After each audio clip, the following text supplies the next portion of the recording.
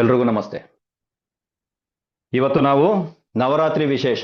So ಈ ನವರಾತ್ರಿಗೆ ಸಂಬಂಧಪಟ್ಟಂತ ಪರಿಹಾರಗಳನ್ನ ಯಾವ್ಯಾವ ರೀತಿ ಪರಿಹಾರಗಳನ್ನ ಮಾಡಬಹುದು, ಯಾವ ರೀತಿ ಪರಿಹಾರಗಳನ್ನ ಮಾಡಿದ್ರೆ ನಮ್ಮ ಜೀವನದಲ್ಲಿ ಬದಲಾವಣೆ ಇತ್ಯಾದಿಗಳನ್ನ ತರಬಹುದು ಅನ್ನೋದ್ರ ಬಗ್ಗೆ ನಾವು ಮಾತಾಡೋಣ. ನಮಸ್ಕಾರ ಎಲ್ಲ ಮುಗ್ದಿದೆ, ದಯವಿಟ್ಟು ಕಮೆಂಟ್ಸ್ ಅಲ್ಲಿ ನಮಸ್ಕಾರ ಹಾಕೊಂಡು ಕುತ್ಕೋಬೇಡಿ ಪ್ಲೀಸ್.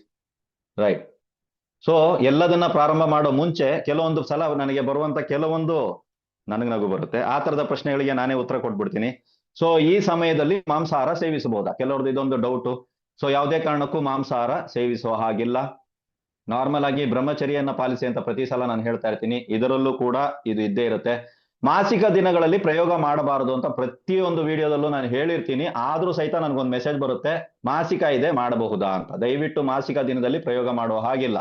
ಮಾಸಿಕ ಇದೆ, ಅವ್ರನ್ನ ಸುಮ್ಮನೆ ಕೂರ್ಸಿದೀವಿ ಸರ್, ನಾವು ಮಾಡ್ತೀವಿ ಪೂಜೆ ಅನ್ನೋಂಥವ್ರು ದಯವಿಟ್ಟು ಮಾಡಕ್ ಹೋಗ್ಬೇಡಿ.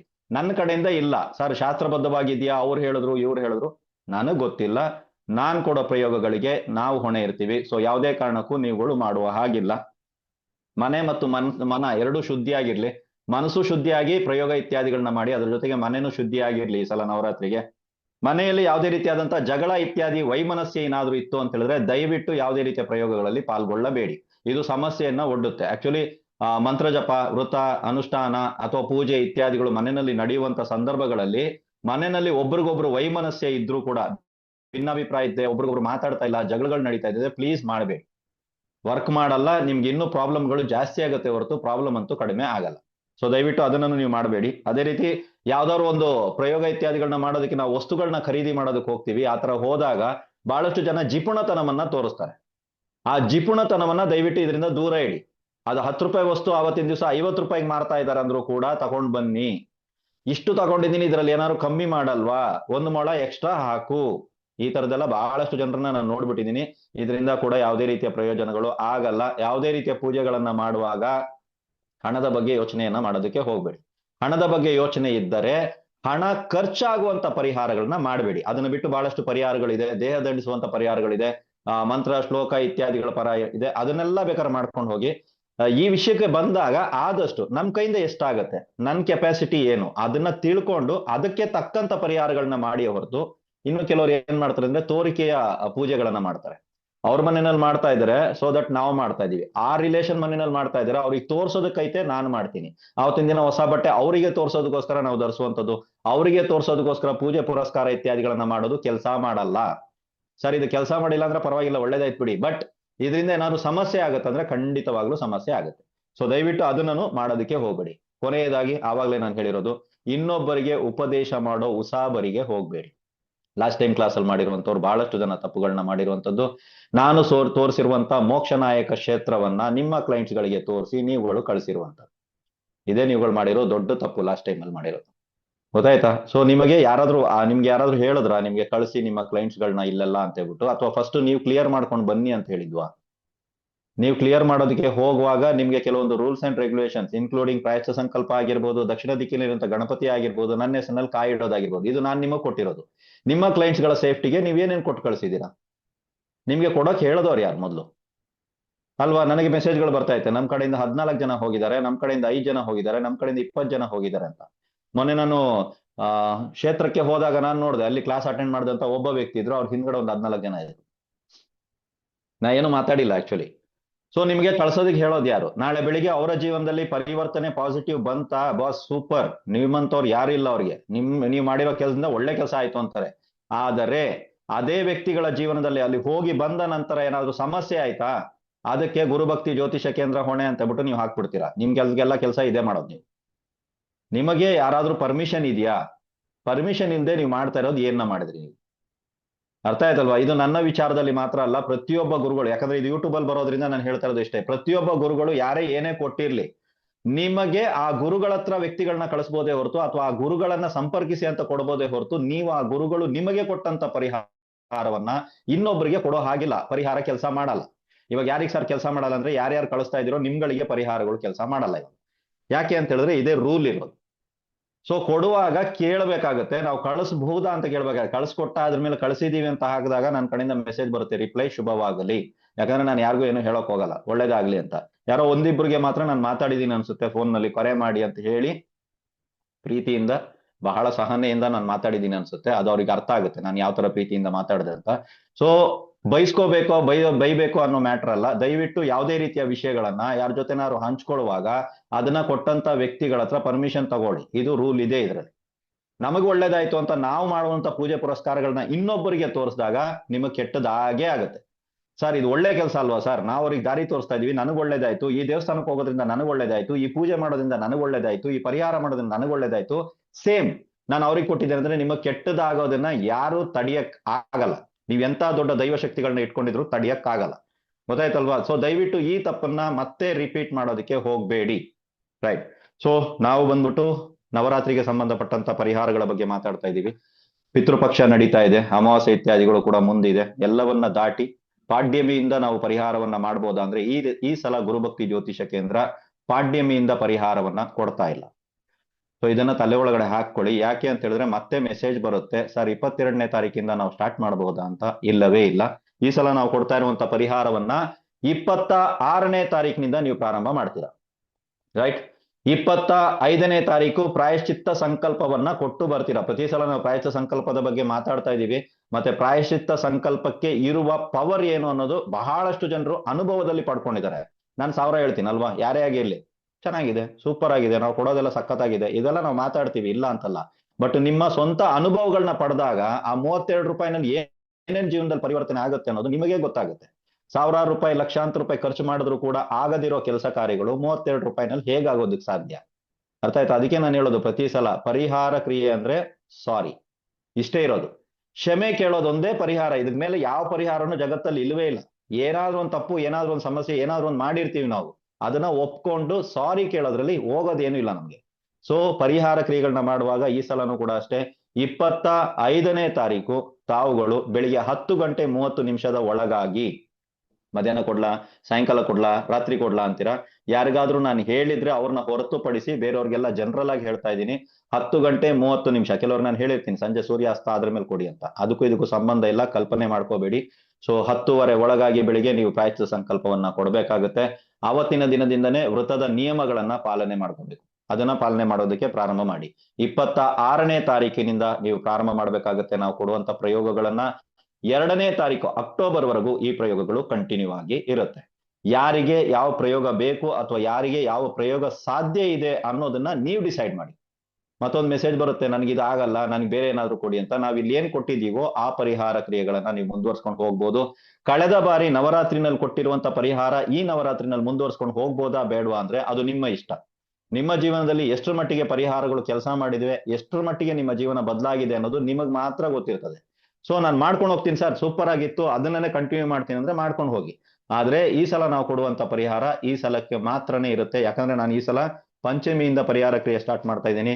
ಪಾಡ್ಯಮಿ 4 ದಿನ ಕೂತ್ಕೋತಾ ಇಲ್ಲ, ಓಕೆನಾ? ಸೊ ಈ 4 ದಿನ ನಾವು ಕೂತ್ಕೋತಾ ಇಲ್ಲ, ನೀವು ಕೂತ್ಕೋತಿರೋ ಬಿಡ್ತಿರೋ ನನಗೆ ಗೊತ್ತಿಲ್ಲ. ಬಟ್ ಪಂಚಮಿಯಿಂದ ಪ್ರಯೋಗ ಇತ್ಯಾದಿಗಳು ಪ್ರಾರಂಭ ಆಗುತ್ತೆ. ಪ್ರತಿಯೊಂದು ಪರಿಹಾರ ಕ್ರಿಯೆಗಳನ್ನ ಪ್ರಾರಂಭ ಮಾಡುವಾಗ ನೆನ್ಪಿಟ್ಕೊಳ್ಳಿ, ಗಣಪತಿ ಮಂತ್ರವನ್ನ ಜಪ ಮಾಡ್ಲೇಬೇಕು. ಇಲ್ಲಿ ನಾನು ಮೆನ್ಷನ್ ಮಾಡ್ಲಿ, ಆ ಪ್ರಯೋಗಗಳನ್ನ ಹೇಳುವಾಗ ಮೆನ್ಷನ್ ಮಾಡ್ಲಿ, ಮಾಡದೇ ಇಲ್ಲಿ ಪ್ರತಿ ಸಲ ಪ್ರತಿದಿನ ಪ್ರಯೋಗ ಸ್ಟಾರ್ಟ್ ಮಾಡ್ತೀರಾ ಅಂತ ಹೇಳಿದ್ರೆ ಗಣಪತಿ ಜಪ ಇಲ್ಲದೆ ಸ್ಟಾರ್ಟ್ ಮಾಡುವ ಹಾಗಿಲ್ಲ. ನೀವು ನಾರ್ಮಲ್ ಆಗಿ ಓಂ ಗಂ ಗಣಪತಿಯೇ ನಮಃ ಅನ್ನುವಂತ ಮಂತ್ರ 21 ಸಲ ಆದ್ರೂ ಚಾಂಟ್ ಮಾಡಿ, ಅದಾದ್ರ ಮೇಲೆ ಬೇಕಾದ್ರೆ ನಾನು ಹೇಳಿರುವಂತ ಪ್ರಯೋಗಗಳನ್ನ ಪ್ರಾರಂಭ ಮಾಡ್ಕೊಳ್ಳಿ. ಪ್ರತಿದಿನ ಬೆಳಿಗ್ಗೆ ಸಂಜೆ 2 ಟೈಮಲ್ಲೂ ನಾವು ಈ ಸಲ ಪ್ರಯೋಗಗಳನ್ನ ಕೊಡ್ತಾ ಇದೀವಿ. ನಾವು ಈ ಸಲ ಬಂದ್ಬಿಟ್ಟು ಕವಚಕ್ಕೆ ಸಂಬಂಧಪಟ್ಟಂತ ಪ್ರಯೋಗಗಳನ್ನ ಮಾತ್ರ ಕೊಡ್ತಾ ಇದೀವಿ, ಬೇರೆ ಯಾವುದೇ ಪ್ರಯೋಗಗಳನ್ನ ಕೊಡ್ತಾ ಇಲ್ಲ. ಸೊ ಈ ಕವಚ ಅಂದ್ರೆ ಏನು ಅಂತ ಹೇಳಿದ್ರೆ, ಎಲ್ಲಾ ದೇವರುಗಳಿಗೂ ಕೂಡ ಕವಚ ಇರುತ್ತೆ. ಎಲ್ಲಾ ದೇವರುಗಳು, ನೀವು ಯಾವುದೇ ದೇವರುಗಳನ್ನ ತಗೊಂಡ್ರು ಕೂಡ ಎಲ್ಲದಕ್ಕೂ ಒಂದು ಕವಚ ಅನ್ನುವಂತ ಕವಚ ಮಂತ್ರಗಳು ಇದ್ದೇ ಇರ್ತವೆ. ಕೆಲವರು ಹೇಳ್ತಾರೆ ನಮ್ ದೇವ್ರು ಕಟ್ಟಲ್ ಬಿತ್ತು, ನಮ್ ದೇವ್ರಿಗೆ ಯಾರೋ ಏನೋ ಮಾಡಿಸ್ಬಿಟ್ರು, ನಮ್ ದೇವ್ರಿಗೆ ದೃಷ್ಟಿ ತಗಲ್ತು, ನಮ್ಮ ಹತ್ರ ಇರುವಂತ ಪವರ್ನ ಯಾರಾದ್ರೂ ತಗೊಂಡು ಹೋಗ್ಬಿಟ್ರು, ನಮ್ಮ ಹತ್ರ ಇರುವಂತ ದೈವ ಕಳೆ ಆ ಶಕ್ತಿನ ಯಾರೋ ಎತ್ಕೊಂಡು ಹೋಗ್ಬಿಟ್ರು. ಇದಕ್ಕೆಲ್ಲ ಕಾರಣ ಕವಚ ಮಂತ್ರ. ಕವಚ ಮಂತ್ರ ಇಲ್ಲದೆ ಇದ್ದರೆ ನೀವು ಆಹ್ವಾನ ಮಾಡುವಂತ ದೈವ ಕಳೆಗಳು ಆ ಜಾಗದಲ್ಲಿ ಇರೋದಿಲ್ಲ. ನೀವು ಮನೆಯಲ್ಲೇ ಮಾಡಿ, ಹೊರಗಡೆ ಮಾಡಿ, ಏನೇ ಮಾಡಿ, ಆ ದೈವ ಕಳೆಗಳು ಆ ಜಾಗದಲ್ಲಿ ಇರಲ್ಲ. ಸೊ ಕವಚ ಮಂತ್ರಕ್ಕೆ ಅಷ್ಟು ಪವರ್ ಇರುತ್ತೆ. ಯಾವುದೇ ಒಂದು ಅಷ್ಟೋತ್ತರ, ಸಹಸ್ರನಾಮ ಇತ್ಯಾದಿಗಳನ್ನ ನಾವು ಪಡಿಸಿ ಆದ್ರ ಮೇಲೆ ಕವಚ ಹಾಕೋದಕ್ಕೆ ಮರಿಬೇಡಿ. ಕವಚ ಮಂತ್ರ ಪಠನೆ ಇಲ್ಲ ಅಂತ ಹೇಳಿದ್ರೆ ಆ ಶಕ್ತಿಗಳಲ್ಲಿ ಇರಲ್ಲ. ನೀವೇನೇ ಬಾಯ್ ಪಡ್ಕೊಂಡ್ರು ಇಲ್ಲಿದೆ ಶಕ್ತಿ ಅಂತ ತಿಳ್ಕೊಂಡ್ರು ಸಹಿತ ಇರಲ್ಲ. ನೀವು ಲಕ್ಷ್ಮೀ ಪೂಜೆ ಮಾಡುವಾಗ ಲಕ್ಷ್ಮೀ ಕವಚ ಇದೆ, ಗಣಪತಿ ಪೂಜೆ ಮಾಡುವಾಗ ಗಣಪತಿಗೆ ಸಂಬಂಧಪಟ್ಟಂತ ಕವಚ ಇದೆ, ಶಿವ ಪೂಜೆ ಮಾಡುವಾಗ ಶಿವನಿಗೆ ಸಂಬಂಧಪಟ್ಟಂತ ಕವಚ ಇದೆ, ವಿಷ್ಣು ಮಾಡುವಾಗ ವಿಷ್ಣು ಕವಚ ಇದೆ. ಸೊ ಆಯಾ ದೇವತೆಗಳಿಗೆ ಸಂಬಂಧಪಟ್ಟಂತ ಕವಚಗಳಿದೆ. ತಿಳಿದಿರುವಂತ ವ್ಯಕ್ತಿಗಳಿಂದ ಕವಚಗಳನ್ನ ತಕೊಂಡು ಸಿದ್ಧಿ ಮಾಡಿಕೊಳ್ಳೋ ವಿಧಾನಗಳು ಕೂಡ ಇದೆ. ತುಂಬಾ ಜನ ಏನ್ ತಿಳ್ಕೊಂಡ್ಬಿಟ್ಟಿದ್ದಾರೆ, ಮಂತ್ರ ಸಿದ್ಧಿ ಮಾತ್ರ ಮಾಡೋದಕ್ಕೆ ಮಾತ್ರ ಆಗುತ್ತೆ ಅಂತ. ಸುಳ್ಳು. ಸ್ತೋತ್ರಗಳನ್ನ ಸಿದ್ಧಿ ಮಾಡ್ಕೋಬಹುದು, ಅಷ್ಟೋತ್ತರ ಶತನಾಮಾವಳಿಗಳು ನೀವೇನ್ ಪಾರಾಯಣ ಮಾಡ್ತೀರಾ ಅದನ್ನು ಕೂಡ ಸಿದ್ಧಿ ಮಾಡ್ಕೋಬಹುದು, ಕವಚಗಳನ್ನ ಸಿದ್ಧಿ ಮಾಡ್ಕೋಬಹುದು ನಾವು. ಓಕೆ, ಪ್ರಾಯಶ್ಚಿತ್ತ ಸಂಕಲ್ಪಗಳನ್ನ ಸಿದ್ಧಿ ಮಾಡ್ಕೋಬಹುದು ಅಂದ್ರೆ ಮಾಡ್ಬೋದು. ಆದ್ರೆ ಏನು ಅಂತ ಹೇಳಿದ್ರೆ ಪ್ರತಿಯೊಂದನ್ನು ಸಿದ್ಧಿ ಮಾಡಿಕೊಳ್ಳುವ ವಿಧಾನಗಳು ಬೇರೆ ಬೇರೆ ಬೇರೆ ಬೇರೆ ಇದೆ. ಗುರು ಮುಖೇನ ಅದನ್ನ ಕಲೀರಿ. ಲಾಸ್ಟ್ ಟೈಮ್ ಕ್ಲಾಸ್ ನಾನು ಹೇಳಿದ್ದೆ ನೋಡಿ, ಲಲಿತಾ ಸಹಸ್ರನಾಮ ಪಾರಾಯಣ ಮಾಡೋದಕ್ಕೆ ಉಪದೇಶ ಇರಬೇಕಂತ. ನನಗೆ ಇಮಿಡಿಯೇಟ್ ಆಗಿ ವಾಟ್ಸ್ಆಪ್ ಮೆಸೇಜ್, ಲಲಿತಾ ಸಹಸ್ರನಾಮದ ಉಪದೇಶ ಬೇಕು. ತುಂಬಾ ಸಿಂಪಲ್, ಈಸಿಯಾಗಿ ಹಾಕ್ಬಿಡ್ತಾರೆ ಮೆಸೇಜ್ಗಳು. ಅವ್ರಿಗೆ ಅಷ್ಟು ತಲೆ ಇಲ್ಲ, ಅದಕ್ಕೆ ತಾವು ಪೂರ್ವ ಸಿದ್ಧತೆ ಏನು ಮಾಡ್ಕೋಬೇಕು ಅನ್ನೋದು ಕೂಡ ತಲೆ ಇರಲ್ಲ. ಏನೋ ಒಂಥರ ನಾರ್ಮಲ್ ಆಗಿ ಒಂದು ಆಪಲ್ ಅಥವಾ ಯಾವ್ದೋ ಒಂದು ಮೂಸುಂಬಿನೋ ಸಿಗೋ ತರ ಇಮಿಡಿಯೇಟ್ ಆಗಿ ಒಂದು ಮೆಸೇಜ್ ಹಾಕ್ಬಿಡ್ತೀರಾ. ಈ ತರದ ದೈವ ವಿಚಾರಗಳಲ್ಲೆಲ್ಲ ಆಟ ಆಡ್ಕೊಂಡು ಕೂತ್ಕೋಬೇಡಿ. ನಿಮಗೆ ಏನ್ ಗೊತ್ತು, ಏನ್ ಕಲ್ಸಿದ್ದಾರೆ ಅದರ ಕಡೆಗೆ ನೀವು ಹೋಗ್ಬೋದು. ಈ ಒಂದು ನವರಾತ್ರಿ ಕಾಲದಲ್ಲಿ ನೀವೇನಾದ್ರೂ ಲಲಿತಾ ಸಹಸ್ರನಾಮ ಮಾಡ್ತಾ ಇದ್ದೀರಾ, ದೇವಿ ಮಹಾತ್ಮೆ ಪಾರಾಯಣ ಇತ್ಯಾದಿಗಳನ್ನ ಮಾಡ್ತಾ ಇದ್ದೀರಾ, ಸುಂದರಕಾಂಡ ಪಾರಾಯಣ ಇತ್ಯಾದಿಗಳನ್ನ ಮಾಡ್ತೀರಾ, ವಿಷ್ಣು ಸಹಸ್ರನಾಮ ಮಾಡ್ತಾ ಇದ್ದೀರಾ, ಏನಾದ್ರೂ ನಿಮ್ಗೆ ಚಂಡಿ ಸಹಸ್ರನಾಮ ಏನಾದ್ರು ಉಪದೇಶ ಆಗಿದೆ ಅಂತ ಹೇಳಿದ್ರೆ ಕಣ್ಣು ಮುಚ್ಕೊಂಡು 9 ದಿನಾನೋ 5 ದಿನಾನೋ ನೀವು ಇದನ್ನ ಪಾರಾಯಣ ಮಾಡ್ಬೋದು. ಇದಕ್ಕೆ ಯಾವುದೇ ರೀತಿಯ ರೆಸ್ಟ್ರಿಕ್ಷನ್ಸ್ ನಮ್ಮ ಕಡೆಯಿಂದ ಇಲ್ಲ. ಬಟ್ ಅದನ್ನ ಗುರುಮುಖೇನವಾಗಿ ನೀವು ತಗೊಂಡಿದ್ರೆ ಮಾತ್ರ ಬಹಳ ಒಳ್ಳೇದು. ಇಲ್ಲ ಅಂತ ಹೇಳಿದ್ರೆ ಇದನ್ನ ಮಾಡೋದಕ್ಕೆ ಪ್ರಾರಂಭ ಮಾಡಿದಾಗಿಂದ ಸಮಸ್ಯೆಗಳೇ ಸ್ಟಾರ್ಟ್ ಆಗುತ್ತೆ ಹೊರತು ಬೇರೆ ಏನೂ ಆಗಲ್ಲ. ತುಂಬಾ ಪರೀಕ್ಷೆ ಇತ್ಯಾದಿಗಳನ್ನ ಮಾಡುವಂಥದ್ದು. ಸೊ ನೋಡ್ಕೊಂಡು ಇದನ್ನ ನಾನು ಕಂಟಿನ್ಯೂ ಮಾಡ್ಬೋದಾ, ನಮ್ಮ ಹತ್ರ ಗಾಯತ್ರಿ ಜಪ ಇದೆ, ನಾವು ಉಪದೇಶ ತಗೊಂಡಿದೀವಿ, ಗಾಯತ್ರಿ ಮಾಡ್ತೀವಿ ಅಂದ್ರೆ ಖಂಡಿತವಾಗ್ಲೂ ಮಾಡ್ಕೊಳ್ಳಿ. ನಿಮ್ಗೆ ಉಪದೇಶಿತವಾಗಿರುವಂತ ಯಾವುದೇ ಮಂತ್ರ, ಯಾವುದೇ ಸ್ತೋತ್ರ, ಯಾವುದೇ ಪಾರಾಯಣ ಸಹಸ್ರನಾಮ ಇರ್ಲಿ, ಏನೇ ಇರ್ಲಿ, ನೀವು ಕಂಟಿನ್ಯೂ ಮಾಡ್ಬೋದು. ಅದಕ್ಕೂ ಇದಕ್ಕೂ ಯಾವುದೇ ರೀತಿಯ ಸಂಬಂಧ ಇಲ್ಲ. ಅದು ಇಲ್ಲದ ಪಕ್ಷದಲ್ಲಿ ನಾರ್ಮಲ್ ಆಗಿರುವಂತ ನನ್ನಂತವ್ರು ನಿಮ್ಮಂತವ್ರು ಏನಾದ್ರೂ ಒಂದು ಮಾಡಬಹುದಾ ಅಂದ್ರೆ ಖಂಡಿತವಾಗ್ಲೂ ಮಾಡಬಹುದು. ಸಂಬಂಧಪಟ್ಟಂತೆ ಒಂದು ಮೊದಲ ಪರಿಹಾರವನ್ನ ನಾನು ಕೊಡ್ತಾ ಇದ್ದೀನಿ, ಕೇಳಿಸ್ಕೊಳ್ಳಿ. ಇದು ಚಂಡಿ ಕವಚಕ್ಕೆ ಸಂಬಂಧಪಟ್ಟಂತ ಪರಿಹಾರ ಆಗಿದೆ. ಚಂಡಿ ಕವಚವನ್ನ ಪ್ರತಿದಿನ ಬೆಳಿಗ್ಗೆ ಮತ್ತು ಸಂಜೆ 11 ಸಲ ಪಠಿಸ್ಬೇಕು. ಬೆಳಿಗ್ಗೆ 11 ಸಲ ಪಠಿಸ್ಬೇಕು ಚಂಡಿ ಕವಚವನ್ನ, ಸಂಜೆ 11 ಸಲ ಪಠಿಸ್ಬೇಕು ಚಂಡಿ ಕವಚವನ್ನ. ಸರ್, ಇವಾಗ ನಾವು ಇದರಲ್ಲಿ ಬಂದು ನವಾವರಣ ಮಂತ್ರ ಸೇರಿಸ್ಬೇಕಂದ್ರೆ ಅವಶ್ಯಕತೆ ಇಲ್ಲ. ಯಾವುದೇ ರೀತಿಯ ಇದು ಬೇಡ. ಬರೀ ನೀವು ಕವಚ ಪಠಿಸಿ ಅಂದ್ರೆ ಬರೀ ಕವಚ ಪಠಿಸಿ, ಗಣಪತಿಯ ಒಂದು ಪೂಜೆ ಇತ್ಯಾದಿಗಳನ್ನ ಮಾಡಿ ಆದ್ರ ಮೇಲೆ ತಾವು 11 ಬಾರಿ ಚಂಡಿ ಕವಚವನ್ನ ಪಠಿಸ್ಬೇಕಾಗುತ್ತೆ. ಮತ್ತೆ ಅದೇ ದಿನ ಸಾಯಂಕಾಲ ತಾಯಿಗೆ ಮಡ್ಲಕ್ಕಿಯನ್ನ ಸಮರ್ಪಿಸಬೇಕು. ಇದು ಯಾವ ವಿಚಾರಕ್ಕೆ ಅಂತ ಹೇಳಿದ್ರೆ ಸಮೃದ್ಧಿಯ ಜೀವನಗಾಗಿ, ಪ್ರಾಸ್ಪರಿಟಿ ಅಂತ ನಾವು ಕರಿತೀವಿ, ಭಾಗ್ಯ ಅಂತ ಕರಿತೀವಿ, ಇದಕ್ಕೋಸ್ಕರ ನೀವು ಮಾಡಬಹುದು. ಅದಲ್ಲದೆ 1 ವರ್ಷ ಟೈಮ್, ನನ್ನ ಲೈಫಲ್ಲಿ ಇದೊಂದು ಕಾರ್ಯ ನಿಂತಿದೆ, ನನ್ನ ಲೈಫಲ್ಲಿ ಇದೊಂದು ವಿಷಯ ನಡೀತಾ ಇಲ್ಲ. ಮದುವೆ, ಒಂದು ವಾಹನ ತಗೊಳ್ಳೋದು, ಒಂದು ಸೈಟ್ ತಗೋಬೇಕಂತ ಆಸೆ ಇದೆ ಸರ್, ನಂದೇ ಆದಂತ ಒಂದು ಮನೆಗೆ ಹೋಗ್ಬೇಕಂತ ಆಸೆ ಇದೆ ಸರ್, ವಿಸಾಗೋಸ್ಕರ ಅಪ್ಲೈ ಮಾಡ್ತಾ ಇದ್ದೀನಿ, ಈ ತರ ಇತ್ಯಾದಿ ಇತ್ಯಾದಿ ಇತ್ಯಾದಿ. ಇದನ್ನ ನೀವು ನೋಡ್ಕೊಳ್ಳಿ. ಕೋರ್ಟ್ ಕೇಸ್ ನಡೀತಾ ಇದೆ ಸರ್, ನೆಕ್ಸ್ಟ್ ಇಯರ್ ನವರಾತ್ರಿ ಬರೋ ಅಷ್ಟರಲ್ಲಿ ಇದು ಕ್ಲಿಯರ್ ಆಗಿ. ಈ ರೀತಿ ಸಂಕಲ್ಪ ಮಾಡಿಕೊಂಡು ಪರ್ ಡೇ ಬೆಳಿಗ್ಗೆ ಮತ್ತು ಸಂಜೆ 7 ಸಲ ನಾವು ಇದನ್ನ ಪಠಿಸ್ತಾ ಇದೀವಿ. ನಾನು ಯಾರು, ಸಂಕಲ್ಪಕ್ಕೆ ಬಹಳಷ್ಟು ವಿಷಯಗಳು ಬೇಕಾಗುತ್ತೆ, ಅವೆಲ್ಲ ನಿಮಗೆ ಬೇಡ, ನೀವು ಅದನ್ನೆಲ್ಲ ಮಾಡಕ್ ಹೋಗ್ಬೇಡಿ. ನೀವು ಯಾರು, ಯಾವ ಕಾರಣಕ್ಕಾಗಿ ಇದನ್ನ ಪಠಿಸ್ತಾ ಇದ್ದೀರಾ, ಏನು ಬೇಕು ನಿಮ್ಗೆ, ಮತ್ತು ಯಾವ ರೀತಿ ಪಠಿಸ್ತಾ ಇದ್ದೀರಾ, ಇಷ್ಟನ್ನ ಮಾತ್ರ ಮೊದಲೇ ಒಂದು ನಿವೇದಿಸಿಕೊಂಡು ಈ ಪಾರಾಯಣವನ್ನ ತಾವು ಪ್ರಾರಂಭ ಮಾಡ್ಬೋದು. ಪ್ರತಿದಿನ ಸಂಜೆ, ಬೆಳಿಗ್ಗೆ 11 ಸಲ ಆಯ್ತು, ಸಂಜೆ 11 ಸಲ ಚಂಡಿ ಕವಚ ಆಯ್ತು. ಇದಾದ್ರ ಮೇಲೆ ಮುಗಿದ್ರ ಮೇಲೆ ಸಂಜೆ ಬಂದ್ಬಿಟ್ಟು ತಾವು ಈ ಕವಚ ಪಾರಾಯಣ ಮುಗಿದ್ರ ಮೇಲೆ ತಾಯಿಗೆ ಮಡ್ಲಕ್ಕಿಯನ್ನ ಸಮರ್ಪಣೆ ಮಾಡ್ಲೇಬೇಕು. ಮಡ್ಲಕ್ಕಿಗೆ ಏನೇನ್ ಕೊಡ್ತಾರೆ ಇಲ್ಲ ಅಂತ ನಾನು ಹೇಳ್ತೀನಿ. ಆದ್ರೆ ಮಡ್ಲಕ್ಕಿನಲ್ಲಿ ದಾಳಿಂಬೆ ಇರಬೇಕಾಗಿರೋದು ಕಂಪಲ್ಸರಿ. ದಕ್ಷಿಣೆ ಮತ್ತು ತಾಂಬೂಲದ ಸಹಿತವಾಗಿ ಮಡ್ಲಕ್ಕಿಯನ್ನ ಕೊಡಿ. ಮಡ್ಲಕ್ಕಿನಲ್ಲಿ ನಾನು ನೋಡಿದ್ದೀನಿ ತುಂಬಾ ಜನ ನಾರ್ಮಲ್ ಆಗಿ ಇಟ್ಟಿರ್ತೀರ, ದಕ್ಷಿಣೆಯನ್ನ ಇಡಿ, ದಕ್ಷಿಣೆ ಮತ್ತು ತಾಂಬೂಲವನ್ನ ಅದರಲ್ಲಿ ಇಟ್ಟೇ ಕೊಡಿ, ಸುಮ್ನೆ ತಗೊಂಡೋಗಿ ಕೊಡಬೇಡಿ. ಮತ್ತೆ ಮಡ್ಲಕ್ಕಿಯನ್ನ ಕೊಟ್ಟಾಗ ನಾರ್ಮಲ್ ಆಗಿ ನಾನು ನೋಡಿರುವಂತದ್ದು, ಆ ತಟ್ಟೆ ಇತ್ಯಾದಿಗಳು 1-2 ಅಕ್ಕಿ ಕಾಳು ಹಾಕಿ ಏನೋ ಒಂದು ಮಂತ್ರಿಸಿ ಅಥವಾ ಏನೋ ಒಂದು ಪ್ರಸಾದ ರೂಪದಲ್ಲಿ ವಾಪಸ್ ಕೊಡ್ತಾರೆ. ಈ ಸಲ ತಾವು ಯಾವುದೇ ರೀತಿಯ ಮಡ್ಲಕ್ಕಿಯನ್ನ ವಾಪಸ್ ತಗೊಂಡ್ಬರೋ ಹಾಗಿಲ್ಲ, ಪರಿಪೂರ್ಣವಾಗಿ ತಾಯಿಗೆ ಸಮರ್ಪಣೆ ಮಾಡಿ. ಸರ್, ಈ ತಾಯಿ ಯಾರು ಸರ್ ಅಂತ ನಿಮ್ಗೆ ಅನಿಸ್ತು ಅಂತ ಹೇಳಿದ್ರೆ, ನಿಮ್ಮ ಮನೆಯ ಅಕ್ಕಪಕ್ಕದಲ್ಲಿರುವಂತ ಯಾವುದೇ ಸ್ತ್ರೀ ದೇವಸ್ಥಾನ ಇದ್ರೂ ಕೂಡ ಆ ತಾಯಿಗೆ ಮಡ್ಲಕ್ಕಿಯನ್ನ ಸಮರ್ಪಣೆ ಮಾಡ್ಬೋದು.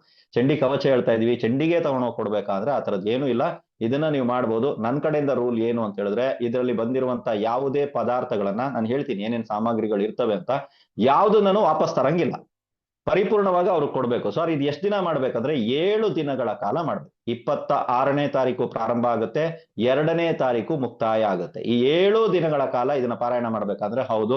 ಇದೇ ರೂಲಲ್ಲೇ ಪ್ರತಿದಿನ ಮಡ್ಲಕ್ಕಿ ಕೊಡ್ಬೇಕಾದ್ರೆ ಹೌದು. ಯಾರ್ಯಾರಿಗೆ ಸಾಧ್ಯವಿದೆಯೋ, ಜೀವನದಲ್ಲಿ ಬಂದ್ಬಿಟ್ಟು ಸೆಟ್ಲ್ ಆಗ್ಬೇಕು ಅಥವಾ ಜೀವನದಲ್ಲಿ ಬಂದ್ಬಿಟ್ಟು ಈ ಒಂದು ಕೆಲಸ ಆಗ್ಬೇಕು ನೋಡು, ಇದಾಯ್ತಂದ್ರೆ ನಾನು ಫ್ರೀ ಬರ್ಡ್, ಇದಾಯ್ತಂದ್ರೆ ನನ್ನ ಜೀವನ ಸೆಟ್ಲು, ಇದು ಆಗ್ಬೇಕು, ಇದು ಬಹಳ ದಿನದ ಕನಸಿದೆ ನನಗೆ, ಏನ್ ಪರಿಹಾರ ಕ್ರಿಯೆಗಳು ಮಾಡಿದ್ರು ಕೆಲಸ ಮಾಡ್ತಾ ಇಲ್ಲ ಅನ್ನೋಂಥವ್ರು ಯಾರಾದ್ರೂ ಇದ್ರೆ ಈ ಪರಿಹಾರ ಕ್ರಿಯೆಯನ್ನ ಮಾಡಬಹುದು. ಇದು ಒಂದು. ಎರಡನೇದು ಮತ್ತೆ ಹೇಳ್ತಾ ಇದ್ದೀನಿ, ನೀವು ಮಾಡುವಂತ ಪರಿಹಾರ ಕ್ರಿಯೆ ನಿಮ್ಮ ಒಬ್ಬರಿಗೆ ಸಂಬಂಧಪಟ್ಟ ವಿಷಯವಾಗಿದ್ದರೆ ನೀವು ಒಬ್ಬರೇ ನಿಂತ್ಕೊಂಡು ಮಾಡಬಹುದು. ಇಬ್ಬರಿಗೆ ಸಂಬಂಧಪಟ್ಟಂತ ವಿಷಯ ಆಗಿ ನೀವು ಒಬ್ಬರೇ ನಿಂತ್ಕೊಂಡು ನಾನು ಹೇಳಿರೋ ಪರಿಹಾರ ಕ್ರಿಯೆ ಮಾಡ್ತಾ ಇದ್ರೆ ಇದು ಕೆಲಸ ಮಾಡಲ್ಲ. ಇದು ತುಂಬಾ ಜನ ನನ್ಗೆ ಹಾಕ್ತಾ ಇರ್ತೀರಾ, ನಾನು ಮೊದಲೇ ಹೇಳ್ತೀನಿ ನಿಮ್ಗೆ, ಇಬ್ಬರಿಗೆ ಸಂಬಂಧಪಟ್ಟ, ಇವಾಗ ಸಪೋಸ್ ತಿಳ್ಕೊಳ್ಳಿ ಒಂದು ಪಾರ್ಟ್ನರ್ಶಿಪ್ ಕಂಪನಿ ಇದೆ, ಕಂಪನಿ ಲಾಭ ಗಳಿಸ್ಬೇಕು, ಓಕೆನಾ, ಇಬ್ರು ಪಾರ್ಟ್ನರ್ ಇದೀವಿ, ಕಂಪನಿ ಲಾಭ ಗಳಿಸ್ಬೇಕು ಅಂತ ನೀವು ಪ್ರಯೋಗ ಮಾಡಿದ್ರೆ ಕೆಲಸ ಮಾಡಲ್ಲ. ಯಾಕೆ ಮಾಡಲ್ಲ ಸರ್ ಅಂದ್ರೆ ಇಬ್ರು ಪಾರ್ಟ್ನರು ಈ ಪರಿಹಾರ ಕ್ರಿಯೆ ಮಾಡಿದ್ರೆ ಮಾತ್ರನೇ ಕೆಲಸ ಮಾಡುತ್ತೆ. 3 ಜನ ಪಾರ್ಟ್ನರ್ ಇದ್ದೀರಾ, 3 ಜನ ಮಾಡಿದ್ರೆ ಮಾತ್ರನೇ ಕೆಲಸ ಮಾಡುತ್ತೆ. ಈ ರೀತಿ ಒಂದು ವಿಷಯ ನಾವ್ ಏನ್ ಮಾಡ್ಬೇಕು ಅಂತಿದೀವೋ ಆ ವಿಷಯಕ್ಕೆ ವಿದೌಟ್ ಸಪೋರ್ಟ್ ನಾನು ಒಬ್ಬನೇ ಮಾಡಬಲ್ಲೆ. ಇವಾಗ ವಿಸಾ ನನ್ಗೊಬ್ಬನಿಗೆ ಬೇಕು, ಕರೆಕ್ಟಾ, ವಿಸಾ ಮದುವೆ ನನ್ಗೊಬ್ಬನಿಗೆ ಆಗ್ಬೇಕು, ಕರೆಕ್ಟಾ, ಈ ತರದ ವಿಷಯಗಳಿಗೋಸ್ಕರ ನೀವು ಮಾಡ್ಬೋದು. ಅದನ್ನ ಬಿಟ್ಟು ಬೇರೆ ಯಾವ್ದಾದ್ರು ವಿಷಯಗಳಿಗೆ ನೀವು ಕೈ ಇಟ್ಟಾಗ ನೀವು ಕ್ಲೀನ್ ಆಗಿ ನೋಡ್ಕೊಂಡು ಮಾಡ್ಬೇಕಾಗುತ್ತೆ. ಇದರಲ್ಲಿ ಇನ್ನೊಬ್ಬರ ಹಸ್ತಕ್ಷೇಪ ಇದೆಯಾ, ಇನ್ನೊಬ್ಬರನ್ನ ನಾನು ತಗೊಂಡು ಕೂರ್ಸ್ಕೊಂಡು ಮಾಡ್ಬೇಕಾ ಅಂತ. ಇವಾಗ ಯಜಮಾನ್ರಿಗೆ ಸಾಲ ಇರುತ್ತೆ, ನಮ್ಮ ಹೆಣ್ಮಕ್ಳು ಏನ್ ಮಾಡ್ತಾರೆ, ಅವ್ರ ಸಾಲ ತೀರೋದಕ್ಕೆ ನಾನ್ ಪರಿಹಾರ ಮಾಡ್ತೀನಿ, ಕೆಲಸ ಮಾಡಲ್ಲ. ಪ್ರಶ್ನೆಗಳನ್ನ ಮತ್ತೆ ಹೇಗೋ ಲಾಸ್ಟ್ ಅಲ್ಲಿ ನೀವು ಕೇಳ್ತೀರಾ, ಅದಕ್ಕೆ ಮೊದಲೇ ನಾನೇ ಪ್ರಶ್ನೆಗಳನ್ನೆಲ್ಲ ಹಾಕೊಂಡು ಹೇಳ್ತಾ ಇದ್ದೀನಿ. ಇದು ಕೆಲಸ ಮಾಡಲ್ಲ. ವ್ಯಕ್ತಿಗತವಾಗಿ ವ್ಯಕ್ತಿಗೆ ಸಮಸ್ಯೆ ಇದ್ದರೆ ಅದೇ ವ್ಯಕ್ತಿ ಪರಿಹಾರಗಳನ್ನ ಮಾಡಿದಾಗ ಆತನಿಗೆ ಎಲ್ಲಾದ್ರೂ ಒಂದ್ ಕಡೆ ಸಮಸ್ಯೆಗೆ ಪರಿಹಾರಕ್ಕೆ ದಾರಿ ಸಿಗ್ಬೋದು. ಮತ್ತೆ ಪರಿಹಾರ ಕ್ರಿಯೆಗಳನ್ನ ಮಾಡುವಾಗ ಒಂದು ವಿಷಯ ನೆನ್ಪಿಟ್ಕೊಳ್ಳಿ, ಪರಿಹಾರ ಕ್ರಿಯೆ 2 ರೀತಿ ಕೆಲಸ ಮಾಡುತ್ತೆ. ಒಂದು, ನೀವು ಹೇಳಿರುವ ಸಮಸ್ಯೆಯನ್ನ ಕ್ಲಿಯರ್ ಮಾಡ್ಕೊಡುತ್ತೆ, ಅಥವಾ ಈ ಸಮಸ್ಯೆ ಪರಿಹಾರ ಆಗೋದಕ್ಕೆ ನೀವು ಯಾವ ಸ್ಟೆಪ್ ತಗೋಬೇಕು ಅಥವಾ ಯಾವ ಕಡೆ ಹೋಗ್ಬೇಕನ್ನುವಂತ ದಾರಿಯನ್ನ ನಿಮಗೆ ತೋರಿಸುತ್ತೆ. ಯಾವತ್ತೂ ಪರಿಹಾರ ಕ್ರಿಯೆಗಳನ್ನ ಮಾಡುವ ಇದೆರಡು ನೆನ್ಪಿಟ್ಕೊಳ್ಳಿ ಅಷ್ಟೇ, ಓಕೆನಾ. ಇವಾಗ ನಾರ್ಮಲ್ ಆಗಿ ಕೆಲವರು ಬಂದ್ಬಿಟ್ಟು ವಿದ್ಯಾಭ್ಯಾಸಕ್ಕೆ ಸಂಬಂಧಪಟ್ಟಂತ ಪರಿಹಾರಗಳನ್ನ ಮಾಡ್ತಾ ಇರ್ತಾರೆ. ಒಂದು ಸ್ಕೂಲಿಗೆ ಸೇರಿಸಿರ್ತಾರೆ ಮಕ್ಕಳನ್ನ, ಪರಿಹಾರ ಕ್ರಿಯೆ ಮಾಡ್ತಾನೆ ಇರ್ತಾರೆ, ಆ ಮಗುವಿನ ವಿದ್ಯಾಭ್ಯಾಸದಲ್ಲಿ ಇಂಪ್ರೂವ್ಮೆಂಟೇ ಬರಲ್ಲ. ಇವರಿಗೆ ತಲೆನೋವು. ಇವಾಗ ಈ ಪರಿಹಾರ ಕ್ರಿಯೆ ಒಂದು ದಾರಿನೂ ತೋರಿಸ್ತಾ ಇಲ್ಲ ಅಂತ ಹೇಳಿದ್ರೆ ಇಲ್ಲಿ ಕೆಲಸನೂ ಮಾಡ್ತಾ ಇಲ್ಲ. ಮಗು ಅದೇ ತರನೇ ಇದೆ, ಅದೇ ಬುದ್ಧಿಮತ್ತೆ ಕಮ್ಮಿ ಇದೆ, ಅದೇ ತರನೇ ಸ್ಕೋರ್ ತಗೋತಾ ಇದೆ, ಮಾರ್ಕ್ಸ್ ಇತ್ಯಾದಿಗಳನ್ನ ತಗೋತಾ ಇದೆ ಅಂತ. ಇದಕ್ಕೆ ಅರ್ಥ ಏನು ಅಂತ ಹೇಳಿದ್ರೆ ಸ್ಕೂಲ್ ಬಿಡಿಸಿ ಅಂತ ಅರ್ಥ, ಬೇರೆ ಸ್ಕೂಲ್ಗೆ ಹಾಕಿ ನೋಡಿ ಅಂತ ಅರ್ಥ. ನಿಮ್ ಮಗು ಓದೋದಕ್ಕೆ ಸ್ಟಾರ್ಟ್ ಮಾಡುತ್ತೆ, ಗೊತ್ತಾಯ್ತಾ. ಸೊ ಇದು ನಮ್ಗೆ ತಲೆಗೆ ಹೋಗಿರಲ್ಲ, ಹೌದಲ್ವಾ, ಇದು ಒಂದು ಒಳ್ಳೆ ವಿಷಯ. ಹೌದು, ಇದು ನಮ್ಗೆ ತಲೆಗೆ ಹೋಗಿರಲ್ಲ. ನಾವೇನ್ ಮಾಡ್ತೀವಿ, ಅದೇ ಸ್ಕೂಲಲ್ಲೇ ಕೂರಿಸ್ಕೊಂಡು ಪರಿಹಾರ ಕ್ರಿಯೆಗಳನ್ನ ಮಾಡ್ತಾ ಓದುತ್ತೆ, ಇವತ್ತು ಓದುತ್ತೆ, ನಾಳೆ ಓದುತ್ತೆ, ಈ ಸ್ಕೋರ್ ತರುತ್ತೆ, ಆ ಸ್ಕೋರ್ ತರುತ್ತೆ ಅಂತ ಕಾಯ್ತಾ ಕೂತಿರ್ತೀವಿ. ಬಟ್ ಆಕ್ಚುಲಿ ಅದು ಆಗ್ತಾ ಇಲ್ಲ. ಅಂದ್ರೆ ಪರಿಹಾರ ಕ್ರಿಯೆ ಏನ್ ಸೂಚಿಸ್ತಾ ಇದೆ ಅಂದ್ರೆ ಇಲ್ಲಿ ಬೇಡ, ಇನ್ನೊಂದು ಎನ್ವೈರ್ಮೆಂಟ್, ಇನ್ನೊಂದು ವಾತಾವರಣದಲ್ಲಿ, ಇನ್ನೊಂದು ಸ್ಕೂಲಲ್ಲಿ ಆ ಮಗು ಓದಿದಾಗ ಇಂಪ್ರೂವ್ ಆಗುತ್ತೆ ಅನ್ನೋದನ್ನ ಹೇಳ್ತಾ ಐತೆ ನಿಮ್ಗೆ. ಸೊ ಪ್ರತಿಯೊಂದು ಪರಿಹಾರ ಕ್ರಿಯೆನಲ್ಲಿ ಕೆಲಸ ಆಗುತ್ತೆ ಅಂದ್ರೆ ಹೌದು, ಯಾವುದೇ ಗುರುಗಳು ಕೊಟ್ಟಿರ್ಲಿ, ಯಾರೇ ಕೊಟ್ಟಿರ್ಲಿ, ಬಹಳಷ್ಟು ಜನ ಕೊಡ್ತಾ ಇದಾರೆ ಪರಿಹಾರ ಕ್ರಿಯೆ ಇತ್ಯಾದಿಗಳನ್ನ. ಯಾರೇ ಕೊಟ್ಟಿದ್ರು ಇದೆರಡು ಕೆಲಸ ಮಾಡುತ್ತೆ. ನಾವು ನೋಡಲ್ಲ, ಪರಿಹಾರ ಕ್ರಿಯೆ ಕೆಲಸನೇ ಮಾಡ್ತಾ ಇಲ್ಲ, ಏನು ತೋರಿಸ್ತಾ ಇಲ್ಲ, ಅಯ್ಯೋ ನಾವು ವರ್ಷದಿಂದ ಮಾಡ್ತಾ ಇದೀವಿ, ಇದೆಲ್ಲ ತುಂಬಾ ಜನ ತಲೆ ಚಚ್ಕೋತಾ ಇರ್ತೀರಾ. ಇನ್ ಮುಂದೆ ತಲೆ ಚಚ್ಕೋಬೇಡಿ, ಪರಿಹಾರ ಕ್ರಿಯೆ ಕೆಲಸ ಮಾಡುತ್ತೆ. 2 ಸಿಂಪ್ಟಮ್ಸ್ ನ ಅದು ತೋರಿಸುತ್ತೆ.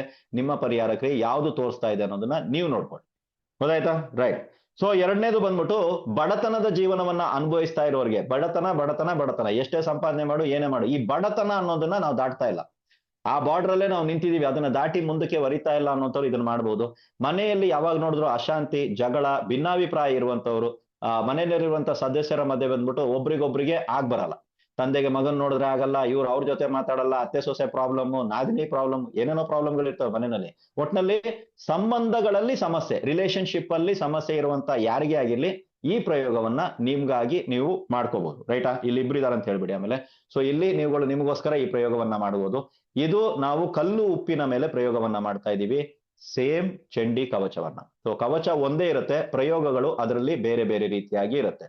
ನೀವೇನ್ ಮಾಡ್ಬೇಕು ಅಂತ ಹೇಳಿದ್ರೆ ಕಲ್ಲು ಉಪ್ಪನ್ನ ಮಂತ್ರಿಸ್ಬೇಕಾಗುತ್ತೆ. ಬೆಳಿಗ್ಗೆ ಒಂದು ಹಿಡಿ ಕಲ್ಲು ಉಪ್ಪನ್ನ ಮಂತ್ರಿಸ್ಬೇಕಾಗುತ್ತೆ, ಸಂಜೆ ಮತ್ತೆ ಕಲ್ಲು ಉಪ್ಪನ್ನ ಮಂತ್ರಿಸ್ಬೇಕಾಗುತ್ತೆ. ರೈಟಾ, ಅದು ಹೇಗೆ ಅಂತ ನಾನು ಹೇಳ್ಕೊಡ್ತೀನಿ ನೋಡಿ. ಬೆಳಿಗ್ಗೆ ದೇವರಿಗೆ ದೀಪ ಇತ್ಯಾದಿಗಳನ್ನ ಹಚ್ಚಿ, ನಿಮ್ಮ ದೇವರ ಕೋಣೆನಲ್ಲಿ ಒಂದು ಬಾಳೆ ಎಲೆ ಹಾಸಿ, ಅದರ ಮೇಲೆ ಬಂದ್ಬಿಟ್ಟು ಒಂದು ಹಿಡಿ ಕಲ್ಲು ಉಪ್ಪು ತಗೊಳ್ಳಿ. ಇದಕ್ಕೆ ಅಂತ ಸಪರೇಟ್ ಆಗಿ ಕಲ್ಲು ಉಪ್ಪು ತಗೊಂಡ್ಬರ್ಬೇಕಾ ಸರ್ ಅಂದ್ರೆ ನಿಮ್ ಇಷ್ಟ, ತಂದ್ರೆ ಬಹಳಷ್ಟು ಒಳ್ಳೇದು, ಇಲ್ಲ ಮನೆಯಿಂದ ಬಳಸ್ತೀರಾ ಅಂದ್ರೆ ಬಳಸ್ಕೊಳ್ಳಿ, ಎಷ್ಟಾಗುತ್ತೆ ನೋಡ್ಕೊಳ್ಳಿ, ಅದಾದ್ಮೇಲೆ ನಿಮ್ ಇಷ್ಟ ಬಳಸೋದು. ಸೊ ಒಂದ್ ಹಿಡಿ ಕಲ್ಲು ಉಪ್ಪು ತಗೊಳ್ಳಿ, ಇದನ್ನ ಕೈನಲ್ಲಿ ಇಟ್ಕೊಳ್ಳಿ. ಓಕೆ, ಬಲ್ಗೈನಲ್ಲಿ ಇಟ್ಕೊಂಡಿದ್ದೀರಾ. 11 ಸಲ ಚಂಡಿ ಕವಚ ಪಾರಾಯಣವನ್ನ ಮಾಡಿ, 11 ಸಲ ಚಂಡಿ ಪಾಠವನ್ನ ಮಾಡಿ, 11 ಸಲ ಚಂಡಿ ಕವಚವನ್ನ ಓದಿ. ನಿಮ್ಗೆ ಯಾವ ವರ್ಡ್ ಯೂಸ್ ಆಗುತ್ತೋ ಅದನ್ನ ಮಾಡ್ಕೊಳ್ಳಿ, ಓಕೆನಾ. ಸೊ ಇದಾದ್ರ ಮೇಲೆ ಈ ಕೈನಲ್ಲಿರುವಂತ ಕಲ್ಲುಪ್ಪನ್ನ ಬಾಳೆ ಎಲೆ ಮೇಲೆ ಹಾಕಿ. ಹಾಸಿರುವಂತ ಬಾಳೆ ಎಲೆ ಎಲ್ಲಿರ್ಬೇಕು ಅಂದ್ರೆ ನಿಮ್ಮ ದೇವರ ಕೋಣೆನಲ್ಲಿ ಇಡಿ. ಸರ್ ಮೇಲ್ಗಡೆ ಸೆಲ್ಫ್ ಹೊಡೆದು ದೇವ್ರನ್ನ ಇಟ್ಟಿದೀವಿ ಅಂದ್ರೆ ಕೆಳಗಡೆ ಒಂದು ಮಣೆ ಹಾಸಿ, ಅದರ ಮೇಲೆ ಬೇಕಾದ್ರೆ ಬಾಳೆ ಎಲೆ ಇಟ್ಟು ಅದರಲ್ಲಿ ಕಲ್ಲುಪ್ಪನ್ನ ಹಾಕ್ಬೋದು. ರೈಟಾ. ಸೊ ಬೆಳಿಗ್ಗೆ ಒಂದ್ ಹಿಡಿ ಕಲ್ಲುಪ್ಪನ್ನ ಆ ಒಂದು ಬಾಳೆ ಎಲೆ ಮೇಲೆ ನೀವು ಹಾಕಿದೀರಾ, ಮುಗೀತಾ. ಸಂಜೆ ಮತ್ತೆ ದೀಪಾದಿಗಳನ್ನ ಬೆಳಗಿ ಗಣಪತಿ ಮಂತ್ರವನ್ನ ಪಠಿಸಿ, ಅದಾದ್ರ ಮೇಲೆ ನೀವು ಇಟ್ಟಿದ್ದೀರಲ್ಲ ಬಾಳೆ ಎಲೆ ಮೇಲೆ ಕಲ್ಲುಪ್ಪು, ಅದ್ರ ಮೇಲೆ ಕೈ ಇಡಿ, ಈ ಬಲಗೈನ ಅದ್ರ ಮೇಲೆ ಇಟ್ಟು 11 ಸಲ ಚಂಡಿ ಕವಚವನ್ನ ಪಠಿಸ್ಬೇಕು. ಇದಾದ ನಂತರ ಆ ಕಲ್ಲುಪ್ಪು ಅಲ್ಲೇ ಇರುತ್ತೆ, ಅದನ್ನ ತೆಗಿಯೋಕೆ ಹೋಗ್ಬೇಡಿ, ಅದು ಹಾಗೆ ಇರ್ಲಿ. ಇದಾದ ನಂತರ ಮಡ್ಲಕ್ಕಿಯನ್ನ ಸಮರ್ಪಣೆ ಮಾಡುವಂಥದ್ದು. ಈ ಸಲ ಬಂದ್ಬಿಟ್ಟು ಪ್ರತಿದಿನ ಮಡ್ಲಕ್ಕಿಯನ್ನ ಸಮರ್ಪಣೆ ಮಾಡಕ್ ಹೇಳಿದೀನಿ. ಪ್ರತಿಯೊಂದು ಪರಿಹಾರ ಕ್ರಿಯೆಗಳಲ್ಲೂ ಕೂಡ ಮಡ್ಲಕ್ಕಿ ನೀವು ಸಮರ್ಪಣೆ ಮಾಡ್ಲೇಬೇಕು. ಮತ್ತೆ ಮಾರನೇ ದಿನ ಏನ್ ಸಾರ್ ಮಾಡ್ಬೇಕು ಅಂತ ಹೇಳಿದ್ರೆ ಸೇಮ್ ಟು ಸೇಮ್ 26ನೇ ತಾರೀಕಿಂದ 2ನೇ ತಾರೀಕು ತನಕ ಪರಿಹಾರ. ಸೊ 26ನೇ ತಾರೀಕು ಇದನ್ನ ಮಾಡಿದೀರಾ, 27ನೇ ತಾರೀಕು ಮತ್ತೆ ಒಂದು ಇಡೀ ಕಲ್ಲುಪ್ಪು ತಗೊಂಬನ್ನಿ, ಕೈನಲ್ಲಿ ಇಟ್ಕೊಂಡು ಮಂತ್ರಿಸಿ, ನಿನ್ನೆ ಒಂದು ಇಡೀ ಹಾಕಿದಿರಲ್ವಾ ಅದ್ರ ಮೇಲೆ ಈ ಕಲ್ಲುಪ್ಪನ್ನ ಹಾಕುವಂಥದ್ದು. ಈ ರೀತಿ ಬೆಳಿಗ್ಗೆ ಸಂಜೆ ಇವಾಗ ನಿನ್ನೆ ಇಡುವಂತ ಕಲ್ಲುಪ್ಪು ಅಲ್ಲೈತೆ, ಬೆಳಿಗ್ಗೆ ಮಂತ್ರಿಸಿರುವಂತದ್ದು 2ನೇ ಕಲ್ಲುಪ್ಪು ಕೂಡ ಅದ್ರ ಮೇಲೆ ಐತೆ. ಸಂಜೆ ಏನ್ ಸಾರ್ ಮಾಡ್ಲಿ, ಸಂಜೆ ಅದ್ರ ಮೇಲೆನೆ ಕೈ ಇಟ್ಟು ಮತ್ತೆ ನೀವು ಮಂತ್ರ ಜಪವನ್ನ ಮಾಡ್ಬೋದು. ಇದೆಲ್ಲ ಆದ ಮೇಲೆ 2ನೇ ತಾರೀಕು ಮುಗಿದ ನಂತರ ಅವತ್ತಿನ ದಿವಸ ತೆಗಿಯಂಗಿಲ್ಲ. 3ನೇ ತಾರೀಕು ಬೆಳಿಗ್ಗೆ ಈ ಕಲ್ಲುಪ್ಪನ್ನ ಶೇಖರಣೆ ಮಾಡಿ ಯಾವ್ದಾದ್ರು ಒಂದು ಡಬ್ಬಿನಲ್ಲಿ ಹಾಕಿ ನಿಮ್ಮ ಒಂದು ಅಡಿಗೆ ಕೋಣೆಯಲ್ಲಿ ಯಾರು ಮುಟ್ಟದ ಸ್ಥಳದಲ್ಲಿ ಇಡಬೇಕು. ಯಾಕೆ ಅಂತ ಹೇಳಿದ್ರೆ ಮೈಲಿಗೆ ಆದಾಗ ಈ ಕಲ್ಲುಪ್ಪು ಬಳಸಂಗಿಲ್ಲ. ಮನೆಯಲ್ಲಿ ಮಾಸಿಕೆ ಆದಾಗ ಈ ಕಲ್ಲುಪ್ಪು ಬಳಸುವ ಹಾಗಿಲ್ಲ. ಇದನ್ನ ಯಾವುದಕ್ಕೆ ಬಳಸಬೇಕು ಸರ್ ಅಂದ್ರೆ ನಿಮ್ಮ ಅಡುಗೆಯಲ್ಲಿ ಇದನ್ನ ಬಳಸಬೇಕು. ನಿಮ್ಮ ಮನೆಯಲ್ಲಿ ಮಾಡುವಂತ ಯಾವುದೇ ಅಡಿಗೆ ಇರ್ಲಿ ಆ ಅಡುಗೆನಲ್ಲಿ ಇದನ್ನ ಬಳಸಬೇಕು. ಮನೆಯಲ್ಲಿ ಯಾರಿಗೂ ಮೈಲಿಗೆ ಆಗಿರಬಾರ್ದು. ಸರ್ ಮಲ್ಲಿಗೆ ಆದವ್ರು ಸೈಲೆಂಟ್ ಆಗಿ ಕೂತವ್ರೆ, ನಾವು ಅಡಿಗೆ ಮಾಡೋರು, ನಾವು ಕಿಚನ್ಗೆ ಹೋಗ್ತೀವಿ, ನಾವು ಮುಟ್ತೀವಿ, ಬಳಸಂಗಿಲ್ಲ. ಈ ಉಪ್ಪನ್ನ ಬಳಸಂಗಿಲ್ಲ. ನಾರ್ಮಲ್ ಉಪ್ಪು ಇದೆಯಲ್ಲ ಅದನ್ನ ನೀವುಗಳು ಬಳಸಿ. ಮೈಲಿಗೆ ಮಾಸಿಕ ಇತ್ಯಾದಿ ಆದಾಗ ಈ ಉಪ್ಪನ್ನ ಬಳಸುವ ಹಾಗಿಲ್ಲ. ಈ ಉಪ್ಪು ಕೊನೆ ಆಗುವಷ್ಟರಲ್ಲಿ, ಎಷ್ಟು ನೀವು ಇಟ್ಟಿದಿರೋ ಈ ಉಪ್ಪು ಖಾಲಿ ಆಗುವಷ್ಟರಲ್ಲಿ ನಿಮ್ಮ ಮನೆಯಲ್ಲಿರುವಂತ ಆ ಸಂಬಂಧಗಳಲ್ಲಿರುವಂತ ಸಾಮರಸ್ಯದ ಕೊರತೆ, ಓಕೆ, ಮಿಸ್ಅಂಡರ್ಸ್ಟ್ಯಾಂಡಿಂಗ್, ಭಿನ್ನಾಭಿಪ್ರಾಯ ಏನಾದ್ರೂ ಇತ್ತು ಅಂತ ಹೇಳಿದ್ರೆ, ನನ್ನ ನೋಡಿದ್ರೆ ನಿಮ್ಗಾಗಲ್ಲ, ನಿಮ್ಮನ್ನ ನೋಡಿದ್ರೆ ನನ್ಗಾಗಲ್ಲ, ಕಾರಣ ಗೊತ್ತಿಲ್ಲ, ಜಾತಕ ರೀತಿ ಇರ್ಬೋದು, ಏನೇ ಇರ್ಬೋದು, ಕೆಲವರು ವಾಸ್ತು ಅಂತಾರೆ, ಅದೆಲ್ಲ ಬೇಡ ನಮ್ಗೆ. ಏನೇ ಇದ್ರು ಸಹಿತ ಆ ಒಂದು ಕೊರತೆ ಈ ಒಂದು ಕಲ್ಲುಪ್ಪು ನಿವಾರಣೆ ಮಾಡುತ್ತೆ. ಇದನ್ನ ಬರೀ ನವರಾತ್ರಿಗಳಲ್ಲಿ ಮಾತ್ರನೇ ಪ್ರಯೋಗಕ್ಕೆ ತಗೊಳ್ಳಿ, ಬೇರೆ ಟೈಮಲ್ಲಿ ಪ್ರಯೋಗಕ್ಕೆ ತಗೊಳಕ್ ಹೋಗ್ಬೇಡಿ. ಮತ್ತೆ ನೆನ್ಪಿಟ್ಕೊಳ್ಳಿ, ಯಾವ್ದಾದ್ರು ಒಂದು ಅಂಟು ಮುಟ್ಟು ಮೈಲಿಗೆ ಇತ್ಯಾದಿಗಳಾದಾಗ, ಸೂತಕಗಳಾದಾಗ ಈ ಉಪ್ಪಿನಲ್ಲಿ ಅಡಿಗೆ ಆವತ್ತಿನ ದಿವಸ ನಿಮ್ಮ ಮನೆಯಲ್ಲಿ ನಡಿಬಾರ್ದು. ಯಾವತ್ತೂ ಇದನ್ನ ನೆನ್ಪಿಟ್ಕೊಳ್ಳಿ. ಈ ಉಪ್ಪು ಅದಕ್ಕೆ ನಾನು ಹೇಳಿದ್ದು, ಒಂದು ಸಪ್ರೇಟ್ ಆಗಿ ಒಂದು ಜಾಡಿ ತಗೊಳ್ಳಿ, ಆ ಜಾಡಿನಲ್ಲಿ ಹಾಕಿಡಿ. ಪ್ಲಾಸ್ಟಿಕ್ ಡಬ್ಬದಲ್ಲೆಲ್ಲ ಹಾಕಿಡ್ಬೇಡಿ, ಒಂದು ಜಾಡಿ ತಗೊಂಡು ಆ ಜಾಡಿನಲ್ಲಿ ಹಾಕಿಡ್ಬೋದು ನಾವು. ಇದರಿಂದ ಕೂಡ ಬಹಳಷ್ಟು ವಿಚಾರಗಳಲ್ಲಿ ಮನೆಯಲ್ಲಿರುವಂತ, ಇವಾಗ ಗಂಡ ಹೆಂಡತಿ ಸಮಸ್ಯೆ ಇದೆ ಸರ್, ಮಾಡ್ಬೋದಾ? ಮಾಡ್ಬೋದು. ತಂದೆ ಮಕ್ಕಳ ಸಮಸ್ಯೆ ಇದೆ ಸರ್, ಮಾಡ್ಬೋದಾ? ಮಾಡ್ಬೋದು. ಅಣ್ಣ ತಂಗಿ ಒಂದೇ ಮನೆಯಲ್ಲಿ ಇದ್ದೀವಿ, ನಮ್ಮಲ್ಲಿ ಸಮಸ್ಯೆ ಇದೆ ಸರ್, ಮಾಡ್ಬೋದಾ? ಮಾಡ್ಬೋದು. ಅರ್ಥ ಆಯ್ತಾ? ಸಂಬಂಧಗಳಲ್ಲಿ ಒಂದು ರಿಲೇಶನ್ಶಿಪ್ ಅಂತ ಏನ್ ಬಿಲ್ಡ್ ಆಗಿದೆಯೋ ಅದರಲ್ಲಿ ಸಮಸ್ಯೆ, ಸರ್ ನನ್ನ ಮಕ್ಕಳು ನನ್ನ ಮಾತು ಕೇಳ್ತಾ ಇಲ್ಲ, ನಾನ್ ಮಾಡ್ಲಾ? ಮಾಡಿ. ತುಂಬಾ ಜನರು ಬರುವಂತ ಇದು ಏನಿದು, ಈ ಪ್ರಶ್ನೆಗಳು ತುಂಬಾ ಜನ ಬರ್ತದೆ. ಮಕ್ಕಳು ಮಾತು ಕೇಳ್ತಾ ಇಲ್ಲ, ಎದುರು ವಾದಿಸ್ತಾರೆ, ನಮ್ ಮುಂದೆ ಹಂಗೆ ನಿಂತ್ಕೊಂಡ್ಬಿಡ್ತಾರೆ, ನಮ್ಗೆ ಭಯ ಆಗುತ್ತೆ, ಹೊಡಿಯೋಕ್ ಬರ್ತಾರೆ. ಈ ತರದೆಲ್ಲ ಇರುವಂತವ್ರು, ಆ ಮನಗಳಲ್ಲಿ ಸಮಸ್ಯೆ ಇದ್ದವರು ಇದನ್ನ ಪ್ರಯೋಗಕ್ಕೆ ಮಾಡ್ಕೊಳ್ಳಿ. ನೆಕ್ಸ್ಟ್ ಇರುವಂತದ್ದು ಅಪಮೃತ್ಯು ದೋಷ ಇರುವಂತವರ ಮನೆಯಲ್ಲಿ ಯಾರಿಗೆ ಅಪಮೃತ್ಯು ದೋಷ ಇದೆಯೋ ಆ ವ್ಯಕ್ತಿಗಳು ಮಾಡ್ಕೋಬಹುದು. ಗಂಡನಿಗೆ ಅಪಮೃತ್ಯು ದೋಷ ಇದ್ರೆ ಹೆಂಡತಿ ಮಾಡ್ಕೋಬಹುದು, ಹೆಂಡತಿಗೆ ಅಪಮೃತ್ಯು ದೋಷ ಇದ್ರೆ ಗಂಡ ಮಾಡ್ಕೋಬಹುದು. ಯಾರಿಗಾದ್ರೂ ಹೆಣ್ಣು ಮಕ್ಕಳಿಗೆ ಮಾಂಗಲ್ಯ ದೋಷ ಇದೆ ಅಂತ ಯಾರಾದ್ರೂ ಹೇಳಿದ್ರೆ ಅವ್ರುಗಳು ಕೂಡ ಇದನ್ನ ನೀವುಗಳು ಮಾಡ್ಕೋಬಹುದು. ರೈಟಾ? ಸೊ ಇದು ಅಪಮೃತ್ಯುಗೋಸ್ಕರ ಅಥವಾ ಮಾಂಗಲ್ಯ ದೋಷಕ್ಕೋಸ್ಕರ ಕೊಟ್ಟಿರುವಂತದ್ದು, ಅಥವಾ ದೀರ್ಘ ಸುಮಂಗಲಿತನ ಪ್ರಾಪ್ತಿ ಆಗೋದಕ್ಕೆ ನಾವು ಮಾಡ್ಕೋಬಹುದಾ ಸರ್? ನಮಗ್ ಗೊತ್ತಿಲ್ಲ ಅಪಮೃತ್ಯು ಇದೆಯೋ ಇಲ್ಲೋ ಗೊತ್ತಿಲ್ಲ, ಬಟ್ ನಮಗೆ ದೀರ್ಘ ಸುಮಂಗಲಿ ಆಗಿರೋದಕ್ಕೆ ಈ ಪ್ರಯೋಗ ನಾವು ಮಾಡ್ಬೋದಾ ಅಂದ್ರೆ ಕಣ್ಣು ಮುಚ್ಕೊಂಡು ಮಾಡ್ಬೋದು. ಹೆಣ್ಣು ಮಕ್ಕಳು ಈ ಪ್ರಯೋಗವನ್ನ ಮಾಡ್ಬೋದು. ನೀವೇನ್ ಮಾಡ್ಬೇಕಂತ ಹೇಳಿದ್ರೆ, ಒಂದು ಚಿಕ್ಕ ಬಟ್ಲು ತಗೊಳ್ಳಿ, ಒಂದು ಚಿಕ್ಕದಾಗಿರುವಂತದ್ದು, ಓಕೆ, ಸಾಸರ್ ಅಥವಾ ಚಿಕ್ಕದಾಗಿರುವಂತ ಸ್ಟೀಲ್ ಬಟ್ಲುಗಳು ಬರ್ತವೆ. ಅದರಲ್ಲಿ ಒಂದರಲ್ಲಿ ಅರಿಶಿನ, ಒಂದರಲ್ಲಿ ಕುಂಕುಮವನ್ನ ತುಂಬಿಸಿ ಬೆಳಿಗ್ಗೆ 11 ಸಲ ಚಂಡಿ ಕವಚವನ್ನ ಓದಿ ಇದನ್ನ ತೆಗೆದು ದೇವರ ಹತ್ರ ಇಟ್ಬಿಡಿ. ಮತ್ತೆ ಸಂಜೆ ಬಂದ್ಬಿಟ್ಟು ಇದಕ್ಕೆ 11 ಸಲ ಚಂಡಿ ಕವಚವನ್ನ ಓದಿ ಇದನ್ನ ದಕ್ಷಿಣೆ ತಾಂಬೂಲದ ಸಹಿತವಾಗಿ, ಮಡ್ಲಕ್ಕಿ ಸಹಿತವಾಗಿ ದೇವಸ್ಥಾನದಲ್ಲಿ ಸಮರ್ಪಣೆ ಮಾಡಿಬಿಟ್ಟು ಬನ್ನಿ. ಈ ತರ 7 ದಿನಗಳ ಕಾಲ ನೀವು ಮಾಡೋದ್ರಿಂದ ಜಾತಕದಲ್ಲಿ ಯಾವುದೇ ರೀತಿಯಾದಂತಹ ಅಪಮೃತ್ಯು ದೋಷಗಳಿದ್ದರೂ ಕೂಡ, ಮಾಂಗಲ್ಯ ದೋಷ ಇದ್ದರೂ ಕೂಡ ಅದು ಪರಿಪೂರ್ಣವಾಗಿ ನಿವಾರಣೆ ಆಗುತ್ತೆ. ಚಂಡಿ ಕವಚ ನಾರ್ಮಲ್ ಆಗಿ ಎಲ್ಲಾ ಕಡೆ ಸಿಗುತ್ತೆ, ಗ್ರಂಥಗಳಲ್ಲೂ ಸಿಗುತ್ತೆ, ಯೂಟ್ಯೂಬ್ ಅಲ್ಲೂ ಸಿಗುತ್ತೆ, ಗೂಗಲ್ ಅಲ್ಲಿ ಸರ್ಚ್ ಮಾಡಿದ್ರು ನಿಮ್ಗೆ ಸಿಗುತ್ತೆ. ಚಂಡಿ ಕವಚ ನಾರ್ಮಲ್ ಆಗಿ ಎಲ್ಲಾ ಕಡೆನೂ ಸಿಗ್ತಾ ಇತ್ತು. ಸೊ ನಾನು ಅದನ್ನ ಸಪರೇಟ್ ಆಗಿ ಕೊಡುವಂತ ಇದಕ್ಕೆ ಹೋಗಿಲ್ಲ. ನೀವು ಇದ್ ಮಾಡಿದ್ರೆ ನಿಮ್ಗೆ ಖಂಡಿತವಾಗ್ಲೂ ಸಿಗುತ್ತೆ, ಸರ್ಚ್ ಮಾಡಿ ಸಿಗುತ್ತೆ. ರೈಟಾ? ನೆಕ್ಸ್ಟ್ ಬರುವಂತ ಪರಿಹಾರ ರೋಗ ನಿವಾರಣೆಗಾಗಿ. ಮನೆಯಲ್ಲಿ ಅನಾರೋಗ್ಯ ಬಾಧೆ ಇದೆ, ಒಂದಾದ ನಂತರ ಒಂದು ವೈದ್ಯಕೀಯ ಖರ್ಚುಗಳು ಆಗ್ತಾ ಇದೆ, ಅಥವಾ ರೋಗಗಳು ಗುಣಮುಖ ಆಗದಿರುವಂತ ರೋಗಗಳು ಬರ್ತಾ ಇದೆ, ದೀರ್ಘಕಾಲ ವ್ಯಾಧಿಗಳು ಬರ್ತಾ ಇದೆ, ಅಥವಾ ಯಾವುದೋ ಚಿಕ್ಕದಾಗಿ ಸ್ಟಾರ್ಟ್ ಆಗಿದೆ ಸರ್ ದೊಡ್ಡದಾಗಿ ಹೋಗ್ತಾ ಇದೆ. ರೋಗ ವಿಚಾರಕ್ಕೆ ಬಂದಾಗ ಬರೀ ನಾವು ದುಡ್ದಿರೋದೆಲ್ಲ ಬರೀ ನಾವು ಹಾಸ್ಪಿಟ್ಲ್ಗೆ ಅಥವಾ ಮೆಡಿಸನ್ಸ್ಗೆ ಇಡ್ತೀವಿ ಅನ್ನೋರ್ಗಾಗಿ ಈ ಪರಿಹಾರವನ್ನ ಮಾಡ್ಬೋದು. ಆಕ್ಚುಲಿ ಈ ಪರಿಹಾರ ರೋಗಕ್ಕೆ ಮಾತ್ರ ಅಲ್ಲ, ನಿಮ್ಮ ಮನೆಯಲ್ಲಿ ಲಕ್ಷ್ಮೀ ಪ್ರಾಪ್ತಿಗೋಸ್ಕರನು ಇದೇ ಪರಿಹಾರ ಕೆಲಸ ಮಾಡುತ್ತೆ. ಯಾಕಂದ್ರೆ ಆಲ್ರೆಡಿ ಮಾಡಿರುವಂಥದ್ದು. ನಾನು ಇವತ್ತು ಕೊಡ್ತಾ ಇರೋ 6 ಪರಿಹಾರಗಳು ಆಲ್ರೆಡಿ ಟೆಸ್ಟೆಡ್ ಆಗಿದೆ, ಆಲ್ರೆಡಿ ಚೆಕ್ ಮಾಡಿದೀವಿ, ಆಲ್ರೆಡಿ ಇದರ ಫಲವನ್ನ ಅನುಭವಿಸಿದವರು ಇದ್ದಾರೆ. ಸೊ ಅದೆಲ್ಲ ಆದ ಮೇಲೆನೆ ನಾವು ಒಂದು ಪರಿಹಾರ, ಒಂದು ಕ್ಲಾಸು, ಒಂದು ಕಾರ್ಯಕ್ರಮ ಅಂತ ಸ್ಟಾರ್ಟ್ ಮಾಡ್ತೀವಿ ಹೊರತು ಇಲ್ಲ ನಾರ್ಮಲ್ ಆಗಿ ಹಾಕ್ತಾ ಇರ್ಬೇಕು ವಿಡಿಯೋ ಅಂತ ಹೇಳಿದ್ರೆ ಪ್ರತಿದಿನ ಏನಾದ್ರು ಒಂದು ಹೇಳ್ಕೊಂಡು ವಿಡಿಯೋ ಹಾಕಬಹುದು ನಾನು. ಸೊ ಇಲ್ಲಿ ಕೊಡ್ತಾ ಇರುವಂತ ಪರಿಹಾರ ಒಂದ್ ಕಡೆ ರೋಗ ಬಾಧೆ, ಇನ್ನೊಂದ್ ಕಡೆ ಲಕ್ಷ್ಮೀ ಪ್ರಾಪ್ತಿಗಾಗಿ.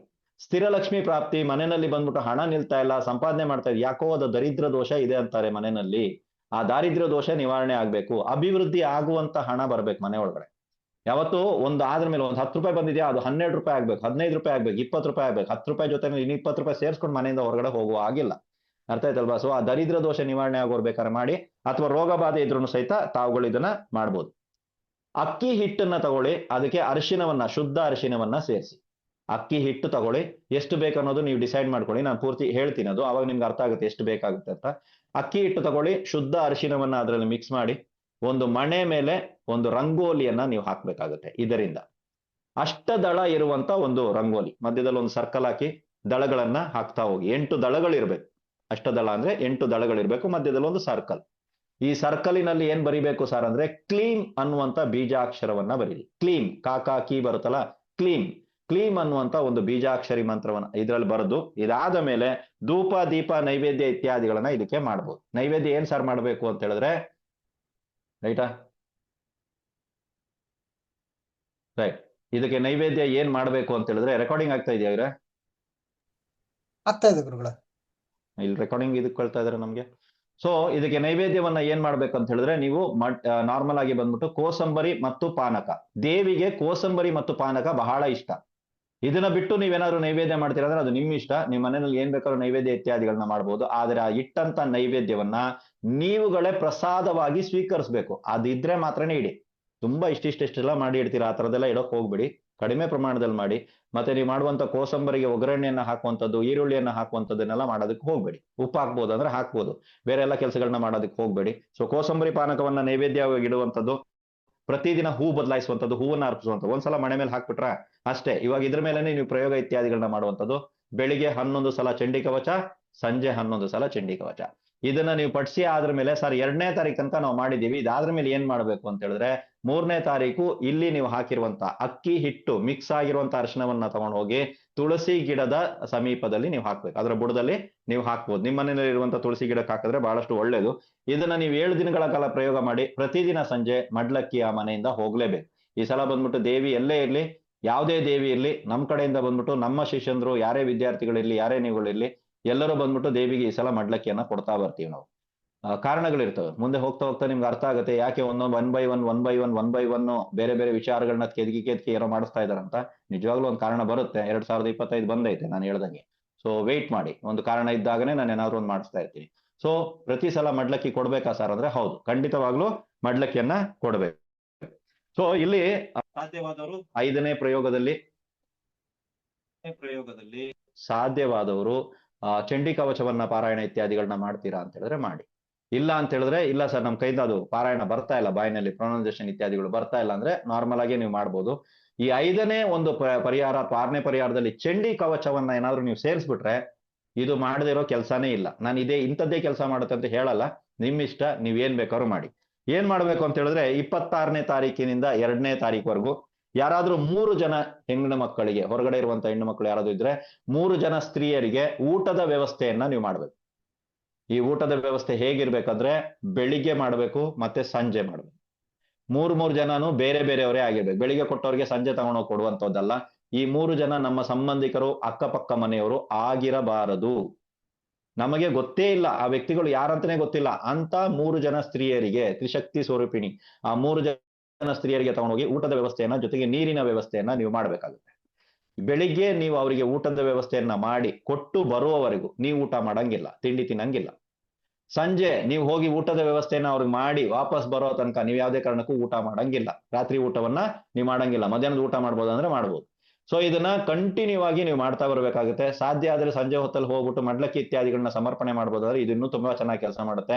ಸರ್ ಬೆಳಿಗ್ಗೆ ಒಂದು 11 ಸಲ ಚಂಡಿ ಕವಚ ಮನೆಯಲ್ಲಿ ಪಡಿಸಿ ಆಮೇಲೆ ಹೋಗಿ 3 ಜನರಿಗೆ ಊಟದ ವ್ಯವಸ್ಥೆಯನ್ನ ಮಾಡಿ ಆಮೇಲೆ ಬಂದು ನಾನು ತಿಂಡಿ ತಿಂತೀನಿ ಅಂದ್ರೆ ಇದು ಸೂಪರ್ ಆಗಿ ಕೆಲಸ ಮಾಡುತ್ತೆ. ಏನು ಕೇಳ್ತಿರೋ ಅದು ಸಿಗುತ್ತೆ. ಇಂಥದ್ದೇ ಅಂತದ್ದೇ ಅಂತಲ್ಲ, ಬಟ್ ಸಿಕ್ಕೇ ಸಿಗುತ್ತಾ ಸರ್ ಅಂದ್ರೆ, ನಾನು ನಿಮ್ಗೊಂದು ಸಿಂಪ್ಟಮ್ಸ್ ಹೇಳ್ತೀನಿ, ಇದೇನಾದ್ರೂ ನಿಮ್ಗೆ ಇದ್ರಲ್ಲಿ ಕಾಣಿಸ್ತು ಅಂತ ಹೇಳಿದ್ರೆ ಸಿಗುತ್ತೆ. ಈ 7 ದಿನಗಳ ಒಳಗಾಗಿ ನಿಮ್ಮ ಬಳಿ ತಾಯಿನೇ ಬಂದೇನಾದ್ರೂ ಊಟ ತಗೊಂಡು ಹೋಗ್ಬಿಟ್ರೆ ನೋಡೋಣಲ್ವಾ? ರೈಟ್. ಸೊ ಸುಮಂಗಲಿತನವಾದ ಇರುವಂತದ್ದು, ತುಂಬಾ ದೊಡ್ಡದಾಗಿ ಹಣೆನಲ್ಲಿ ಬೊಟ್ಟು ಇಟ್ಟಂತವರು, ಅಥವಾ ಕನ್ಯೆ ಆಗಿರುವಂತ ಒಂದು ಚಿಕ್ಕ ವಯಸ್ಸಿನ ಚಿಕ್ಕ ಹುಡುಗಿ ಯಾರಾದ್ರೂ ಬಂದು ನಿಮ್ಮ ಹತ್ರ ಈ ಊಟವನ್ನ ನನಗ್ ಬೇಕು ಕೊಡು ಅಂತ ತಗೊಂಡು ಹೋದರೆ ತಿಳ್ಕೊಳ್ಳಿ ತಾಯಿ ನಿಮಗೆ ಆಶೀರ್ವಾದ ಮಾಡಿದಾಳೆ ಅಂತ ಅರ್ಥ. ವಾಟ್ ಎವರ್ ಸಂಕಲ್ಪ, ನಾನು ಹೇಳ್ತೀನಲ್ಲ, ಏನೇ ಸಂಕಲ್ಪ ನಿಮ್ದು ಇರ್ಲಿ, ಇದನ್ನ ನಾನು ಮಾಡ್ತಾ ಇದ್ದೀನಿ, ಈ ವಿಷಯಕ್ಕೆ ಮಾಡ್ತಾ ಇದೀನಿ, ಪ್ಲೀಸ್ ನನಗೆ ಕೊಡಿ ಅಂತ ನೀವೇನ್ ಬೇಡ್ಕೊಂಡಿದ್ರೋ 101% ಕೆಲಸ ಮಾಡುತ್ತೆ. ಇಲ್ಲಿ ಇದಕ್ಕೆ ಅಂತ ಯಾವುದಕ್ಕೂ ಇಲ್ಲ. ನೀವು ರೋಗ ಬಾಧೆಗೆ ಬೇಕಾದ್ರೆ ಇದನ್ನ ಯೂಸ್ ಮಾಡಿ, ನೀವು ವಿದ್ಯಾಭ್ಯಾಸಕ್ಕೋಸ್ಕರ ಇದನ್ನ ಯೂಸ್ ಮಾಡಿ, ಮಕ್ಕಳ ಏಳಿಗೆಗೋಸ್ಕರ ಯೂಸ್ ಮಾಡಿ. ನಿಮ್ಮ ಅಭಿವೃದ್ಧಿನೇ ಆಗ್ತಾ ಇಲ್ಲ ಸರ್, ನಾನು ಏನೇನೋ ಮಾಡ್ಬಿಟ್ಟು ನನ್ನ ಲೈಫಲ್ಲಿ ನಾನು ಇನ್ನೂ ಸೆಟ್ಲೇ ಆಗಿಲ್ಲ ಸರ್, ಮಾಡ್ಕೊಳ್ಳಿ. ಮನೆ ಮಠ ಏನು ಸಿಗ್ತಾ ಇಲ್ಲ, ಮಾಡ್ಕೊಳ್ಳಿ. ಆದ್ರೆ ಈ 7 ದಿನದ ಒಳಗಾಗಿ ನೀವು ಎಲ್ಲೇ ಹುಡ್ಕೊಂಡು ಹೋದ್ರು ಸಹಿತ ತಾನಾಗಿಯೇ ಬಂದು, ಮತ್ತೆ ಹೇಳ್ತಾ ಇದ್ದೀನಿ ಸರ್, ನಾನು ಹುಡ್ಕೊಂಡು ಹೋಗ್ಬಿಟ್ಟು ಚಿಕ್ಕದಾಗಿ ಮಗು ಇತ್ತು, ಚೆನ್ನಾಗಿದೆ ನೋಡೋದಕ್ಕೆ ತಾಯಿ ಲಕ್ಷ್ಮೀ ಕಳೆ ಇತ್ತು, ಅವ್ರಿಗೂ ಕೊಟ್ಟೆ ಸರ್, ನನಗಾಗತ್ತಾ ಸರ್ ಅಂದ್ರೆ ಆಗಲ್ಲ. ಕ್ಲೀನಾಗಿ ಸುಮಂಗಲಿ ಸ್ತ್ರೀ ಒಬ್ರು ಕೂತಿದ್ರು, ನೀವು ಹೇಳ್ದಂಗೆ ಕಾಣಿಸ್ತಾ ಇದ್ರು, ನಾನು ಹೋಗಿ ಕೊಟ್ಟೆ ಸರ್, ಆಗಲ್ಲ. ನಾನು ಹೇಳ್ತೀನಿ ಕೇಳಿ, ನೀವು ಕೊಟ್ಟಾಗ ತನಗೆ ಊಟ ಬೇಕು, ತನಗೆ ನೀರ್ ಬೇಕು ಅಂತ ಬಂದು ಯಾರಾದ್ರೂ ಈ ತರ ಸಿಂಪ್ಟಮ್ ಇರೋರು, ನಾನು ಹೇಳಿರುವಂತ ಇದ್ರ ಮುಖಚರ್ಯನಲ್ಲಿ ಇರೋರು ಯಾರಾದ್ರೂ ಬಂದು ಕೇಳಿದ್ರೆ ತಿಳ್ಕೊಳ್ಳಿ ತಾಯಿ ಅನುಗ್ರಹ ಆಯ್ತು, ನಿಮ್ಮ ಹತ್ರ ಬಂದು ಆಕೆನೇ ತಗೊಂಡೋಗಿದ್ದಾಳೆ ಅಂತ ತಿಳ್ಕೊಳ್ಳಿ. ನಿಮಗೆ ಖಂಡಿತವಾಗ್ಲೂ ನೀವೇನ್ ಕೇಳಿದಿರೋ ಅದು ನಡೀತದೆ. ರೈಟಾ? ಸೊ ಇದು 5ನೇ ಪರಿಹಾರವನ್ನ ತಾವುಗಳು ಮಾಡ್ಬೋದು. ಇದಕ್ಕೆ ಮಡ್ಲಕ್ಕಿ ಕೊಡ್ಬೇಕಂದ್ರೆ ಕೊಡ್ಬೇಕು, ಕವಚ ಓದ್ಲೇಬೇಕಂದ್ರೆ ಓದ್ಲೇಬೇಕನ್ನೋ ನಿಯಮ ಇಲ್ಲ. ಆದ್ರೆ ಯಾರಿಗಾದ್ರು ಸಾಧ್ಯವಾಯ್ತಂದ್ರೆ ಈ ಚಂಡಿ ಕವಚವನ್ನ ಕಂಟಿನ್ಯೂ ಆಗಿ 7 ದಿನಗಳ ಕಾಲ ಓದಿ. ಈ ಸಲ ಅದಕ್ಕೋಸ್ಕರನೇ ಕೊಟ್ಟಿರೋದು. ನಾರ್ಮಲ್ ಆಗಿ ನಾನು ನವರಾತ್ರಿ ಕ್ಲಾಸ್ ಇತ್ಯಾದಿಗಳನ್ನ ಮಾಡಿದ್ದೀನಿ. ನವರಾತ್ರಿನಲ್ಲಿ ಹೇಗಿರ್ಬೇಕು, ಯಾವ ಪಾರಾಯಣ ಮಾಡಬೇಕು, ಯಾವ ರೀತಿ ಪಾರಾಯಣ ಮಾಡಬೇಕು, ಉಪದೇಶ ಹೇಗ್ ತಗೋಬೇಕು, ಉಪದೇಶ ಇಲ್ದಿದ್ದವ್ರಿಗೆ ಏನ್ ಮಾಡ್ಬೇಕು, ಪ್ರತಿಯೊಂದನ್ನು ಪಿನ್ ಟು ಪಿನ್ ಬಿಚ್ಚಿ ಇಟ್ಟಿದ್ದೀನಿ. ಅದ್ರಲ್ಲಿ ಯಾವ ಅಧ್ಯಾಯಗಳನ್ನ ಓದ್ಬೇಕು, ಯಾವ ಅಧ್ಯಾಯ ಆದ್ಮೇಲೆ ಯಾವ ಅಧ್ಯಾಯ ಓದ್ಬೇಕು, ಏನ್ ದಾನ ಮಾಡ್ಬೇಕು, ಪ್ರತಿಯೊಂದು ಹೇಳಿದ್ದೀನಿ. ಬಟ್ ಈ ಸಲ ಫಸ್ಟ್ ಟೈಮ್ ನಾನು ಚಂಡಿ ಕವಚದ ಬಗ್ಗೆ ಮಾತ್ರ ಮಾತಾಡ್ತಾ ಇದ್ದೀನಿ. ಯಾವುದೇ ಇತರ ಅಷ್ಟೋತ್ತರ ಆಗ್ಲಿ, ಸಹಸ್ರನಾಮ ಆಗ್ಲಿ, ಚಂಡಿ ಬಗ್ಗೆ ಆಗ್ಲಿ ನಾನು ಎಲ್ಲೂ ಮಾತಾಡ್ತಾರೆ. ಬರೀ ಕವಚನ ಇಟ್ಕೊಂಡು ನಾನು ಇಷ್ಟು ಪ್ರಯೋಗಗಳನ್ನ ನಿಮ್ಗೆ ಕೊಟ್ಟಿದ್ದೀನಿ. ಕೊನೆಯದಾಗಿರುವಂತದ್ದು 6ನೇ ಪ್ರಯೋಗ. ಈ 6ನೇ ಪ್ರಯೋಗ ಕೂಡ ಅಷ್ಟೇ. ಇಲ್ಲೂ ಕೂಡ ನೀವು ಚಂಡಿ ಪಾರಾಯಣ ಅಥವಾ ಚಂಡಿ ಕವಚ ಓದಿ ನಾನು ಕೊಡ್ತೀನಿ ಸರ್ ಅಂದ್ರೆ ಮಾಡಿ, ಇಲ್ಲ ಅಂದ್ರೆ ನಿಮ್ ಇಷ್ಟ. ನೀವು ಇದನ್ನ ಬೇಕಾದ್ರೆ ಹಾಗೆ ತಗೊಂಡೋಗಿ ಕೊಡ್ಬೋದು. ಇದನ್ನ ಮಾಡ್ಬೇಕಾಗಿರೋದು ಬರೀ 3 ದಿನ. ಈ 6ನೇ ಪರಿಹಾರ ಇದು ಕೂಡ ಅಷ್ಟೇ ಸಕಲ ಮನೋರಥಗಳಿಗಾಗಿ, ಮನೋಕಾಮನೆಗಳನ್ನ ಈಡೇರಿಸುವಂತದ್ದಾಗಿರ್ತದೆ. 30ನೇ ತಾರೀಕಿನಿಂದ ಈ ಪರಿಹಾರವನ್ನ ಪ್ರಾರಂಭ ಮಾಡಿ 2ನೇ ತಾರೀಕು ಮುಗಿಸ್ಬೇಕು. ನಾನು ಡೇಟ್ಗಳು ಯಾಕೆ ಕೊಡ್ತಾ ಇದ್ದೀನಿ ಅಂದ್ರೆ, ತುಂಬಾ ಜನರಿಗೆ ಆಗಲೇ ಒಬ್ರು ಮ್ಯಾಮ್ ಮಾತಾಡಿದ್ರು, ಉತ್ತರ ನಕ್ಷತ್ರ ಮಧ್ಯಾಹ್ನ ಸ್ಟಾರ್ಟ್ ಆಗುತ್ತೆ, ಮಾರನೇ ದಿನ ಉತ್ತರ ನಕ್ಷತ್ರ ಇದೆ, ಇವಾಗ ನಾನು ಎಲ್ಲಿ ಮಾಡ್ಲಿ ಅಂತ. ಸೊ ನಿಮ್ಗೆ ಈಸಿ ಆಗ್ಲಿ ಅನ್ನೋ ಕಾರಣಕ್ಕಾಗಿ ನಾನು ಡೇಟ್ ಕೊಡ್ತೀನಿ. ಆ ಡೇಟ್ ಅಲ್ಲಿ ಯಾವ ತಿಥಿ ಇದೆ, ಯಾವ ನಕ್ಷತ್ರ ಇದೆ ಅಂತೆಲ್ಲ ನೋಡಕ್ ಹೋಗ್ಬಿಡಿ. ನಾನು ಆ ಡೇಟ್ ಕೊಟ್ಟಿದ್ದೀನಿ ಅಂದ್ರೆ ಏನಾದ್ರು ಇರುತ್ತೆ. 30ನೇ ತಾರೀಕಿನಿಂದ ಈ ಪರಿಹಾರ ಮಾಡಬೇಕು. ಅದಾದ್ಮೇಲೆ 1ನೇ ತಾರೀಕು ಮತ್ತೆ 2ನೇ ತಾರೀಕು ಈ ಪರಿಹಾರವನ್ನ ಹಾಗೆ ಮುಂದುವರಿಸಬೇಕು. 2ನೇ ತಾರೀಕು ತನಕ ಮುಂದುವರಿಸಬೇಕು. ಬಾಲಕಿಯರ ಅನಾಥಾಶ್ರಮಕ್ಕೆ ತೆರಳಿ ಅಲ್ಲಿ ಇರುವಂತ ಹೆಣ್ಣು ಮಕ್ಕಳಿಗೆ, ಮತ್ತೆ ಮೆನ್ಷನ್ ಮಾಡ್ತೀನಿ, ಬಾಲಕಿಯರ ಅನಾಥಾಶ್ರಮ, ಅಲ್ಲಿರುವಂತ ಹೆಣ್ಣು ಮಕ್ಕಳಿಗೆ ಊಟ, ಹಣ್ಣು, ಬಟ್ಟೆಯ ವ್ಯವಸ್ಥೆಯನ್ನ ಮಾಡ್ಬೇಕು. ಒಬ್ರಿಗೆ ಮಾಡ್ತಿರೋ, 3 ಜನರಿಗೆ ಮಾಡ್ತಿರೋ, ಅಲ್ಲಿ ಇದ್ದವ್ರಿಗೆಲ್ಲ ಮಾಡ್ತಿರೋ ನನಗೆ ಗೊತ್ತಿಲ್ಲ. ಭಗವಂತ ಎಷ್ಟು ಕೊಟ್ಟವನೇ ಅದು ನನಗೆ ಗೊತ್ತಿಲ್ಲ. ನೋಡಿ, ಭಗವಂತ ಬಹಳಷ್ಟು ಜನ ತುಂಬಾ ಕೊಟ್ಟಿರ್ತಾನೆ. ಬಟ್ ಭಗವಂತ ನಮಗ್ ಕೊಟ್ಟಿರ್ತಾನೆ, ನಮಗ್ ಕೊಡೋ ಮನ್ಸು ಬರಲ್ಲ. ಆ ಕೊಡೋ ಮನ್ಸು ನಮ್ಮ ಹತ್ರ ಎಷ್ಟಿದೆಯೋ ಅದರ ಪ್ರಮಾಣದಲ್ಲಿ ನೀವುಗಳು ಕೊಡಬಹುದು. ಆಯ್ತಾ? ಬಾಲಕಿಯರ ಅನಾಥಾಶ್ರಮಕ್ಕೆ ತೆರಳಿ, ಬೆಳಿಗ್ಗೆನೂ ಹೋಗ್ತೀನಿ ಸರ್, ಸಂಜೆನೂ ಹೋಗಿ ಇನ್ನೊಂದು ಬಾಲಕಿಯರ ಅನಾಥಾಶ್ರಮಕ್ಕೆ ಕೊಡ್ತೀನಿ ಅಂದ್ರೆ ಸೂಪರ್ ಸರ್. ನಾನು ಚಂಡಿ ಕವಚ 11 ಸಲ ಓದಿ ಅದಾದ್ಮೇಲೆ ಹೋಗಿ ಇದನ್ನ ಮಾಡ್ತೀನಿ ಅಂದ್ರೆ ಇನ್ನೂ ಸೂಪರ್. ಯಾವ ಸಂಕಲ್ಪವನ್ನ ನೀವು ಕೇಳಿರ್ತೀರೋ, ಯಾವ ವಿಷಯವನ್ನ ಕೇಳಿರ್ತೀರೋ ಖಂಡಿತವಾಗ್ಲೂ ಇದು ನೆರವೇರುತ್ತೆ. ಇದನ್ನ ಕೂಡ 3 ದಿನ ಕಂಟಿನ್ಯೂ ಆಗಿ ನೀವು ಮಾಡ್ಬೇಕಾಗತ್ತೆ. ಬೇರೆ ಬೇರೆ ಅನಾಥಾಶ್ರಮದಲ್ಲೇ ಇದನ್ನ ಮಾಡ್ಬೇಕಾಗುತ್ತೆ. ಸರ್ ಓಲ್ಡ್ ಏಜ್ ಹೋಮ್ ಇದೆ ಅಲ್ಲಿಗೋ ಕೊಡ್ಲಾ ಅಂದ್ರೆ ಬೇಡ. ಆಯ್ತಾ? ನಾನು ಹೇಳಿರೋದು ಬಾಲಕಿಯರ ಅನಾಥಾಶ್ರಮದಲ್ಲಿ ನೀವು ಮಾಡಿ. ಈ ಸಲ 3 ಜನರಿಗೆ ಕೊಟ್ಟಿದ್ದೀನಿ ಸರ್, ನಾಳೆ ಹೋಗಿ ಇನ್ನೂ 3 ಜನರಿಗೆ ಅದೇ ಜಾಗದಲ್ಲಿ ಕೊಡ್ಬೋದಾ? ಬೇರೆ 3 ಜನರಿಗೆ ಅಂದ್ರೆ ಕೊಡ್ಬೋದು.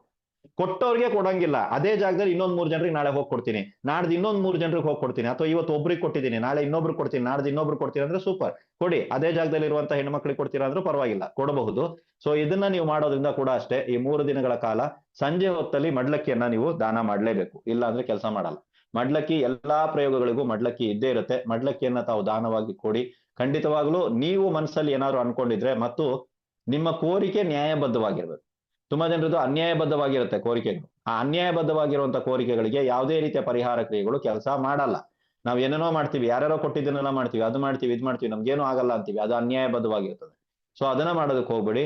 ಬೈ ಹಾರ್ಟ್ ಇಂದ ನಿಮಗೂ ಒಳ್ಳೇದಾಗ್ಬೇಕು, ನಿಮ್ಮಿಂದ 4 ಜನರಿಗೆ ಒಳ್ಳೇದಾಗುವಂತೆ ಯಾವ್ದಾದ್ರು ಕೋರಿಕೆ ನಿಜವಾಗ್ಲೂ ನಿಮ್ಗೆ ಇದೆಯಾ ಅನ್ಸುತ್ತಾ? ಇವಾಗ ಯೋಚನೆ ಮಾಡಿ ನೋಡಿ, ಒಂದ್ 5 ನಿಮಿಷ ಕೂತ್ಕೊಂಡ್ರು. ಇಲ್ಲ ಅನ್ಸುತ್ತೆ, ನನಗೂ ಒಳ್ಳೇದಾಗ್ಬೇಕು, ನನ್ನಿಂದ 4 ಜನರಿಗೆ ಒಳ್ಳೇದಾಗ್ಬೇಕು, ಆ ತರ ಕೋರಿಕೆಗಳು ಯಾವ್ದಾದ್ರು ಇದ್ರೆ ಆ ಕೋರಿಕೆಗಳನ್ನ ತಾವು ಮಾಡ್ಕೊಂಡು ಹೋಗ್ಬೋದು. ಆ ಕೋರಿಕೆಗಳೆಲ್ಲವೂ ಈಡೇರುತ್ತಾ ಅಂದ್ರೆ ಖಂಡಿತ ಈಡೇರುತ್ತೆ.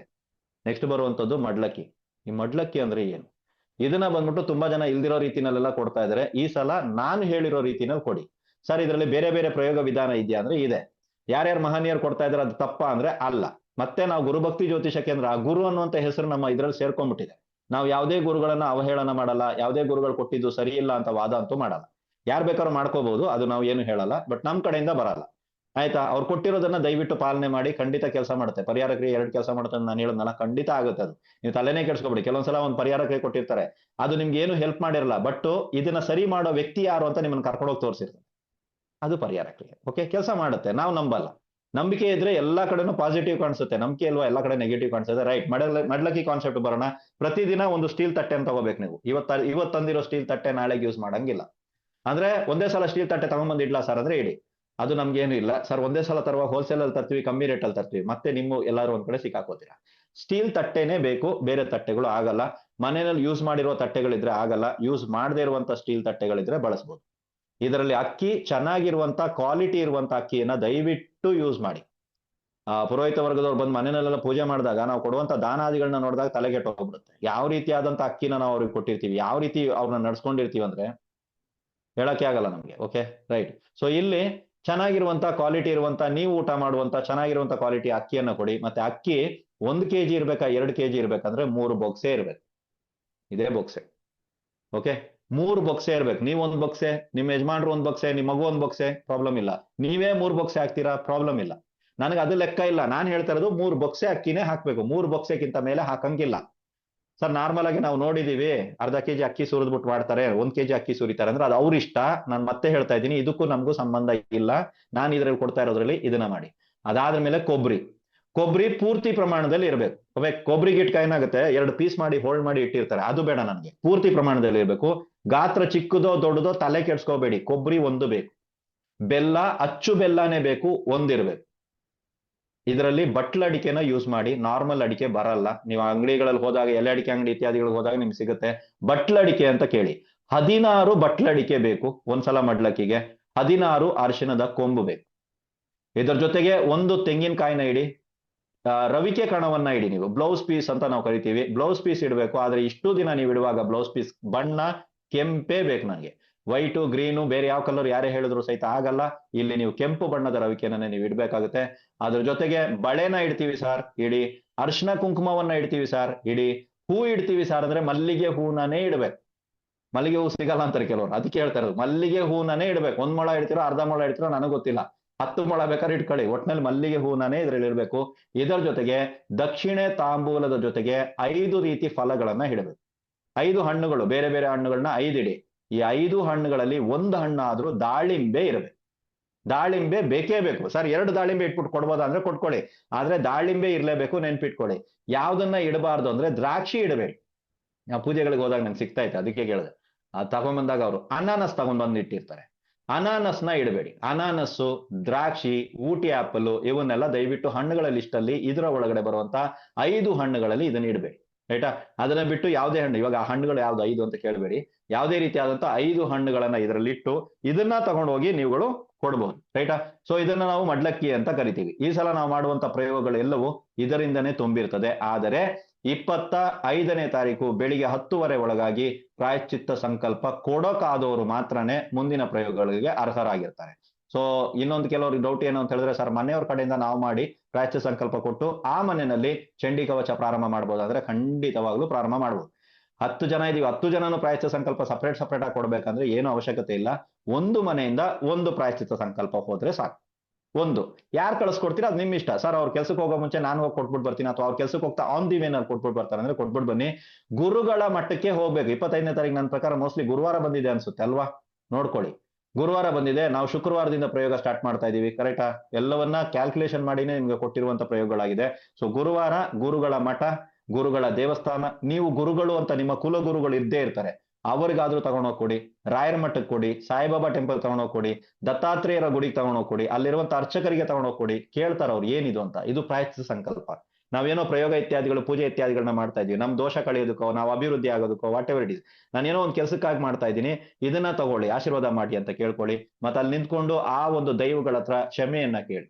ಗೊತ್ತಿದ್ದೋ ಗೊತ್ತಿಲ್ದೇನೋ ನಾನಾಗಿರ್ಬೋದು, ನನ್ನ ಪೂರ್ವಿಕರಾಗಿರ್ಬೋದು, ಈ ಜನ್ಮ ಆಗಿರ್ಬೋದು, ಯಾವ ಜನ್ಮದಲ್ಲೋ ಗೊತ್ತಿಲ್ಲ, ಏನಾದ್ರೂ ಒಂದು ತಪ್ಪುಗಳನ್ನ ಮಾಡಿರ್ತೀವಿ ನಾವುಗಳು. ಆಯ್ತಾ? ಸೊ ಅದಕ್ಕೆಲ್ಲದಕ್ಕೂ ಸೇರಿ ಐ ಆಮ್ ಸಾರಿ, ಇಷ್ಟೇ ಇರೋದು. ನೀವು ಅದ್ರಲ್ಲಿ ಇರುವಂತ ಸಂಸ್ಕೃತ ಪದಗಳನ್ನ ಯಾವ ರೀತಿ ಬೇಕಾದ್ರೂ ಬಳಸಿ, ಏನ್ ಬೇಕಾದ್ರೂ ಹೇಳ್ಕೊಳ್ಳಿ. ಬಟ್ ಹೋಗಿ ನಿಂತಾಗ ಮನಸಾರೆ ಇಲ್ಲಿಂದ ಒಂದು ಭಾವನಾತ್ಮಕವಾಗಿ ನಮ್ದೊಂದು ಭಾಷೆ ಅಂತ ಇದೆ, ನಾವು ಮಾತಾಡುವಾಗ ನಮ್ದೇ ಆದಂತ ಒಂದು ತಾಯಿ ಭಾಷೆ, ಮಾತೃಭಾಷೆ ಅಂತಿದೆಯಲ್ಲ, ಅವಾಗ ಅದೊಂದು ಭಾವನಾತ್ಮಕವಾಗಿ ಬರುತ್ತೆ. ಅದು ಬಂದಾಗ ಅದನ್ನ ಕೇಳ್ಕೊಳ್ಳಿ ನೀವು. ಈ ತರ ನಾನು ಕೊಡ್ತಾ ಇದ್ದೀನಿ, ಸಾರಿ, ಗೊತ್ತಿಲ್ಲ ನನಗೆ ಏನ್ ತಪ್ಪು ಮಾಡಿದೀವೋ ಗೊತ್ತಿಲ್ಲ, ಒಟ್ನಲ್ಲಿ ಮಾಡಿರ್ತೀವಿ. ಎಲ್ಲರ ಪರವಾಗಿ ಸಾರಿ ಯಾಕೆ ಅಂತ ಹೇಳಿದ್ರೆ ಇವತ್ತು ಯಾರು ಇಲ್ಲ. ಇವಾಗ ನಮ್ಮ ಫ್ಯಾಮಿಲಿನಲ್ಲಿ ಯಾರೋ ಒಬ್ರು ಸರ್ಪ ಹೊಡೆದಿರ್ತಾರೆ, ನಮ್ಮ ಫ್ಯಾಮಿಲಿನಲ್ಲಿ ಯಾರೋ ಒಬ್ರು ಪಿತೃದೋಷಕ್ಕೆ ಕಾರಣರಾಗಿರ್ತಾರೆ, ನಮ್ಮ ಫ್ಯಾಮಿಲಿನಲ್ಲಿ ಯಾರೋ ಒಬ್ರು ಸ್ತ್ರೀಯರ ಹತ್ರ ಶಾಪ ಹಾಕಿಸ್ಕೊಂಡಿರ್ತಾರೆ, ನಮ್ಮ ಫ್ಯಾಮಿಲಿನಲ್ಲಿ ಯಾರೋ ಒಬ್ರು ಬೇರೆಯವರ ಒಂದು ಆಸ್ತಿಯನ್ನು ಕಬಳಿಸ್ಕೊಂಡಿರ್ತಾರೆ. ತೊಂದ್ರೆ ಯಾರಿಗಂದ್ರೆ ನಮಗೆ, ಅಲ್ವಾ? ಇವಾಗ ಅವರೆಲ್ಲ ಬಂದು ಸಾರಿ ಕೇಳ್ತಾರೆ ಅಂದ್ರೆ ಇಲ್ಲವೇ ಇಲ್ಲ. ಬಟ್ ತೊಂದರೆ ಆಗ್ತಾ ಇರೋದು ಯಾರು? ನಮಗೆ. ಸೊ ದಟ್ಸ್ ದ ರೀಸನ್ ನಾವೇನ್ ಮಾಡ್ತೀವಿ ಅಂತ ಹೇಳಿದ್ರೆ ಅವರೆಲ್ಲರ ಪರವಾಗಿ, ಅವ್ರಿಲ್ಲ, ಇದಾರೋ ಇಲ್ವೋ ಗೊತ್ತಿಲ್ಲ, ಮತ್ತೆ ಜನನ ತಗೊಂಡವರು ಗೊತ್ತಿಲ್ಲ ನಮ್ಗೆ, ಎಲ್ಲರ ಪರವಾಗಿ ಸಾರಿ. ಯಾರಿಗ್ ಸಾರಿ ತರಬೇಕು ಅಂದ್ರೆ ಗುರುಗಳಿಗೆ ಗೊತ್ತಿರ್ತದೆ. ನಿಮಗೂ ಮತ್ತೆ ಆ ದೋಷದ ಮಧ್ಯೆ ಗುರು ಬರ್ತಾರೆ. ಇವಾಗ ಯಾವತ್ತು ಗುರು ಅನ್ನೋದು ಸುಪ್ರೀಂ ದೊಡ್ಡ ಪವರ್ ಯಾವ್ದು ಸರ್ ದೇವರಲ್ಲಿ ಅಂದ್ರೆ ದೇವರಲ್ಲ, ಗುರು. ಓಕೆನಾ? ಸೊ ಅವ್ರು ಏನ್ ಮಾಡ್ತಾರೆ ಅಂದ್ರೆ ಮಧ್ಯೆ ಬರ್ತಾರೆ. ನಿಮಗೂ ದೋಷಗಳಿಗೂ, ನಿಮಗೂ ಶಾಪಗಳಿಗೂ, ನಿಮಗೂ ಕರ್ಮಗಳಿಗೂ ಮಧ್ಯದಲ್ಲಿ ಗುರು ಬಂದಾಗ ಮಾತ್ರನೇ ಕ್ಲಿಯರ್ ಆಗೋದು. ನಾನೇ ನೇರವಾಗಿ ಹೋಗ್ಬಿಟ್ಟು ಅಪ್ರೋಚ್ ಮಾಡ್ತೀನಿ ಸರ್, ಎಲ್ಲೂ ಏನೂ ಆಗಲ್ಲ, ಏನೂ ಆಗಲ್ಲ, ತಲೆನಲ್ಲಿ ಹಾಕೋಬೇಡಿ, ಅದು ಆಗದೇ ಇಲ್ಲ. ಅದಕ್ಕೆ ಅಂತಾನೆ ಗುರು ಅಂತ ಇರೋದು. ಮತ್ತೆ ಗುರುಗಳು ಕೊಟ್ಟಾಗ ತಾಂಬೂಲ ಸ್ವೀಕಾರ ಆಗುತ್ತಾ ಸರ್ ಅಂದ್ರೆ ಆಗುತ್ತೆ. ಯಾಕಾಗುತ್ತೆ ಅಂದ್ರೆ ಗುರುಗಳಿಗೆ ಆಗಲ್ಲ ಅಂತ ಯಾರು ಹೇಳಲ್ಲ. ಇವಾಗ ನೀವು ಯಾವ ಗುರುಗಳ ಹತ್ರ ನಾನು ಹೆಸರು ಹೇಳದ್ನಲ್ಲೋ ಆ ಗುರುಗಳ ಹತ್ರ ಅವ್ರಿಗೆ ಬಂದಿರೋ ತಾಂಬೂಲವನ್ನ ದೇವಾನು ದೇವತೆಗಳಾಗಿರ್ಬೋದು, ಪಿತೃಗಳಾಗಿರ್ಬೋದು, ಸರ್ಪ ಆಗಿರ್ಬೋದು, ಸ್ತ್ರೀಯ ಯಾರ ಶಾಪ ಇದೆ, ಯಾವ ಕರ್ಮ ಇದೆ ಅವ್ರಿಗೆ ಕೊಟ್ಟಾಗ ಅವ್ರು ತಗೊಳಲ್ಲ ಅಂತ ಹೇಳಲ್ಲ. ಗುರುಗಳಿಗೆ ಹೇಳಕ್ ಆಗಲ್ಲ. ನಿಮಗೆ ಹೇಳ್ಬಿಡ್ತಾರೆ ನಮ್ಗಾಗಲ್ಲ, ನಮ್ಮ ಕೋಪದಲ್ಲಿದ್ದೀನಿ ನಾನು ಅಂತ. ಗುರುಗಳಿಗೆ ಹೇಳಕ್ಕಾಗಲ್ಲ. ಅದಕ್ಕಾಗಿ ಪ್ರಾಯಶ್ಚಿತ್ತ ಸಂಕಲ್ಪ ಕೊಟ್ಟ ನಂತರನೇ ಇನ್ನು ಮುಂದೆ ನಿಮ್ಮ ಜೀವನದಲ್ಲಿ ಪ್ರತಿಯೊಂದು ಪ್ರಾರಂಭ ಆಗ್ಲಿ. ನೆಕ್ಸ್ಟ್ ಬರುವಂತ ದೀಪಾವಳಿ ಆಗಿರ್ಬೋದು, ನೆಕ್ಸ್ಟ್ ಬರುವಂತ ಯಾವುದೇ ರೀತಿಯ ಪೂಜೆ ಪುರಸ್ಕಾರ ಆಗಿರ್ಬೋದು, ಯಾವುದೇ ರೀತಿಯ ಹೋಮ ಇರ್ಬೋದು, ನಿಮ್ಮ ಮನೆ ಯಾವುದೇ ರೀತಿಯ ವೃತಗಳನ್ನ ಮಾಡ್ತಾ ಇದ್ದೀರಾ, ಮನೆ ಗೃಹ ಪ್ರವೇಶಗಳನ್ನ ಮಾಡ್ತಾ ಇದ್ದೀರಾ, ನಾಮಕರಣ ಇಟ್ಟಿದ್ದೀರಾ, ಒಂದಿನ ಮುಂಚೆ ಪ್ಲೀಸ್ ತಗೊಂಡು ಹೋಗ್ಬಿಟ್ಟು ಪ್ರಾಯಶ್ಚಿತ್ತ ಸಂಕಲ್ಪವನ್ನ ಕೊಟ್ಟು ಬನ್ನಿ. ನೀವು ನೋಡಿ ನಿಮ್ಮ ಜೀವನದಲ್ಲಿ ಎಷ್ಟರ ಮಟ್ಟಿಗೆ ಪರಿವರ್ತನೆ ಬರುತ್ತೆ ಅನ್ನೋದನ್ನ ನೀವೇ ನೋಡ್ಬೋದು. ಯಾವುದೂ ಒಂದು ಸಾಧ್ಯನೇ ಇಲ್ಲ ಸರ್, ನಮ್ ಚಂಡಿ ಕವಚ ಪಡ್ಸೋದಕ್ಕೆ ಸಾಧ್ಯ ಇಲ್ಲ, ನಮ್ಗೆ ಇದೆಲ್ಲ ಆಗೋದೇ ಇಲ್ಲ. ಕೆಲವ್ರಿಗೆ ಇರುತ್ತೆ, ಬಡತನ ಬಹಳ ಲೆವೆಲ್ ಅಲ್ಲಿ ಹೋಗಿರ್ತದೆ ಅಂತ ಹೇಳಿದ್ರೆ ಮಡ್ಲಕ್ಕಿ ಕೊಡೋದಕ್ಕೂ ನಮ್ಮ ಹತ್ರ ಇಲ್ಲ ಸರ್. ನೀವೇನ್ 3 ಬೊಕ್ಸೆ ಅಕ್ಕಿ ಅಂದಿದಿರೋ ಅದು ನಮ್ಮ ಮನೇಲಿ ಇದ್ರೆ ನಾವು ಹೊಟ್ಟೆಗೆ ಊಟ ಮಾಡ್ತೀವಿ ಸರ್ ಅನ್ನೋರು ಇದ್ದೀರಾ? ನಿಮಗೂ ಕೂಡ ಪರಿಹಾರಗಳಿದೆ. Very simple. 7 ದಿನಗಳ ಕಾಲ ಡೈಲಿ ಪ್ರಾಯಶ್ಚಿತ್ತ ಸಂಕಲ್ಪವನ್ನ ಪಡಿಸಿ. ನಿಮ್ ಕೈಲಾಗಿದ್ದನ್ನ ದಾನಾದಿ ರೂಪದಲ್ಲಿ ಕೊಡಿ. ಎಲೆ ಅಡಿಕೆ ಮಾತ್ರ ಕೊಡ್ತೀರಾ ಕೊಡಿ, 10 ರೂಪಾಯಿ ಇಟ್ಟು ಕೊಡ್ತೀರಾ ಕೊಡಿ, 32 ರೂಪಾಯಿನೇ ಇಟ್ಟು ಕೊಡ್ತೀರಾ ಅಂದ್ರೆ 32 ರೂಪಾಯಿ ಇಟ್ಟು ಕೊಡಿ. 7 ದಿನ ನೋಡಿ ನಿಮ್ಮ ಜೀವನದಲ್ಲಿ ನೆಕ್ಸ್ಟ್ ನವರಾತ್ರಿ ಬರೋ ಅಷ್ಟರಲ್ಲಿ ಇವತ್ತಿನ ನಿಮ್ಮ ಜೀವನ ಶೈಲಿ ಬದಲಾಗಿರ್ತದೆ. ಇವತ್ತು ಜೋಬಲ್ 100 ರೂಪಾಯಿ ಇಲ್ಲ, ನೆಕ್ಸ್ಟ್ ನಿಮ್ಗೆ ನವರಾತ್ರಿ ಬರೋ ಅಷ್ಟರಲ್ಲಿ 100 ರೂಪಾಯಿ ಖಂಡಿತ ಇರುತ್ತೆ. ಈಗ ನಾನು ಒಂದು ಸಲ 7 ದಿನ ಅಲ್ಲ ಸರ್, ಒಂದ್ಸಲ ಮಡ್ಲಕ್ಕಿ ಕೊಡೋ ತರ ದೇವ್ರನ್ನ ಇಟ್ಟವನೆ ಅಂತ ನೀವ್ ಹೇಳ್ತೀರಾ. ಸೊ ಈ ರೀತಿ ಜೀವನದಲ್ಲಿ ಬದಲಾವಣೆ ಬರುತ್ತೆ ಹೊರತು ಒಂದೇ ಸಲ ಯಾರೋ ಒಬ್ರು ಕೋಟ್ಯಾಧಿಪತಿ ಆಗ್ಬಿಟ್ರು, ಯಾರೋ ಒಬ್ರು ಟಕ್ಕಂತ ದೇವ್ರು ಬಂದು ಕಾಣಿಸ್ಕೊಂಡ್ಬಿಟ್ರು, ಈ ರೀತಿ ಎಲ್ಲ ಏನೂ ಆಗಲ್ಲ. ಮತ್ತೆ ಅನುಷ್ಠಾನ ಮಂತ್ರಗಳನ್ನ ಜಪ ಮಾಡ್ಬೋದಾ ಅನ್ನೋಂಥ ನವರಾತ್ರಿ ನಡೆದ್ರೆ ಖಂಡಿತವಾಗ್ಲೂ ಅನುಷ್ಠಾನ ಮಂತ್ರಗಳನ್ನ ಜಪ ಮಾಡ್ಬೋದು. ಸಿದ್ಧಿ ಸೂರ್ಯಗ್ರಹಣದಲ್ಲಿ ಮಾತ್ರನೇ ಸಿದ್ಧಿ ಆಗುತ್ತೆ ಅಂತಾರೆ, ಚಂದ್ರಗ್ರಹಣದಲ್ಲಿ ಮಾತ್ರ ಸಿದ್ಧಿ ಆಗುತ್ತೆ ಅಂತಾರೆ. ಇಲ್ಲ, ನೀವುಗಳು ನವರಾತ್ರಿನಲ್ಲೂ ಕೂಡ ಯಾವುದೇ ಒಂದು ಮಂತ್ರ ಜಪ ಇತ್ಯಾದಿಗಳನ್ನ ಮಾಡಿದ್ರೆ ಅದು ಸಿದ್ಧಿ ಆಗುತ್ತೆ. ರೈಟಾ? ಯಾವಾಗ ಜಪ ಮಾಡ್ಬೇಕು, ಯಾರಿಂದ ತಗೊಂಡು ಜಪ ಮಾಡ್ಬೇಕು ಅನ್ನೋದು ಒಂದು ರೂಲ್ ಇದೆ.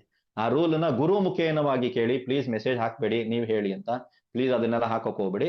ನೀವು ಅದನ್ನ ಕೇಳ್ಕೊಂಡು ಈ ಟೈಮಲ್ಲೂ ಕೂಡ ಸಿದ್ಧಿ ಮಾಡ್ಬೋದಾ ಸರ್, ಈ ನವರಾತ್ರಿ ಮುಗಿಸೋ ಅಷ್ಟರಲ್ಲಿ ನಾನು ಯಾವ್ದಾದ್ರು ಒಂದು ಮಂತ್ರ ಜಪ ಏನಾದ್ರು ಸಿದ್ಧಿ ಮಾಡ್ಕೋಬೋದಾ ಅಂದ್ರೆ ಖಂಡಿತ ಮಾಡ್ಕೋಬಹುದು. ಗುರುಗಳನ್ನ ಹೋಗಿ ಕೇಳಿ, ನಿಮ್ಗೆ ಯಾರು ಮಂತ್ರವನ್ನ ಕೊಟ್ಟಿದಾರೋ ಆ ಗುರುಗಳು ಹೇಳ್ತಾರೆ ಇದನ್ನ ಯಾವ ರೀತಿ ನವರಾತ್ರಿನಲ್ಲಿ ಪಡಿಸೋದು, ಸೂರ್ಯಗ್ರಹಣದಲ್ಲಿ ಯಾವ ರೀತಿ ಪಡಿಸೋದು, ಚಂದ್ರಗ್ರಹಣದಲ್ಲಿ ಯಾವ ರೀತಿ ಪಡಿಸಿದಾಗ ಸಿದ್ಧಿ ಆಗುತ್ತೆ, ನಿಮ್ಮ ಜನ್ಮ ನಕ್ಷತ್ರ ಬಂದಂತ ದಿನಗಳಲ್ಲಿ ಪಡಿಸಿದ್ರೆ ಸಿದ್ಧಿ ಆಗುತ್ತೆ ಅಂದ್ರೆ ಆಗುತ್ತೆ, ಉತ್ತರಾಯಣ ದಕ್ಷಿಣಾಯನ ಪುಣ್ಯ ಕಾಲದಲ್ಲಿ ಜಪ ಮಾಡಿದ್ರೆ ಸಿದ್ಧಿ ಆಗುತ್ತೆ ಅಂದ್ರೆ ಆಗುತ್ತೆ, ಸಂಕ್ರಮಣದಲ್ಲಿ ಪಡಿಸಿದ್ರೆ ಸಿದ್ಧಿ ಆಗುತ್ತೆ ಅಂದ್ರೆ ಆಗುತ್ತೆ, ಆರಿದ್ರ ನಕ್ಷತ್ರದಲ್ಲಿ ಪಡಿಸಿದ್ರೆ ಸಿದ್ಧಿ ಆಗುತ್ತೆ ಅಂದ್ರೆ ಆಗುತ್ತೆ, ಚತುರ್ದಶಿ ತಿಥಿನ ಪಡಿಸಿದ್ರೆ ಸಿದ್ಧಿ ಆಗುತ್ತೆ ಆಗುತ್ತೆ. ಆದರೆ ಹೇಗೆ ಇದನ್ನ ನಾವು ಹೇಳಲ್ಲ ಅಲ್ವಾ? ಸೊ ಅದು ಯಾವ ಗುರುಗಳು ನಿಮ್ಗೆ ಮಂತ್ರವನ್ನ ಕೊಟ್ಟಿದ್ದಾರೋ ಅವ್ರ ಹತ್ರ ಹೋಗಿ ಅವ್ರಿಗೆ ಹೇಳಿ, ವಿಡಿಯೋದಲ್ಲಿ ಈ ತರ ಹೇಳಿದ್ದಾರೆ, ನಮಗೆ ನೀವು ಕೊಟ್ಟಿರುವಂತದ್ದು ಆ ಗುರುಗಳನ್ನ ಕೇಳಿ. ಯಾವ್ದೋ ಗುರುಗಳು ಮಂತ್ರ ಕೊಟ್ಟಿರ್ತಾರೆ, ಯಾವ್ದೋ ಗುರುಗಳು ಪೂಜೆ ಬಗ್ಗೆ ಮಾತಾಡಿರ್ತಾರೆ, ಆ ಗುರುಗಳು ಹೇಳಿರೋದನ್ನ ತಗೊಂಡ್ಬಂದು ನಮ್ಮ ಹತ್ರ ಕೂತಿರ್ತೀರಾ, ನಾವು ಹೇಳೋ ವಿಚಾರಗಳನ್ನ ತಗೊಂಡೋಗಿ ಇನ್ನೊಬ್ಬ ಗುರುಗಳ ಹತ್ರ ಕೇಳ್ತಾ ಕೂತಿರ್ತೀರಾ. ಅದ್ರ ಬದಲಾಗಿ ಬೆಸ್ಟ್ ಕೆಲಸ ಯಾರು ಕೊಟ್ಟಿದ್ರು ಅವ್ರ ಹತ್ರನೇ ಕೇಳ್ಬಿಟ್ರೆ ನಿಮಗೆ ಇರುವಂತ ಗೊಂದಲಗಳು, ನಿಮಗಿರುವಂತ ಸಂದೇಹಗಳಿಗೆ ಯಾವುದೇ ರೀತಿಯಾದ ಸಂದೇಹಗಳಿದ್ರು ಅದು ಪರಿಹಾರ ಸಿಗುತ್ತೆ. ಸಾರ್ ಇವೆಲ್ಲ ನಮ್ ಗುರುಗಳು ಹೇಳೇ ಕೊಟ್ಟಿಲ್ಲ ಅಂತ ತುಂಬಾ ಜನ ಹೇಳ್ತೀರಾ, ನೀವು ಕೇಳಿರಲ್ಲ. ಗುರುವಿಗೆ ಎಲ್ಲ ಗೊತ್ತಿರ್ತದೆ, ಯಾವುದೇ ಗುರುಗಳಿರ್ಲಿ ಎಲ್ಲ ಗೊತ್ತಿರ್ತದೆ. ಯಾರು ಹೇಳಿದ್ದು ಗೊತ್ತಿಲ್ಲ ಅಂತ? ನೀವು ಯಾವುದೇ ಗುರುಗಳನ್ನ ಬೇಕಾದ್ರೆ ನನ್ನ ಹತ್ರ ಮಾತಾಡ್ಸಿ, ಅವ್ರು ಒಪ್ಕೋತಾರೆ ನನ್ನ ಮಾತನ್ನ. ಗೊತ್ತಿದೆ, ಕೊಟ್ಟಿಲ್ಲ, ಇವ್ನು ಸರಿ ಇಲ್ಲ, ಇವ್ನು ನನ್ನ ನಂಬಲ್ಲ, ಅಥವಾ ಈ ವ್ಯಕ್ತಿ ಅರ್ಹತೆ ಇಲ್ಲ, ಆ ಲೆವೆಲ್ ತನಕ ಆ ವಿದ್ಯೆನ ಪಡೆಯುವಷ್ಟು ಅರ್ಹತೆ ಈ ವ್ಯಕ್ತಿಗಿಲ್ಲ ಅನ್ನುವಂಥದ್ದು ಬರುತ್ತೆ. ಗೊತ್ತಾಯ್ತಲ್ವಾ ನಿಮ್ಗೆ? ಸೊ ಆ ಅರ್ಹತೆನ ನೀವು ತಗೊಂಡಾಗ ಆಟೋಮೆಟಿಕ್ಲಿ ನಿಮ್ಮ ಹತ್ರ ಸಿದ್ಧಿಗಳು ಬರುತ್ತೆ. ಆಟೋಮೆಟಿಕ್ ಆಗಿ ನಿಮ್ಗೆ ಏನ್ ಬರ್ಬೇಕಾಗಿದೆ, ಏನ್ ಸಿಗ್ಬೇಕಾಗಿದೆ ಅದು ಸಿಗುತ್ತೆ. ತುಂಬಾ ಜನ ಸಾಧನೆ ಇತ್ಯಾದಿಗಳನ್ನ ಮಾಡ್ಕೊಂಡು ಎಲ್ಲೆಲ್ಲೋ ಒಂದ್ ಕಡೆ ಯಾವ್ದಾವ್ದೋ ರೂಟಲ್ಲಿ ಹೋಗಿ ಏನೇನೋ ತೊಂದರೆಗಳನ್ನ ಮಾಡ್ಕೊಂಡು ಜೀವನ ಮಾಡ್ಕೊಂಡು ಕೂತಿದ್ದೀರಾ. ದಯವಿಟ್ಟು ಇನ್ ಮುಂದೆ ಆದ್ರೂ ಅದನ್ನೆಲ್ಲ ಬಿಡಿ. ನಮಗೆ ಏನ್ ಮಾಡ್ಬೇಕು, ನಾವ್ ಏನ್ ಮಾಡಿದ್ರೆ ಉದ್ಧಾರ ಆಗ್ತೀವಿ ಅನ್ನೋದ್ರ ಕಡೆ ಗಮನವನ್ನ ಹರಿಸಿ. ಈ ನವರಾತ್ರಿ ನಿಮ್ಮ ಜೀವನದಲ್ಲಿ ಒಂದು ಬೆಳಕನ್ನ ಚೆಲ್ಲುತ್ತೆ. ಈ ನವರಾತ್ರಿಯಿಂದ ಮುಂದಿನ ನವರಾತ್ರಿ ಒಳಗಾಗಿ ನೀವು ಕೇಳಿರುವಂತ ಕೋರಿಕೆಗಳು, ನೀವು ಕೇಳಿರುವಂತ ಏನೇ ಮನೋಕಾಮನೆಗಳಿರ್ಲಿ ಅದು ಈಡೇರುತ್ತೆ. ಬಟ್ ಯಾವತ್ತೂ ನೆನ್ಪಿಟ್ಕೊಳ್ಳಿ, ಪ್ರೇಯರ್ ಇಲ್ಲಿಂದ ಇರಬೇಕು. ಇಲ್ಲಿಂದ ಬಂತ ಕೆಲಸ ಮಾಡಲ್ಲ, ಯಾವ ದೇವ್ರ ಹತ್ರನೂ ಕೆಲಸ ಮಾಡಲ್ಲ, ಯಾವ ಗುರುಗಳ ಹತ್ರನೂ ಕೆಲಸ ಮಾಡಲ್ಲ, ಎಂತದೂ ಆಗಲ್ಲ. ನೀವು ಯಾವ ದೇವ್ರ ಹತ್ರ ಬೇಕಾದ್ರೂ ಹೋಗಿ ಕೂತ್ಕೊಳ್ಳಿ, ಏನು ಮಾಡ್ಕೊಳಕ್ಕಾಗಲ್ಲ. ನಿಮ್ಮ ಪ್ರೇಯರ್ ಇಲ್ಲಿಂದ ಇತ್ತು ಅಂದ್ರೆ ಖಂಡಿತವಾಗ್ಲೂ ಕೆಲಸ ಮಾಡುತ್ತೆ. ಇದನ್ನ ಕೇಳ್ಕೊಂಡು ಮಾಡಿ ನೋಡಿ, ಖಂಡಿತವಾಗ್ಲೂ ಇರುತ್ತೆ. ಮತ್ತೆ ದೇವರುಗಳಿಗೆ ಒಂದು ವೀಕ್ನೆಸ್ ಇರುತ್ತೆ. ಯಾವತ್ತು ಪ್ರೇಯರ್ ಮಾಡುವಾಗ ದೇವ್ರುಗಳು ಕೊಡಲ್ಲ ಅಂತಲ್ಲ, ದೇವ್ರಿಗೆ ಒಂದು ವೀಕ್ನೆಸ್ ಇರುತ್ತೆ. ಆ ವೀಕ್ನೆಸ್ ನ ತಟ್ಟಿ ಕೇಳಿ, ಎಲ್ಲಾ ದೇವ್ರುಗಳು ಕೊಡ್ತಾರೆ. ದೇವ್ರುಗಳಿಗೂ ಒಂದು ವೀಕ್ನೆಸ್ ಇರುತ್ತೆ, ಆ ವೀಕ್ನೆಸ್ ಮೇಲೆ ಕೈ ಇಟ್ಟು ಕೇಳಿ ಕೊಡ್ತಾರೆ. ಸೊ ಅದೇನು ಏನಿಲ್ಲ ಅನ್ನೋದನ್ನ ಗುರು ಮುಖೇನವಾಗಿ ಕೇಳ್ಕೊಂಡು ಮಾಡಿ. ಸೊ ನಾರ್ಮಲ್ ಆಗಿ ಇರುವಂತವ್ರು ಎಲ್ಲರೂ ಕೂಡ ಈ ಒಂದು ಆ ವಿಚಾರವನ್ನ ಅಳವಡಿಸ್ಕೊಳ್ಳಿ. ಇದರಲ್ಲಿ ಒಪ್ಪತ್ತು, ಒಂದೊತ್ತು ಊಟ ಮಾಡೋದು, ಒಂದೊತ್ತು ಊಟ ಬಿಡೋದು, ಇವನ್ನೆಲ್ಲ ಪಾಲನೆ ಮಾಡ್ಬೋದು ಅಂದ್ರೆ ಖಂಡಿತವಾಗ್ಲೂ ಪಾಲನೆ ಮಾಡ್ಬೋದು. ಉಗುರು ಇತ್ಯಾದಿಗಳನ್ನ ಕಟ್ ಮಾಡಬೇಡಿ, ಕೂದಲು ಇತ್ಯಾದಿಗಳನ್ನ ಕಟ್ ಮಾಡೋದಕ್ಕೆ ಹೋಗ್ಬೇಡಿ ಈ ದಿನಗಳಲ್ಲಿ. ಯಾರಾದ್ರೂ ಅಂದ್ರೆ ನಾನು ಹೇಳಿರುವಂತದನ್ನ ಮಾಡ್ತಾ ಇರೋರು ಸರ್ ಎಲ್ರಿಗೂ ಅನ್ವಯ ಅಂದ್ರೆ ಹಂಗೆಲ್ಲ ಇಲ್ಲ. ನಾನು ಹೇಳಿರುವಂತವ್ರಿಗೋಸ್ಕರ ಮಾತ್ರ ದಯವಿಟ್ಟು ಇದನ್ನ ನೆನ್ಪಿಟ್ಕೊಳ್ಳಿ. ಮತ್ತೆ ಹೆಣ್ಣು ಮಕ್ಕಳು ನೀವೇನಾದ್ರು ಪೂಜೆ ಪುರಸ್ಕಾರ ಚಂಡಿ ಕವಚ ಇತ್ಯಾದಿಗಳು ಕೂತಾಗ ದಯವಿಟ್ಟು ಸೀರೆ ಉಟ್ಕೊಳ್ಳಿ. ಇದು ರಿಕ್ವೆಸ್ಟ್ ಮಾಡಿ ಅನ್ನುವಂಥದ್ದು ಇಲ್ಲವೇ ಇಲ್ಲ. ಓಕೆನಾ? ನನ್ನ ತಾಯಿ ತರ ಇರ್ತೀರಾ, ನನ್ನ ತಂಗಿ ತರ ಇರ್ತೀರಾ, ನಮ್ಮ ಅಕ್ಕನ ತರ ಇರ್ತೀರಾ, ದಯವಿಟ್ಟು ಕೂತ್ಕೊಂಡು ಸೀರೆ ಉಟ್ಕೊಂಡೇ ಮಾಡಿ. ಜೊತೆಗೆ ಬಳೆಗಳನ್ನ ಹಾಕೊಳ್ಳಿ, ಮುತ್ತೈದೆ ರೀತಿಯಲ್ಲಿ ಹೂವ ಇತ್ಯಾದಿಗಳನ್ನ ಮುಟ್ಕೊಂಡು ಕ್ಲೀನ್ ಆಗಿ ಕುಂಕುಮವಾದ ಒಂದು ಬೊಟ್ಟನ್ನ ಇಟ್ಕೊಳ್ಳಿ. ಆ ಸ್ಟಿಕ್ಕರ್ನ ತೆಗೀರಿ ಈ ಟೈಮಲ್ಲಿ ಮಾತ್ರ ಪ್ಲೀಸ್. ಇಟ್ಕೊಂಡು ಕ್ಲೀನ್ ಆಗಿ ಕೂತ್ಕೊಂಡು ಪೂಜೆ ಪುರಸ್ಕಾರ ಇತ್ಯಾದಿಗಳನ್ನ ದಯವಿಟ್ಟು ಮಾಡಿ. ಯಾವ್ದಂದ್ರೆ ಯಾವ್ದು ಆ ಬಟ್ಟೆಗಳನ್ನ ಹಾಕಿರ್ತೀರಾ, ಏನಂದ್ರೆ ಅದನ್ನ ಮಾಡ್ಕೊಂಡಿರ್ತೀರಾ. ನೈಟಿನಲ್ಲೇ ಹೋಗ್ಬಿಟ್ಟು ಪೂಜೆ ಮಾಡ್ಬೋದಾ ಅಂತ ಲಾಸ್ಟ್ ಟೈಮ್ ನಮ್ಗೊಂದು ಕರೆ ಬಂದಿತ್ತು. ಓಕೆ, ನೈಟಿನಲ್ಲೇ ಮಾಡ್ಬೋದಾ ಅಂತ ಒಂದು ಫೋನ್ ಬಂದಿತ್ತು. ಓಕೆನಾ? ನಾನು ಮಾತಾಡೋದೆಲ್ಲ ಬಂದು ನನಗೆ ಬಂದಿರುವಂತ ಅನುಭವಗಳನ್ನ ಹಂಚ್ಕೋತಾ ಇರ್ತೀನಿ. ನಿಮಗೆ ಕಾಮಿಡಿ ಕಾಣಿಸ್ಬೋದು, ನನಗೆ ಎಷ್ಟು ನಗ್ತಿರ್ಬೋದು, ನಾನು ನಿಜವಾಗ್ಲೂ ನಕ್ಕಿರ್ತೀನ ಬೈದಿರ್ತೀನ ನನಗೆ ಗೊತ್ತದು. ಸೊ ಈ ತರ ಬರ್ತಾರೆ ಜನಗಳು. ನಾನು ಕೆಲವೊಂದು ಮನೆಗಳಲ್ಲಿ ನೋಡಿದ್ದೀನಿ, ನೈಟಿನಲ್ಲೇ ಪೂಜೆ ನಡೀತಾ ಇರ್ತದೆ. ಶುಕ್ರವಾರ ಲಕ್ಷ್ಮೀ ಪೂಜೆ ನೈಟಿನಲ್ಲಿ, ಏನು ಹೇಳಕ್ಕಾಗಲ್ಲ. ಓಕೆನಾ? ರೈಟ್. ಸೊ ದಯವಿಟ್ಟು ಈ ತರ ಟೈಮ್ಗಳಲ್ಲಿ ದಯವಿಟ್ಟು ಇದನ್ನ ಮಾಡಿ. ಮತ್ತೆ ಯಾರಿಗಾರು ಸಾಧ್ಯ ಆಯ್ತು ಅಂದ್ರೆ ರೇಷ್ಮೆ ಬಟ್ಟೆ ಏನಾದ್ರು ಇದ್ರೆ ಅದನ್ನ ಹೊತ್ಕೊಳ್ಳಿ, ಅದ್ರ ಜೊತೆಗೆ ಮಾಡಿ. ಮತ್ತೆ ಹೆಣ್ಣು ಮಕ್ಕಳು ನೀವು ಕೂತಾಗ ಅಥವಾ ಗಂಡು ಮಕ್ಕಳು ನೀವು ಕೂತಾಗ, ಪೂಜೆ ಇತ್ಯಾದಿಗಳು ಕೂತಾಗ ನಿಮ್ಮ ಬೆನ್ನು ಕಾಣಿಸ್ಬಾರ್ದು, ಇದು ನೆನ್ಪಿಟ್ಕೊಳ್ಳಿ. ಓಕೆನಾ? ಬೆನ್ನು ಕಾಣಿಸೋ ಹಾಗಿಲ್ಲ. ಮತ್ತೆ ಪ್ರತಿ ಸಲ ತಲೆ ಸ್ನಾನ ಮಾಡಿ ನೈವೇದ್ಯ ಮಾಡಬೇಡಿ. ರೈಟಾ? ಇವೆಲ್ಲ ನಾನು ಆಲ್ರೆಡಿ ಕ್ಲಾಸ್ಗಳು ಹೇಳ್ಕೊಟ್ಟಿರುವಂತದ್ದು. ಪ್ರತಿ ಸಲ ತಲೆ ಸ್ನಾನ ಮಾಡಿ ನೈವೇದ್ಯ ಮಾಡಬೇಡಿ ದೇವರಿಗೆ. ಈ ಟೈಮ್ ಅಂತಲ್ಲ, ಯಾವ ಟೈಮಲ್ಲೂ ತಲೆ ಸ್ನಾನ ಮಾಡಿ ನೈವೇದ್ಯ ಮಾಡಬಾರ್ದು. ಕೆಲವೊಂದು ರೂಲ್ಗಳಿದೆ, ಅದೇ ತರನೇ ರೂಲ್ ಪ್ರಕಾರನೇ ನೀವುಗಳು ಹೋಗ್ಬೇಕಾಗುತ್ತೆ. ಗಂಡು ಮಕ್ಕಳು ಪಂಚೆ ಇತ್ಯಾದಿಗಳನ್ನ ಉಟ್ಕೊಂಡು ಕೂತಿರ್ತೀರಾ, ಪಾರಾಯಣ ಇತ್ಯಾದಿಗಳಾಗುವಾಗ ನಿಮ್ಗೂ ಕೂಡ ಒಂದೇ ಮಾತು, ಬೆನ್ನು ಕಾಣಿಸ್ಬಾರ್ದು. ಅದ್ರ ಜೊತೆಗೆ ಕೆಲವೊಂದ್ಸಲ ತೊಡೆ ಭಾಗ ಕಾಣಿಸುತ್ತೆ ಗಂಡು ಮಕ್ಕಳು, ತೊಡೆ ಭಾಗ ಕಾಣಿಸಂಗಿಲ್ಲ. ಯಾವುದೇ ಪಾರಾಯಣ ಪೂಜೆ ಇತ್ಯಾದಿಗಳು ಕೂತಾಗ ತೊಡೆ ಭಾಗ ಕಾಣಿಸಂಗಿಲ್ಲ. ನಾವು ಪಂಚೆಗಳು ಉಟ್ಕೊಂಡು ಕೂತಿರ್ತೀವಿ, ತೊಡೆ ಭಾಗ ಕಾಣಿಸುತ್ತೆ, ತೊಡೆ ಭಾಗ ಕಾಣಿಸೋ ಹಾಗಿಲ್ಲ. ಸೊ ನಿಮ್ಗಳಿಗೂ ಕೂಡ ಗಂಡು ಮಕ್ಳಿಗೂ ಅಪ್ಲೈ ಉಗುರಿಗಿಗ್ರು ಕಟ್ ಮಾಡಬಾರ್ದು ಅಂದ್ರೆ ಹೌದು. ಅದೇ ರೀತಿ ಭೂಮಿಯ ಅಡಿಯಲ್ಲಿ ಬೆಳೆದಿರುವಂತ ಏನೇನು ಗೆಡ್ಡೆ ಗೆಣಸುಗಳು ಇತ್ಯಾದಿಗಳು ಇದೆಯೋ ತರಕಾರಿ, ಪ್ಲೀಸ್ ಈ ದಿನಗಳಲ್ಲಿ ಅವಾಯ್ಡ್ ಮಾಡಿ. ನುಗ್ಗೆಕಾಯಿ, ನುಗ್ಗೆ ಸೊಪ್ಪು ಅವಾಯ್ಡ್ ಮಾಡಿ. ಹಸಿ ಈರುಳ್ಳಿ ಬೆಳ್ಳುಳ್ಳಿ ಹಾಕದೇ ಇರೋ ತಿನ್ಬೇಕಾ ಸರ್ ಅಂದ್ರೆ ಹಂಗಲ್ಲ. ಹಸಿ ಈರುಳ್ಳಿನ ಅವಾಯ್ಡ್ ಮಾಡಿ. ಡೈರೆಕ್ಟ್ ಆಗಿ ಹಸಿ ಈರುಳ್ಳಿನ ಕೆಲವರು ತಗೋತಾ ಇರ್ತಾರೆ, ಅದು ಅಭ್ಯಾಸ ಇರುತ್ತೆ. ಇವಾಗ ಮೊಸರನ್ನ ಇತ್ಯಾದಿಗಳನ್ನ ಮಾಡುವಾಗ ಹಸಿ ಈರುಳ್ಳಿ ತಗೋತೀವಿ ನಾವು, ರೈಟಾ? ಸೊ ಆ ತರ ಹಸಿ ಈರುಳ್ಳಿ ಇತ್ಯಾದಿಗಳಿದ್ರು ಕೂಡ ಅದನ್ನು ಕೂಡ ಅವಾಯ್ಡ್ ಮಾಡಿ. ಯಾರದೇ ಮನೆಯಲ್ಲಿ ಹೋಗಿ ಒಂದು ಲೋಟ ಲೈಟ್ ಆಗಿರುವಂತ ಕಾಫಿ ಕುಡಿಯೋದಿದ್ರು ಮಾಡಕ್ ಹೋಗ್ಬಿಡಿ. ಯಾವುದೇ ಕಾರಣಕ್ಕೂ ನೈಟ್ ಅಲ್ಲಿ ಎಲ್ಲೂ ತಂಗುವ ಹಾಗಿಲ್ಲ. ಈ ರೂಲ್ಸ್ ನ ಫಾಲೋ ಮಾಡಕ್ಕಾದ್ರೆ ಮಾತ್ರನೇ ಪರಿಹಾರ ಕ್ರಿಯೆಗಳನ್ನ ಮಾಡಿ. ಇದು ಆಲ್ರೆಡಿ ಬಂದ್ಬಿಟ್ಟು ತುಂಬಾ ಜನ ಪರಿಹಾರ ಕ್ರಿಯೆ ಮಾಡಿರ್ತೀರಾ, ಕೆಲಸ ಮಾಡ್ತಾ ಇಲ್ಲ. ಯಾಕೆ ಸರ್ ಅಂದ್ರೆ ಇದೇ ಕಾರಣ, ಆಯ್ತಾ? ನಾವು ಯಾರ್ದೋ ಅವ್ರ ಮನೆ ಕುತ್ಕೊಳ್ಳೋದು, ಒಂದ್ ಕಾಫಿ ಕುಡಿದ್ರೆ ಏನಾಗುತ್ತೆ, ಒಂದ್ ಟೀ ಕುಡಿದ್ರೆ ಏನಾಗುತ್ತೆ ಅಂತ ಅಲ್ವಾ? ಸೊ ಇದನ್ನ ನೀವು ಮಾಡೋ ಹಾಗಿಲ್ಲ, ಟೀ ಕುಡಿಯಂಗಿಲ್ಲ. ಮತ್ತೆ ಅದೇ ರೀತಿ ತಲೆಗೆ ಎಣ್ಣೆ ಇಡಂಗಿಲ್ಲ, ತಲೆಗೆ ಎಣ್ಣೆ ಇಡಬಾರ್ದು.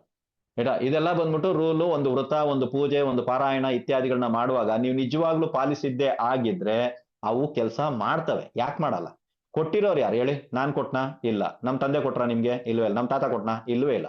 ಋಷಿ ಮುನಿಗಳಿಂದ ಬಂದಿರುವಂತದ್ದು ಅಲ್ವಾ? 100% ಕೆಲಸ ಮಾಡುತ್ತೆ. ನಾವು ಎಲ್ಲೋ ಒಂದ್ ಕಡೆ ತಪ್ಪಾಗಿ ಮಾಡ್ತಾ ಕೂತಿದೀವಿ ಅದನ್ನ ಹೊರತು, ನಮ್ಮ ಮೇಲೆ ನಾವು ತಪ್ಪನ್ನ ಹೊರಿಸ್ಕೋಬೇಕೇ ಹೊರತು, ನಮ್ ಗುರು ಕೊಟ್ಟಿದ್ ಸರಿ ಇತ್ತ ಅಂದ್ರೆ ಎಸ್, ಪ್ರವೀಣ್ ಸಾರ್ ಕೊಟ್ಟಿದ್ ಸರಿ ಇತ್ತ ಅಂದ್ರೆ ನೋ. ರೈಟಾ? ಪ್ರವೀಣ್ ಸಾರ್ ತಪ್ಪು ಮಾಡ್ತಾನೆ ಅಂದ್ರೆ ಎಸ್, ನನ್ ಗುರು ತಪ್ಪು ಮಾಡ್ತಾರೆ ಅಂದ್ರೆ ಇಲ್ಲವೇ ಇಲ್ಲ, ಚಾನ್ಸೇ ಇಲ್ಲ. ಓಕೆನಾ? ಗುರು ಕರೆಕ್ಟ್ ಆಗಿ ಕೊಟ್ಟಿರ್ತಾರೆ, ನನ್ ತಲೆಗೆ ಹೋಗಿರಲ್ಲ. ನಾನ್ ನಿಮ್ಮನ್ನ ಬೇರೆ ತರ ಏನಾದ್ರು ಒಂದು ಡೈವರ್ಟ್ ಮಾಡೋದಕ್ಕೆ ಬೇರೆ ಏನಾದ್ರು ಹೇಳಿರ್ತೀನಿ, ರೈಟಾ? ಸೊ ಇದ್ರಲ್ಲಿ ಏನಾದ್ರು ತಪ್ಪುಗಳು, ನ್ಯೂನ್ಯತೆಗಳು ಇವತ್ತಿನ ಕಾರ್ಯಕ್ರಮ ಅಂತಲ್ಲ, ಯಾವತ್ತೂ ಅಷ್ಟೇ ನನ್ನ ಕಡೆಯಿಂದ ನಿಮ್ಗೆ ಏನಾದ್ರು ಕಾಣಿಸ್ಕೊಂಡಿದ್ರೆ ಅದ್ರ ತಪ್ಪು ನಂದೇ ಇರುತ್ತೆ, ರೈಟಾ? ಆದ್ರೆ ಇದ್ರಲ್ಲಿ ಏನಾದ್ರು ನಿಮ್ಗೆ ಒಳ್ಳೇದಾಗ್ತಾ ಇದೆ, ತುಂಬಾ ಜನ ಹೇಳ್ತಾರೆ ಸರ್ ನಿಮ್ಮ ಹತ್ರ ಬಂದ್ರ ಮೇಲೆ ನೀವು ಕೊಟ್ಟ ಪರಿಹಾರಗಳು ಅದು ಇದೆಲ್ಲ ನಾವು ಮಾಡಿದ್ಮೇಲೆ ನಮ್ಗೆ ಒಳ್ಳೇದಾಯ್ತು ಅಂತ, ಅದು ನನ್ನ ಗುರುಗ್ ಸೇರುತ್ತೆ, ರೈಟಾ? ನಂದಲ್ಲ ಅದು. ನನ್ಗೂ ಅದಕ್ಕೂ ಸಂಬಂಧ ಇರಲ್ಲ. ಯಾಕಂದ್ರೆ ಅಲ್ಲಿ ಬಂದಿದ್ದು ಆ ಮಹನೀಯರಿಂದ ನಮಗ್ ಬಂದಿರೋದನ್ನ ನಾವು ನಿಮಗ್ ಕೊಟ್ಟಿರ್ತೇವೆ ಹೊರತು ಇದ್ರಲ್ಲಿ ಯಾವ್ದು ಪಾಲು ನಮ್ದಿಲ್ಲ. ಇದು ಯಾವ್ದು ನಂದಲ್ಲ, ಸ್ವಂತದ್ದಲ್ಲ, ನಾವೇನೋ ಮಾಡ್ಕೊಂಡಿದ್ದಲ್ಲ. ನಮಗೂ ಕೂಡ ಗುರುಮುಖೇನವಾಗಿ ಅಥವಾ ಗುರುಗಳಿಂದ ಅಥವಾ ಯಾರಿಂದಲ್ಲಾದ್ರೂ ಬಂದಿರ್ತದೆ. ಈ ಸ್ತ್ರೀ ಶಾಪ ಇದೆಯಾ ಅಂತ ತುಂಬಾ ಜನ ಕೇಳ್ತಾರೆ. ನಾನು ಒಂದೇ ಮಾತು ಹೇಳೋದು, ನಿಮ್ಗೆ ಸ್ತ್ರೀ ಶಾಪ ಇದೆಯಾ? ಒಂದು ಸ್ತ್ರೀಯಿಂದಾನೇ ಬಿಡುಗಡೆ ಸಿಗುತ್ತೆ ನೋಡಿ ಬೇಕಾರೆ. ಬ್ರಾಹ್ಮಣ ಶಾಪ ಇದೆಯಾ? ಒಬ್ಬ ಬ್ರಾಹ್ಮಣನಿಂದಾನೇ ಬಿಡುಗಡೆ ಸಿಗೋದು. ದೇವ ಶಾಪ ಇದೆಯಾ? ದೇವರಿಂದಾನೇ ಬಿಡುಗಡೆ ಸಿಗೋದು. ಗುರು ಶಾಪ ಇದೆಯಾ? ಗುರುವಿಂದಾನೇ ಬಿಡುಗಡೆ ಸಿಗೋದು. ನೀವ್ ಏನೇ ಮಾಡಿದ್ರು ಬೇರೆ ಕಡೆಯಿಂದ ಆಗಲ್ಲ. ಒಂದು ಹೆಣ್ಣು ಮಗು ಯಾರಾದ್ರೂ ಒಬ್ರು ಬಂದು ಒಂದು ಜಾತಕವನ್ನ ಕೊಟ್ಟು ಈ ಜಾತಕಕ್ಕೆ ಏನೋ ಸಮಸ್ಯೆ ಇದೆ ನೋಡಿ ಸ್ವಾಮಿ ಅಂತ ಕೇಳಿದಾಗ ಆ ಜಾತಕದ ಸ್ತ್ರೀ ಶಾಪ ಅಂದ್ರೆ ನಿವಾರಣೆ ಆಗುತ್ತೆ. ಯಾಕೆಂದ್ರೆ ಅದನ್ನ ನಿವಾರಣೆ ಕೇಳಿರೋದೇ ಒಂದು ಹೆಣ್ಮಗು. ಈ ರೀತಿ ಕೆಲವೊಂದು ಸೂಕ್ಷ್ಮತೆಗಳನ್ನ ನೀವು ನೋಡ್ಬೇಕಾಗತ್ತೆ. ನೋಡಿದಾಗ ನಿಮ್ಗೆ ಕನ್ಫರ್ಮ್ ಆಗುತ್ತೆ. ಗೊತ್ತಾಯ್ತಾ? ಇದು ಇಲ್ಲಿಂದನೇ ಬರುವಂತದ್ದು. ಇವಾಗ ಸರ್ಪದೋಷ ಇದೆ ಅಂತ ತಿಳ್ಕೊಳ್ಳೋಣ. ಒಂದು ನಾಗಾರಾಧನೆ ಮಾಡುವಂತವ್ರು, ನಾಗಾರಾಧಕರು ಅಥವಾ ನಾಗನಿಗೆ ಸಂಬಂಧಪಟ್ಟಂತ ಪ್ರಯೋಗ ಮಾಡುವಂತ ಒಬ್ಬ ವ್ಯಕ್ತಿ ತಗೊಂಡ್ ಬಂದು ಆ ಜಾತಕವನ್ನ ಕೊಟ್ಟು ಇದಕ್ಕೊಂದು ಪರಿಹಾರವನ್ನ ಹೇಳಿ ಅಂದ್ರೆ ಸರ್ಪದೋಷ ಪರಿಹಾರ ಆಗುತ್ತೆ. ಆಗುತ್ತೆ, ಖಂಡಿತ ಆಗುತ್ತೆ. ಸೊ ಇದೆಲ್ಲ ಬಂದ್ಬಿಟ್ಟು ಸೂಕ್ಷ್ಮತೆಗಳು. ತುಂಬಾ ಈಸಿಯಾಗಿ ಪರಿಹಾರ ಕ್ರಿಯೆಗಳನ್ನ ಮಾಡ್ಬೋದಾ ಸರ್ ಅಂದ್ರೆ ಮಾಡ್ಬೋದು. ಲಕ್ಷಾಂತರ ಸುರಿಬೇಕಾ ಸರ್ ಅಂದ್ರೆ ಇಲ್ಲ, ತುಂಬಾ ಈಸಿಯಾಗಿ ಮಾಡ್ಬೋದು. ಆದ್ರೆ ನಮಗೆ ಕರ್ಮ ಅಂತ ಒಂದಿದೆ, ಅದು ನಮಗೆ ಅನುಮತಿ ಕೊಡಬೇಕು. ಇದು ಲಾಸ್ಟ್ ಕ್ಲಾಸ್ ಅಲ್ಲಿ ನಾನು ಹೇಳಿದ್ದೆ. ಕರ್ಮ ನಿಮ್ಗೆ ಅನುಮತಿ ಕೊಡಲ್ಲ. ತುಂಬಾ ಜನರಿಗೆ ಏನ್ ಡೌಟ್ ಬರುತ್ತೆ ಅಂದ್ರೆ, ಸರ್ ನೀವು ಈ ಪರಿಹಾರ ಆ ಪರಿಹಾರ ತುಂಬಾ ಜನ ಹೇಳ್ತಾರೆ, ಮಾಡೋದ್ರಿಂದ ಎಲ್ಲ ಸರಿ ಆಗ್ಬಿಡ್ತಾ? ಆಗೋಗ್ಬಿಟ್ಟಿದ್ರೆ ಇವಾಗೆಲ್ಲ ನಾವು ಎಲ್ಲೆಲ್ಲೋ ಇರ್ತಾ ಇದ್ವಿ, ಏನೇನೋ ಮಾಡ್ತಾ ಇದ್ವಿ. ಪ್ರತಿಯೊಂದು ಪರಿಹಾರಗಳನ್ನ ಮಾಡುವಾಗ ಕರ್ಮ ಅನುಮತಿ ಕೊಡಬೇಕು. ಕೊಡದೇ ಇದ್ದ ಪಕ್ಷದಲ್ಲಿ ನಿಮ್ಮ ಪರಿಹಾರ ಕ್ರಿಯೆಗಳು ಕೆಲಸ ಮಾಡಲ್ಲ. ಬಹಳಷ್ಟು ಜನ ಕ್ಷೇತ್ರ ಪರಿಹಾರಕ್ಕೆ ಹೋಗ್ತೀನಿ ಅಂತಾರೆ. ಇಲ್ಲ, ಮನೆಯಲ್ಲಿ ಏನಾದ್ರು ಡೇಟ್ ಇತ್ಯಾದಿಗಳಾಗಿ ಪ್ರಾಬ್ಲಮ್ ಆಗುವಂಥದ್ದು, ಹೋಗೋ ದಾರಿನಲ್ಲಿ ಪ್ರಾಬ್ಲಮ್ ಆಗುವಂಥದ್ದು, ಬರೋ ದಾರಿನಲ್ಲಿ ಪ್ರಾಬ್ಲಮ್ ಆಗುವಂಥದ್ದು ಇತ್ಯಾದಿಗಳು ನಡೀತಾ ಇದೆ. ರೈಟ್? ಯಾಕಂದ್ರೆ ಹೋಗ್ತಾ ಇರುವಂತವ್ರು ಪ್ರತಿಯೊಬ್ರು ನನಗೆ ಮೆಸೇಜ್ ಹಾಕ್ಬಿಟ್ಟೆ ಹೋಗ್ತಾ ಇರ್ತಾರೆ. ಸೊ ಅಲ್ಲಿ ಅವ್ರಿಗೆ ಏನಾಗ್ತಾ ಇದೆ ಏನಿಲ್ಲ ಅನ್ನೋದು ಕೂಡ ನಂಗೆ ಮೆಸೇಜ್ ಆಗ್ತಾ ಇರ್ತಾರೆ. ಕೆಲವರಿಗೆ ಆಕ್ಸಿಡೆಂಟ್ಗಳು ನಿನ್ನೆ ಸಂಭವಿಸಿದೆ ಅಲ್ವಾ? ಅದಾದ್ಮೇಲೆ ನಾನು ಹೇಳಿದ ಪರಿಹಾರಗಳನ್ನ ಅವ್ರು ಮಾಡ್ಕೊಂಡು ಹೋದ್ರು, ಕ್ಲೀನ್ ಆಗಿ ಹೋದ್ರು. ಎಲ್ಲೂ ಒಂದು ಗಾಡಿಗೆ ಒಂದು ಪಿನ್ ಬಿದ್ದಿಲ್ಲ. ಯಾಕೆ ಬಿದ್ದಿಲ್ಲ ನನಗೆ ಹೇಳೋದ್ರ ಮೇಲೆ? ಬೀಳ್ಬೋದಾಗಿತ್ತಲ್ಲ. ನಾವು ರಸ್ತೆನಲ್ಲಂತೂ ಜೊತೆಗಂತೂ ಬಂದಿಲ್ವಲ್ಲ. ರೈಟ್? ಆಕ್ಸಿಡೆಂಟ್ ಆದವರು ಇಲ್ಲೇ ಇದಾರೆ ಅನ್ಸುತ್ತೆ. ಆಕ್ಸಿಡೆಂಟ್ ಎಲ್ಲ ಆಗಿದೆ. ಸೊ ಬಟ್ ಯಾರಿಗೂ ಏನು ತೊಂದರೆ ಆಗಿಲ್ಲ. ಬಟ್ ನಾನು ಹೇಳಿದ ಪರಿಹಾರ ಮಾಡಿ ಹೋದ್ರ ಮೇಲೆ ಆಕ್ಸಿಡೆಂಟ್ ಟಚೇ ಮಾಡಿಲ್ಲ ಯಾವ್ದು ಗಾಡಿಗೆ, ಏನೂ ಆಗಿಲ್ಲ. ಬಹಳಷ್ಟು ಕ್ರಿಯೆಗಳಲ್ಲಿ ಯಾವ ರೀತಿ ಮಾಡಬೇಕು, ನಿಮ್ಗೆ ಇವಾಗ ಏನಾದ್ರು ಒಂದು ಬರ್ತಾ ಇದೀವಿ, ಒಂದು ಮನೆಯಲ್ಲಿ ಒಂದು ಪೂಜೆ ಸ್ಟಾರ್ಟ್ ಮಾಡ್ತಾ ಇದೀನಿ ಸರ್, ಚೆನ್ನಾಗಿದ್ದ ವ್ಯಕ್ತಿ ಸಡನ್ ಆಗಿ ಗಲಾಟೆ ಸ್ಟಾರ್ಟ್ ಮಾಡ್ಬಿಟ್ಟು ಚೆನ್ನಾಗಿದ್ದ ಈ ವ್ಯಕ್ತಿ ಅಂತವನಲ್ಲ, ಬಟ್ ನಮ್ಮನೆ ಪೂಜೆ ಬಂದಾಗನೇ ಈ ವ್ಯಕ್ತಿ ಎಗರಾಡ್ತಾನೆ. ಕಾರಣ ಏನು? ಇದನ್ನ ತಿಳ್ಕೊಳ್ಳೋನೆ ಗುರು. ಅದಕ್ಕೆ ಪರಿಹಾರ ಕೊಡಬೇಕು, ಆವಾಗ ಅದು ಕೆಲಸ ಮಾಡುತ್ತೆ. ಅದು ನಿಮ್ಗೆ ಏನನ್ನುತ್ತೆ ಅಂತ ಹೇಳಿದ್ರೆ, ಇಲ್ಲಿ ನೋಡು, ಇಲ್ಲೊಂದು ನ್ಯೂನತೆ ಇದೆ, ಇಲ್ಲೊಂದು ಮೈನಸ್ ಇದೆ. ಈ ಮೈನಸ್ ಅನ್ನ ಸರಿ ಮಾಡು ಕಂದ, ಇದು ಸರಿ ಆಗುತ್ತೆ. ಇದನ್ನ ತಾಯಿ ನಿಮ್ಗೆ ತೋರಿಸ್ತಾ ಇದ್ದಾಳೆ. ನಾವೇನ್ ಮಾಡ್ತೀವಿ? ಪೂಜೆ ಮಾಡೋದಕ್ಕೆ ಬಿಡಲ್ಲ. ನಮ್ಗೆ ಪೂಜೆ ಮಾಡೋ ಯೋಗನೇ ಇಲ್ಲ, ದೇವರು ನಮ್ ಕಡೆ ನೋಡೋದೇ ಇಲ್ಲ ಅನ್ಸುತ್ತೆ. ಇದು ನಮ್ಮ ಡೈಲಾಗ್ಗಳು. ಈ ಡೈಲಾಗ್ಗಳನ್ನ ಪ್ಲೀಸ್ ಬಿಟ್ಬಿಡಿ. ನಿಮ್ಮ ಮನೆಯಲ್ಲಿ ಏನಾದ್ರು ಒಂದು ನಡೀತಾ ಇದೆ ಅಂದ್ರೆ ಅದಕ್ಕೆ ಕಾರಣಗಳು ಇರ್ತವೆ. ಕೆಲವೊಂದ್ಸಲ ನಾವು ಹೂ ತಗೊಂಡ್ಬರಕ್ ಹೋಗ್ತೀವಿ ಅಲ್ವಾ, ಈಸಿಯಾಗಿ ಹೂಗಳು ಸಿಗ್ತಿದ್ರೆ ಟಕ್ ಟಕ್ ಟಕ್ ಅಂತ. ಮಾರ್ಕೆಟ್ಗೆ ಹೋಗೋದಕ್ಕಿಂತ ಮುಂಚೆ ನಮ್ಮ ತಲೆನಲ್ಲಿ ಒಂದು ಮಾತಿರುತ್ತೆ, ಏನಂದ್ರೆ ಹೂಗಳು ಬೇಕು ಪೂಜಾ ಟೈಮಲ್ಲಿ, ಸೊ ಅಂಡ್ ಸೊ ಮಾರ್ಕೆಟ್ಗೆ ಹೋಗ್ಬೇಕು, ಯಾಕಂದ್ರೆ ಅಲ್ಲಿ ಈಸಿಯಾಗಿ ಸಿಗುತ್ತೆ, ಕಮ್ಮಿ ರೇಟಲ್ಲಿ ಸಿಗುತ್ತೆ, ಅಥವಾ ಬೇಗನೆ ಸಿಗುತ್ತೆ, ಈ ತರದೆಲ್ಲ ಇರುತ್ತೆ. ಆ ಮಾರ್ಕೆಟ್ಗೆ ಹೋಗೋದಕ್ಕಿಂತ ಮುಂಚೆನೆ ನಿಮ್ಗೆ ಹೂವು ಸಿಗುತ್ತೆ, ಬೇಕಾದ್ರೆ ಚೆಕ್ ಮಾಡಿ. ಇದಕ್ಕೆ ಏನು ಕಾರಣ ಅಂತ ನಾನು ಹೇಳ್ತೀನಿ. ಬೇಕಾದ್ರೆ ನಿಮ್ಗೆ ಆ ಪೂಜೆ ಆದ್ರ ಮೇಲೆ ಅದು ನಡೀತದೆ ನಿಮ್ ಜೀವನದಲ್ಲಿ. ಈ ತರ ನಿಮ್ಗೆ ಮೊದಲೇ ಒಂದು ಸಿಂಪ್ಟಮ್ಸ್ ಬಂದ್ಬಿಡುತ್ತೆ, ಒಂದು ಶಕುನವನ್ನ ನಿಮ್ಗೆ ಸೂಚಿಸುತ್ತೆ. ಆ ನಿಮಿತ್ತವನ್ನ ನೋಡಿ ಅಂತೀವಿ ನಾವು. ಶಕುನ ನೋಡಿ. ಶಕುನ ಎಲ್ಲಿ ನೋಡ್ಬೇಕು ಅಂದ್ರೆ ಈ ಟೈಮಲ್ಲಿ ನೋಡಿ. ಸುಮ್ನೆ ಹಲ್ಲಿ ಬಿತ್ತು ಈ ಟೈಮ್ಗಳಲ್ಲಿ ಶಕುನ ನೋಡಿ, ಶಕುನ ಕೆಲಸ ಮಾಡುತ್ತೆ. ರೈಟಾ? ಅದೇ ರೀತಿ ಪೂಜೆ ಇತ್ಯಾದಿಗಳನ್ನ ಮಾಡುವಾಗ ದಯವಿಟ್ಟು ಯಾರೇ ಆಗಿರ್ಲಿ ಕಪ್ಪು ಮತ್ತು ಕೆಂಪು ಬಟ್ಟೆಗಳನ್ನ ಪ್ಲೀಸ್ ಅವಾಯ್ಡ್ ಮಾಡಿ. ದಯವಿಟ್ಟು ಅದನ್ನ ಧರಿಸೋದಕ್ಕೆ ಹೋಗ್ಬೇಡಿ. ಬೇರೆ ಯಾವುದೇ ರೀತಿಯ ಬಟ್ಟೆಗಳಿದ್ರು ಪರವಾಗಿಲ್ಲ, ವೈಟ್ ಅನ್ನು ಅವಾಯ್ಡ್ ಮಾಡ್ತಾರೆ ತುಂಬಾ ಜನ. ಅದು ನಿಮ್ ಇಷ್ಟ, ನಾವು ಅದ್ರ ಬಗ್ಗೆ ಏನು ಮಾತಾಡ್ತಾ ಇಲ್ಲ. ಕಪ್ಪು ಮತ್ತೆ ಕೆಂಪು ಬಟ್ಟೆಗಳನ್ನ ಅವಾಯ್ಡ್ ಮಾಡಿ. ಮತ್ತೆ ಶಕುನಗಳನ್ನ ಗಮನಿಸಿ. ಶಕುನ ನಿಮ್ಗೆ ಏನೋ ಮಾತಾಡ್ತದೆ, ಏನೋ ಹೇಳ್ತದೆ. ಪೂಜೆ ಕೂತ್ಕೊಳ್ಳೋದಕ್ಕೆ ಹಿಂಗ್ ಕೂತಿದ್ದೀರಾ, ಕರೆಂಟ್ ಹೋಯ್ತು. ನಿಮಗೆ ಗೊತ್ತಿಲ್ವಲ್ಲ, ಕರೆಂಟ್ ಹೋದ್ರೆ ಏನ್ ಮಾಡಕ್ಕಾಗುತ್ತೆ? ಕರೆಕ್ಟ್, ನೀವು ಕೂತಿದ್ದೀರಾ, ಕರೆಂಟ್ ಹೋಯ್ತು. ನೀವು ದೀಪವನ್ನ ಹಚ್ಚೋದಕ್ಕೆ ಟ್ರೈ ಮಾಡ್ತಾ ಇದ್ದೀರಾ, ಎಷ್ಟೇ ಬಿಗಿರಿ ಏನೇ ದೀಪ ಹಚ್ಚಿದ್ರು ದೀಪ ಹಚ್ತಾ ಇಲ್ಲ. ಅಥವಾ ದೀಪ ಹಚ್ಚೋದಕ್ಕೆ ಟ್ರೈ ಮಾಡ್ತಾ ಇದ್ರೆ ದೀಪ ಚಟಪಟ ಅಂತ ಸೌಂಡ್ ಮಾಡುತ್ತೆ, ಚಿಟ್ ಚಿಟ್ ಚಿಟ್ ಚಿಟ್ ಅನ್ನುತ್ತೆ. ಈ ಬತ್ತಿಗೆ ಬಂದ್ಬಿಟ್ಟು ನೀರೇನಾದ್ರು ಟಚ್ ಆಗಿ ನಾವು ದೀಪ ಹಚ್ತೀವಲ್ಲ, ಅವಾಗ ಒಂದು ಸೌಂಡ್ ಬರುತ್ತೆ. ಇದಕ್ಕೊಂದು ಕಾರಣ ಇದೆ. ದೀಪ ಹಚ್ಚಿ ಆದ್ರ ಮೇಲೆ ದೀಪ ತುಂಬಾ ಜೋರಾಗಿ ಏನೋ ಬಹಳ ಖುಷಿಯಾಗಿ ಉರಿದು ಎಲ್ಲ ಅಡಮಾರ್ ಹೋಯ್ತದು, ಫುಲ್ ಬತ್ತಿ ಸಮೇತವಾಗಿ ಸುಟ್ಟು ಹೋಗುತ್ತೆ. ಇದಕ್ಕೊಂದು ಕಾರಣ ಇದೆ. ದೀಪ ಉರಿಯುವಾಗ ಬೇರೆ ಬೇರೆ ಜ್ವಾಲೆಯ ರೂಪದಲ್ಲಿ ಕಲರ್ ಆಗಿ ಉರಿತದೆ. ಬೇಕಾದ್ರೆ ಚೆಕ್ ಮಾಡಿ, ಬ್ಲೂ ಕಲರ್, ಗ್ರೀನ್ ಕಲರ್, ಎಲ್ಲ ಕಲರ್ ಬಂದ್ಬಿಡುತ್ತೆ. ಎರಡ್ ಕಡೆ ದೀಪ ಇಟ್ಟಿದ್ರ, ಒಂದ್ ಕಡೆ ದೀಪ ಸೂಪರ್ ಆಗಿ ಉರಿತದೆ, ಒಂದ್ ಕಡೆ ದೀಪ ಉರಿಲೋ ಬೇಡವೋ, ಇದಿನೋ ಇಲ್ವೋ ಅಂತ ಒಂಥರ ಕಣ್ಣು ಈ ತರ ಚೈನೀಸ್ ಅವ್ರ ತರ ಕಣ್ಣಿಗೆ ಉಜಿ ಮಾಡ್ಕೊಂಡು ನೋಡ್ತಾ ಇರ್ತದೆ. ಆ ರೀತಿ ಆಗ್ತಾ ಇರ್ತದೆ. ಮತ್ತೆ ಕೊಡಿ ಕಟ್ಟುತ್ತೆ, ಕೆಲವೊಂದು ದೀಪಗಳು ಕೊಡಿ ಕಟ್ತವೆ. ಎಲ್ಲದೂ ನಿಮ್ಗೆ ಸೂಕ್ಷ್ಮತೆಯನ್ನ ತಿಳಿಸ್ತಾ ಇದೆ ಹೊರತು ನಿಮ್ಗೆ ತೊಂದರೆ ಇದೆ ಅಂತ ಅವು ಹೇಳ್ತಾ ಇಲ್ಲ. ಅವು ಹೇಳ್ತಾ ಇರೋದು ಇಲ್ಲಿ ಸರಿ ಮಾಡ್ಕೋ, ಈ ಪ್ರಾಬ್ಲಮ್ ಇದೆ ನಿನ್ನ ಮನೆಯಲ್ಲಿ, ಇದನ್ನು ಸರಿ ಮಾಡ್ಕೋ, ಇದಿದೆ ನಿನ್ನ ಪ್ರಾಬ್ಲಮ್, ಜಾತಕದಲ್ಲಿ ಈ ಪ್ರಾಬ್ಲಮ್ ಇದೆ ಅನ್ನೋದನ್ನ ನಿಮಗೆ ತಿಳಿಸ್ತಾ ಇರ್ತದೆ. 10 ದೇವ್ರ ಫೋಟೋನ ಇಟ್ಟಿರ್ತೀರಾ, ಒಂದು ದೇವ್ರ ಫೋಟೋ ಇಂದ ಮಾತ್ರ ಹೂ ಬೀಳುತ್ತೆ, ಮಿಕ್ಕ ದೇವ್ರುಗಳು ಹೂ ಕೊಡಲ್ಲ. ಕಾರಣ ಗೊತ್ತಿಲ್ಲ. ನೀವೇನ್ ಅನ್ಕೋತೀರಾ, ದೇವ್ರು ಹೂ ಕೊಟ್ರು ಅಂತ. ನಾನು ಹೇಳ್ತಾ ಇರೋದು, ದೇವ್ರು ಹೂ ಕೊಟ್ಟಿರ್ಬೋದು, ನಿಮ್ಮ ಪಾರಾಯಣ ಸಕ್ಸಸ್ ಆಗ್ಬೋದು, ಓಕೆ. ಬಟ್ ಈ ದೇವರೇ ಯಾಕೆ? ಈ ಪ್ರಶ್ನೆಗೆ ಉತ್ತರ ಸಿಗಲ್ಲ. ಸೊ ಬಹಳಷ್ಟು ಜೀವನದಲ್ಲಿರುವಂತ ಪ್ರಶ್ನೆಗಳಿಗೆ ಉತ್ತರ ಸಿಗೋದು ಇಬ್ಬರ ಹತ್ರನೇ. ಒಂದು ಶ್ರೀಚಕ್ರ ಉಪಾಸಕರು, ಇನ್ನೊಂದು ಗಾಯತ್ರಿ ಉಪಾಸಕರು. ಇವ್ರನ್ನ ಬಿಟ್ಟು ಯಾರು ನಿಮ್ಗೆ ಈ ತರದೆಲ್ಲ ಹೇಳ್ಕೊಡೋದು ಇಲ್ಲ. ಈ ರೀತಿ ಸಿಂಪ್ಟಮ್ಸ್ ಗಳನ್ನ ನೋಡಿ ಅಂತಾನು ಹೇಳ್ಕೊಡಲ್ಲ, ಏನು ಮಾಡಲ್ಲ. ಗಾಡಿ ತಗೊಂಡ್ ಹೋಗ್ತಾ ಇರ್ತೀರಾ, ಪೆಟ್ರೋಲ್ ಖಾಲಿ ಆಯ್ತು. ದೇವಸ್ಥಾನಕ್ಕೆ ಹೋಗ್ತಾ ಇದ್ದೀರಾ ಅಥವಾ ದೇವರಿಂದ ಬರ್ತಾ ಇದ್ದೀರಾ, ಆನ್ ದಿ ವೇನಲ್ಲಿ ಗಾಡಿ ಕೆಟ್ಟೋಯ್ತು. ಅದಕ್ಕೆ ಅರ್ಥ ಏನು?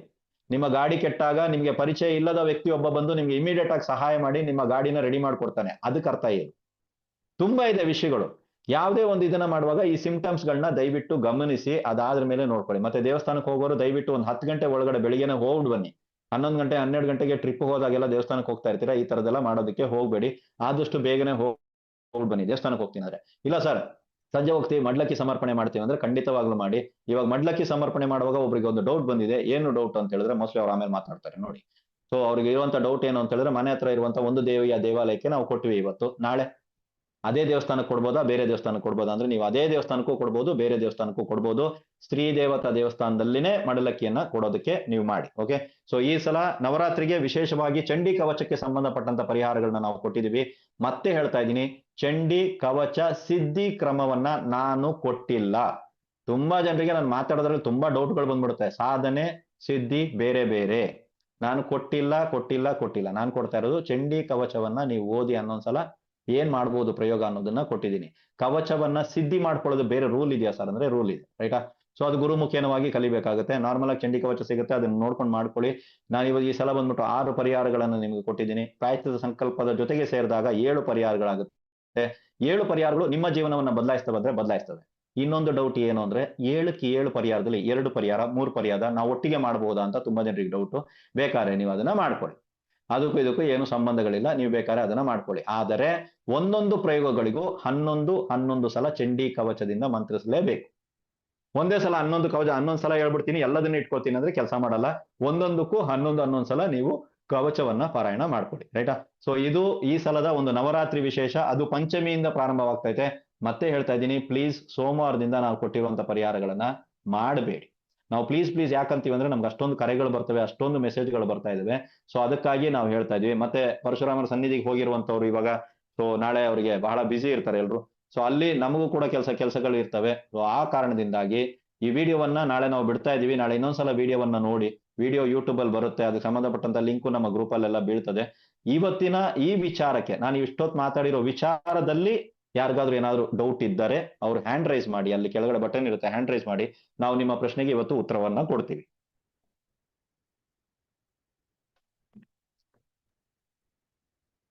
ಯಾರಿಲ್ಲ ಗುರು? ಮಾತಾಡಿ ಮೇಡಮ್. ಬಂತ? ಹಲೋ, ಹೇಳಿ ಮ್ಯಾಮ್. ಗುರುಜಿ ನಮಸ್ತೆ. ಗುರುಜಿ ನಮಸ್ತೆ. ಗುರುಜಿ ಇವಾಗ ನಾನು ಮೇಡಮ್ ಹೇಳಿದ್ರು ಪ್ರಾಯಶ್ಚಿತ್ತ ಸಂಕಲ್ಪ ಮಾಡ್ಕೊಂಡು ಗುರುಜಿಗೆ ಇಲ್ಲಾಂದ್ರೆ ಯಾರಾದ್ರೂ ಮಠಗಳಿಗೆ ಕೊಡಿ ಅಂತಂದು. ಅದನ್ನ ನಾನು ಆಲ್ರೆಡಿ ಇವತ್ತ ಮಾಡಿದೀನಿ ಗುರುಜಿ. ಎಲೆ ತಾಂಬೂಲ ಮತ್ತೆ ಅದ್ರ ಜೊತೆ 32 ಕಾಯಿನ್ ಇಟ್ಟು ಮಾಡಿದೀನಿ. ಮೇಡಮ್ ಹೇಳಿದ್ರು ಇವತ್ತಾದ್ರೆ ಇವತ್ತು ಕೊಡಿ, ಇಲ್ಲಾಂದ್ರೆ ಇವತ್ತ ಪ್ರಾಯಶ್ಚಿತ್ತ ಸಂಕಲ್ಪನ ಮಾಡ್ಕೊಂಡು ನೆಕ್ಸ್ಟ್ ಡೇನು ಕೊಡಿ ಅಂತ ಹೇಳಿದ್ರು ಗುರುಜಿ. ಕೊಡ್ಬೋದು ಗುರುಜಿ ನಾಳೆಗೆ? ಈ ಮೇಡಮ್ ಯಾರಮ್ಮ? ನಾನು ಯಾವ ಕ್ಲಾಸಲ್ಲಿ ಮೇಡಮ್ ಎಲ್ಲಿದ್ದಾರೆ? ಗುರುಜಿ ಅಪಾಯಿಂಟ್ಮೆಂಟ್ ತಗೊಳಕ್ಕೆ ಕಾಲ್ ಮಾಡ್ತೀವಲ್ಲ ಗುರುಜಿ. ಮೇಡಮ್ ಅಪಾಯಿಂಟ್ಮೆಂಟ್ ಅಲ್ಲಿ ನಿಮಗೆ ಕೊಟ್ಟಂತ ಪರಿಹಾರ ಕ್ರಿಯೆಗಳು ಬೇರೆ ಇರುತ್ತಮ್ಮ. ನಾನು ಇವಾಗ ಮಾತಾಡ್ತಾ ಇರೋದು ಈಗ ಸದ್ಯಕ್ಕೆ ನಾನು ಮಾತಾಡಿರೋ ವಿಚಾರದಲ್ಲಿ ನಿಮಗೆ ಏನಾದ್ರು ಗೊಂದಲ ಇದೆಯೇನಮ್ಮ? ಹೆಂಗೆ ನಮ್ ಕನ್ನಡ ಯಾರಿಗೂ ಅರ್ಥ ಆಗದಿರೋ ಒಂದು ಕನ್ನಡದಲ್ಲೇ ಮಾತಾಡ್ತಾ ಇರ್ತೀನಿ. ನಾನ್ ಸರಿ ಇಲ್ಲ ಅನ್ಸುತ್ತೆ. ಎಸ್, ಯಾರಿಗಾರು ಇದೆಯಾ ಡೌಟು? ಅಜಯ್ ಮಠಪತಿ ಮಾತಾಡಿ. ಯಾರಿಗಾದ್ರು ಪ್ರಯೋಗ ಇತ್ಯಾದಿಗಳು ನಿವಾರಣೆ ಆಗೋದಿದ್ರೆ ನಾವುಗಳು ಬಂದು ಪ್ರಾಯಶ್ಚಿತ್ತ ಸಂಕಲ್ಪವನ್ನ ರೆಫರ್ ಮಾಡಿರ್ತೀವಿ. ನಮ್ಮ ಸಂಸ್ಥೆಯ ವತಿಯಿಂದ ಪ್ರಾಯಶ್ಚಿತ್ತ ಸಂಕಲ್ಪವನ್ನ ಕೊಟ್ಟಿರ್ತೀವಿ. ಅದು ನಾವು ಪ್ರಯೋಗ ತಡೆ ಹೊಡೆಯೋ ತನಕನೂ ಅವ್ರಿಗೆ ಆ ಪ್ರಾಯಶ್ಚಿತ್ತ ಸಂಕಲ್ಪವನ್ನ ನಾವು ಕೊಟ್ಟಿರ್ತೀವಿ. ನಮ್ಮ ಕೆಲಸ ಸ್ಟಾರ್ಟ್ ಮಾಡೋದಕ್ಕಿಂತ ಮುಂಚೆ ಇದನ್ನ ಕೊಟ್ಟಿರ್ತೀವಿ. ನಿಮ್ಗೆ ಆ ತರ ಏನಾದ್ರು ಅಪಾಯಿಂಟ್ಮೆಂಟ್ ಇತ್ಯಾದಿಗಳನ್ನ ತಗೊಂಡಾಗ ಪ್ರಾಯಶ್ಚಿತ್ತ ಸಂಕಲ್ಪ ಬಂದಿದೆಯಾ ಮ್ಯಾಮ್ ನಿಮ್ಗೆ ಏನಾದ್ರು ಹೇಳಿದಾರ, ದಯವಿಟ್ಟು ಅದು ಆ ಇನ್ಸ್ಟ್ರಕ್ಷನ್ ನ ಫಾಲೋ ಮಾಡಿ. ಅದು ಬೇರೆ, ಇದು ನಾನು ನವರಾತ್ರಿ ವಿಶೇಷವಾಗಿ ಹೇಳಿರುವಂತ ಕ್ಲಾಸ್, ರೈಟ್?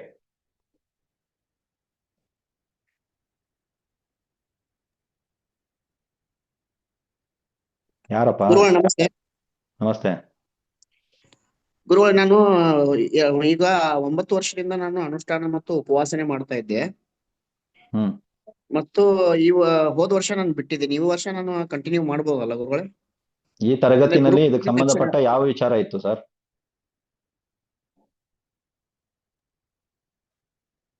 ಗೌರಿ ಮಾತಾಡಿ ಮೇಡಮ್. ಗುರುಗಳೇ ನಮಸ್ತೆ. ಗುರುಗಳೇ ನಮಸ್ತೆ. ಇವಾಗ ಏನಂದ್ರೆ ಪ್ರತಿದಿನಾನು ತಲೆ ಸ್ನಾನ ಮಾಡ್ಬೇಕಾ ನವರಾತ್ರಿ? ಅವಶ್ಯಕತೆ ಇಲ್ಲ ಮ್ಯಾಮ್, ಅವಶ್ಯಕತೆ ಇಲ್ಲ. ಓಕೆ, ಇನ್ನೊಂದ್ ಕ್ವಶನ್ ಮುಂಚೆ, ಇವಾಗ ಮನೆ ಕಟ್ಟೋ ವಿಚಾರಕ್ಕೆ ಮಾಡ್ಬೋದು ಪರಿಹಾರ ಅಂತ ಹೇಳಿದ್ರಲ್ಲ, ಗಂಡ ಹೆಂಡತಿ ಇಬ್ರುನು ಮಾಡ್ಬೇಕಾದು? ನಿಮ್ ಇಷ್ಟ ಮ್ಯಾಮ್. ನೀವು ಒಬ್ರೇ ಮಾಡಿದ್ರೆ ನೀವು ಕಟ್ತೀರಾ, ನಿಮ್ಮ ಹತ್ರ ಅದಿದೆಯಾ? ಅಂದ್ರೆ ಅವ್ರು ಅಂದ್ರೆ ಬೆಳಗ್ಗೆನೆ ಕೆಲ್ಸಕ್ಕೆ ಹೊರಟೋಗ್ತಾರೆ, ಸಂಜೆ ಬರೋದು ಲೇಟ್ ಆಗುತ್ತೆ, ಆ ತರದ್ದೆಲ್ಲ ಇರುತ್ತಲ್ವಾ ಗುರುಜಿ? ಮತ್ ಬೆಳಿಗ್ಗೆ ಕೆಲ್ಸಕ್ಕೆ ಹೋಗಿ ಸಂಜೆ ಬರೋರ್ಗೆ ಮನೆ ಯಾಕಮ್ಮ? ಅಲ್ಲ ಲೇಟ್ ಆಗುತ್ತಲ್ವಾ, ಅಕಸ್ಮಾತ್ ಲೇಟ್ ಆಗಿ ಬಂದ್ರೆ ಆತರ ಇರುತ್ತಲ್ವಾ ಅದಕ್ಕೆ. ಮಾಡ್ಬೋದು ಮ್ಯಾಮ್, ನೀವ್ ಮಾಡಿ. ಅಲ್ಲ ನಾನು ಅಲ್ಲ ಹೆಂಡತಿ ಆದವ್ರು ಒಬ್ರೇ ಮಾಡ್ಬೇಕಾಗತ್ತಾ? ಹೆಂಡತಿ ಅವ್ರು ಆದವರೇ ಕೊಡ್ಸೋದಕ್ ಮಾಡ್ಬೇಕು ಮೇಡಮ್, ಬರೋದಿಲ್ಲ. ಹೆಂಡತಿ ಆದವರೇ ಮಾಡ್ಬೇಕಮ್ಮ. ನಂದು ರೆಕಾರ್ಡಿಂಗ್ ಅಲ್ಲಿ ಇದೆ, ನಾಳೆ ಬಂದ್ಬಿಟ್ಟು ಸಾಮಾಜಿಕ ಜಾಲತಾಣದಲ್ಲಿ ಹೋಗುತ್ತೆ. ನನಗೆ ಮಾತಾಡಕ್ ದಯವಿಟ್ಟು ಒಳಗಡೆ ಇರೋದನ್ನ ಹೊರಗಡೆ ಬರ್ಸ್ಬೇಡಿ, ತಾವುಗಳು ಮಾಡಿ ಅಮ್ಮ. Okay okay. ಸುರೇಶ್ ನಾನು ಮಾತಾಡಿ. ಸುಮ್ನೆ ಇರೋಣ ಅಂತಾನೆ ಕಾಯ್ತಾ ಇರ್ತೀನಿ, ಯಾಕೆ ಹಿಂಗಾಗುತ್ತೋ ಗುರುಗಳೇ, ಗೊತ್ತಿಲ್ಲ. ಹಾ. ಗುರುಗಳೇ, ಈ ಕ್ಲಾಸ್ ಅಲ್ಲಿ ಕರ್ಮದ ಬಗ್ಗೆ ಹೇಳಿದ್ರಲ್ಲ ಗುರುಗಳೇ, ಕೊಳಲ್ಗಿರಾಕಿ. ಬಟ್ ಈ ಕರ್ಮವನ್ನ ಗುರುಗಳೇ, ಅದು ಕರ್ಮ ಅಡ್ಡ ಬರುತ್ತಲ್ಲ ಗುರುಗಳೇ, ಅದಕ್ಕೆ ಕರ್ಮ ನಮ್ಗೆ ದಾರಿ ಕೊಡ್ಬೇಕಂದ್ರೆ ಏನ್ ಮಾಡ್ಬೇಕು ಗುರುಗಳೇ? ಕ್ರಮವಾಗಿ ಹೋಗಿ, ದಾರಿ ಕೊಡುತ್ತೆ. ರೈಟ್. ವಿಡಿಯೋ ಆನ್ ಮಾಡಿದ್ದವ್ರು ಮಾತ್ರ ಅವಕಾಶ ಇರತ್ತೆ. ನಾನಿದ್ದೀನಪ್ಪ. ಸೋನುಗೌಡ ಮಾತಾಡಿ ಮೇಡಮ್. ಗುರುಗಳೇ ನಮಸ್ತೆ ಗುರುಗಳೇ. ನಮಸ್ತೆ ಮ್ಯಾಮ್. ಪ್ರಾಯಶ್ಚಿತ್ತ ಸಂಕಲ್ಪ ಜೊತೆಗೆ ಹಣ್ಣೇನಾದ್ರೂ ಇಟ್ಟಿ ಕೊಡ್ಬೋದಾ ಗುರುಗಳೇ ಮಟ್ಟಕ್ಕೆ ಕೊಡುವಾಗ? ಕೊಡ್ಬೋದು ಮ್ಯಾಮ್, ಫಲದ ಸಮೇತವಾಗಿ ನೀವು ಕೊಡ್ಬೋದಮ್ಮ, ಕೊಡಿ. ಗುರುಗಳೇ ಮತ್ತೆ ಇನ್ನೊಂದ್ ಪ್ರಶ್ನೆ ಗುರುಗಳೇ, ನಮ್ಮ ಮನೆಗೆ ಯಾರಾದ್ರೂ ಕೆಲ್ಸಕ್ ತಗೊಂಡಿರ್ತೀವಿ, ಕೆಲ್ಸಕ್ ಬರೋರಿಗೆ ಏನಾದ್ರೂ ಸೂತ್ಕ ಇದ್ದಾಗ ನಾವ್ ಇದನ್ನ ಮಾಡ್ಬಾರ್ದಾ ಗುರುಗಳೇ? ಕೆಲ್ಸಕ್ಕೆ ಬರೋರಿಗೆ ಸೂತ್ಕ ಇರುತ್ತಂತ ನಿಮ್ಗೆ ಯಾರು ಹೇಳ್ತಾರಮ್ಮ? ಅವ್ರು ಹೇಳ್ಬಿಟ್ಟ ಬರ್ತಾರೆ, ನಮ್ಗೆ ಸೂತ್ಕ ಇದೆ, ನಾವು ಬರ್ತಾ ಇದೀವಿ ಕೆಲ್ಸಕ್ಕೆ ಅಂತ.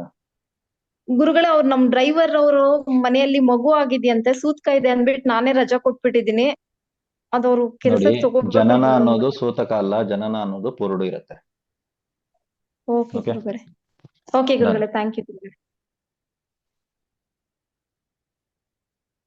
ಭಾಗ್ಯಲಕ್ಷ್ಮಿ ಮಾತಾಡಿ ಮೇಡಮ್.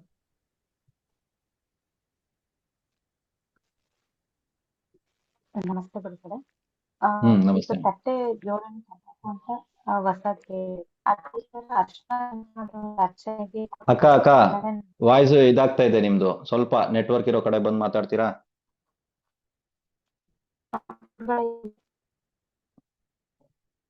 ಇಲ್ಲ ಮ್ಯಾಮ್, ಬರ್ತಾ ಇಲ್ಲ, ವಾಯ್ಸ್ ಬರ್ತಾ ಇಲ್ಲ ಮ್ಯಾಮ್. ಬನ್ನಿ, ಉಮಾ MS ನೆಟ್ವರ್ಕ್ ಬಂದು ಮಾತಾಡಿ. ಮಾತಾಡಿ, ಮತ್ತೆ ಕೊಡಿ ಸರ್ ಅವ್ರಿಗೆ ಬಂದ್ರೆ. ಗುರುಗಳೇ ನಮಸ್ತೆ.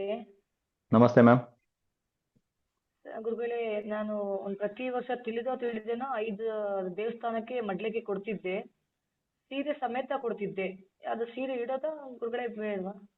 ಮ್ಯಾಮ್, ನಾವು ನಾರ್ಮಲ್ ಆಗಿ ರವಿಕೆ ಇಡೋದಕ್ಕೆ ಹೇಳಿದೀವಿ. ನೀವು ಸೀರೆ ಇಡ್ತೀರಾ, ದೇವ್ರು ಕೊಟ್ಟಿದ್ದಾನೆ ಅಂತ ಹೇಳಿದ್ರೆ ಇಡಿ ತಾಯಿ, ಇಟ್ಬಿಟ್ಟೆ ಕೊಡಿ, ಪರವಾಗಿಲ್ಲ. ಅಂದ್ರೆ ತಿಳಿದ ನನ್ನ ಸ್ವಂತದಿಂದ 5 ದೇವಸ್ಥಾನಕ್ಕೆ ಕೊಟ್ಟು ಬರ್ತಿದ್ದೆ.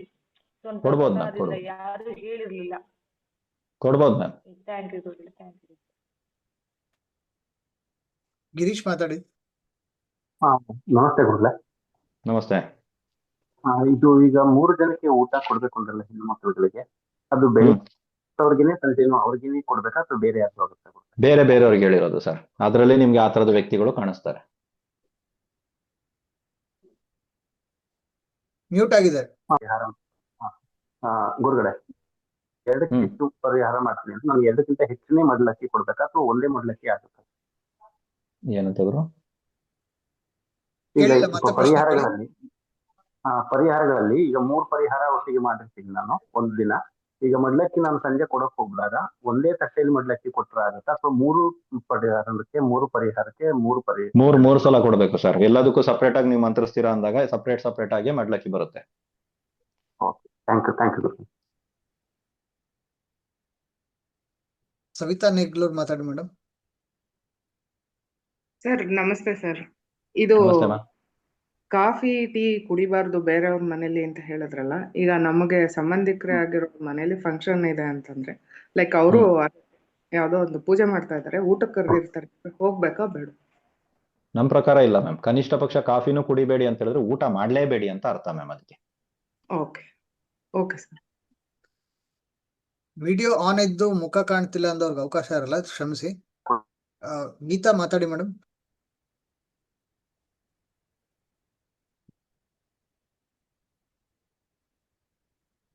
ಯಶಸ್ ಮಾತಾಡಿ ಮೇಡಮ್.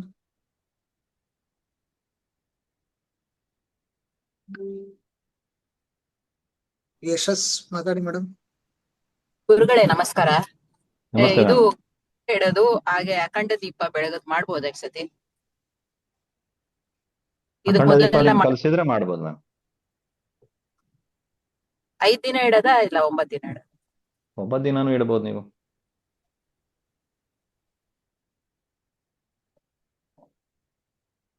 ಕಲಾಶ್ರೀ ಮಾತಾಡಿ ಮೇಡಮ್.